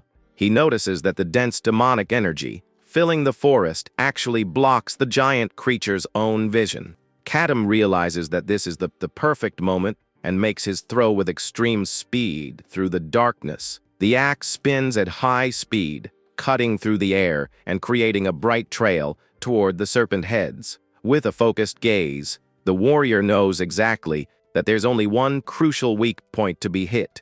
The thrown weapon hits the dark silhouette of the monster squarely, generating a large explosion of light and debris in the woods. The warrior aimed directly at the central head that serves the core to coordinate all the other serpent heads. The axe hits the main head's forehead, making the superior demon bellow deafeningly with the pain of the blow. Meanwhile, the large sword that Kadam had stuck in the ground begins to vibrate bizarrely due to the impact. The struck head pours a lot of dark essence as the monster writhes in agony, trying to resist the wound. Without wasting time, the barbarian leaps, wielding his sword, to deliver a new fatal attack against the wounded demon. Kadam focuses his determined gaze and prepares the flask of flammable oil to use as a final card in this battle. He throws the flask of oil directly toward the open wounds on the giant monster's central head.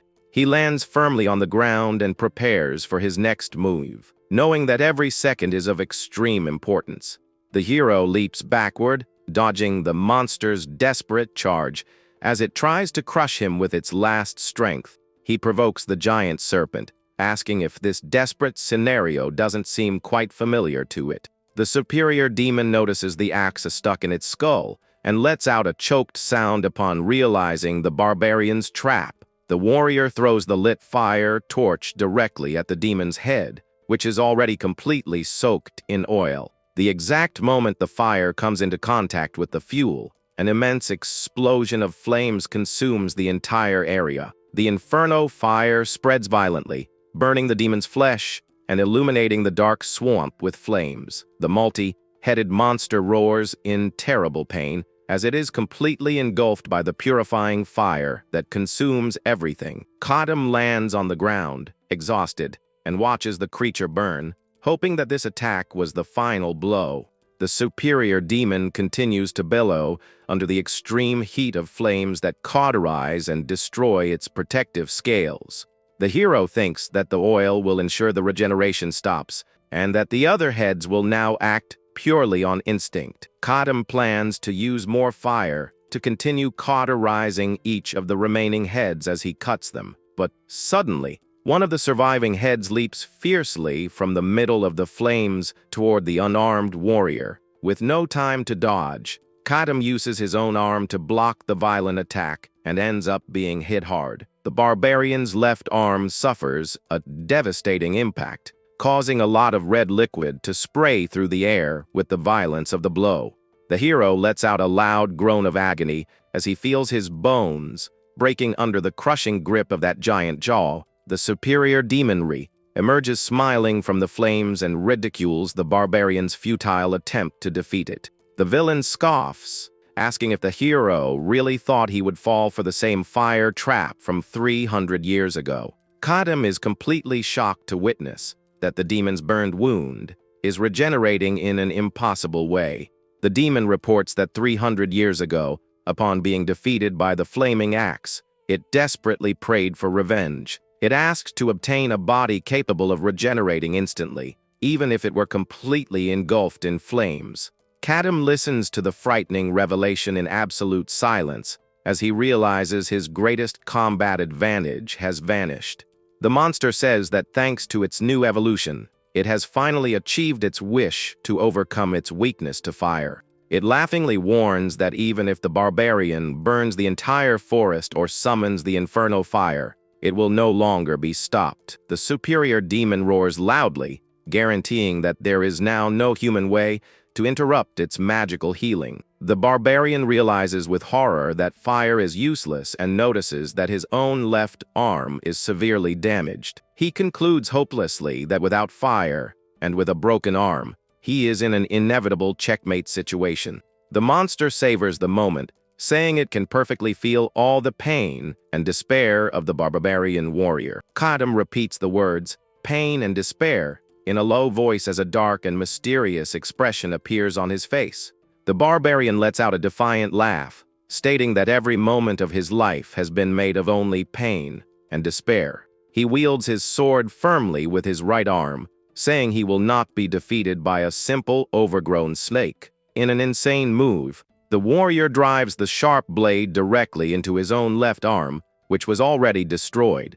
The demon is confused to see Kadam pierce his own limb and warns that fighting in such a desperate way is useless. However, Kadam smiles darkly upon seeing that the essence has coated the blade, activating a mysterious ability of his weapon. The demon's eyes widen in total terror upon noticing that Kadam's serious wounds have begun to react in a frightening way. Enveloped in a red aura, Kadam shouts with fury that he is far from being defeated by that cursed serpent.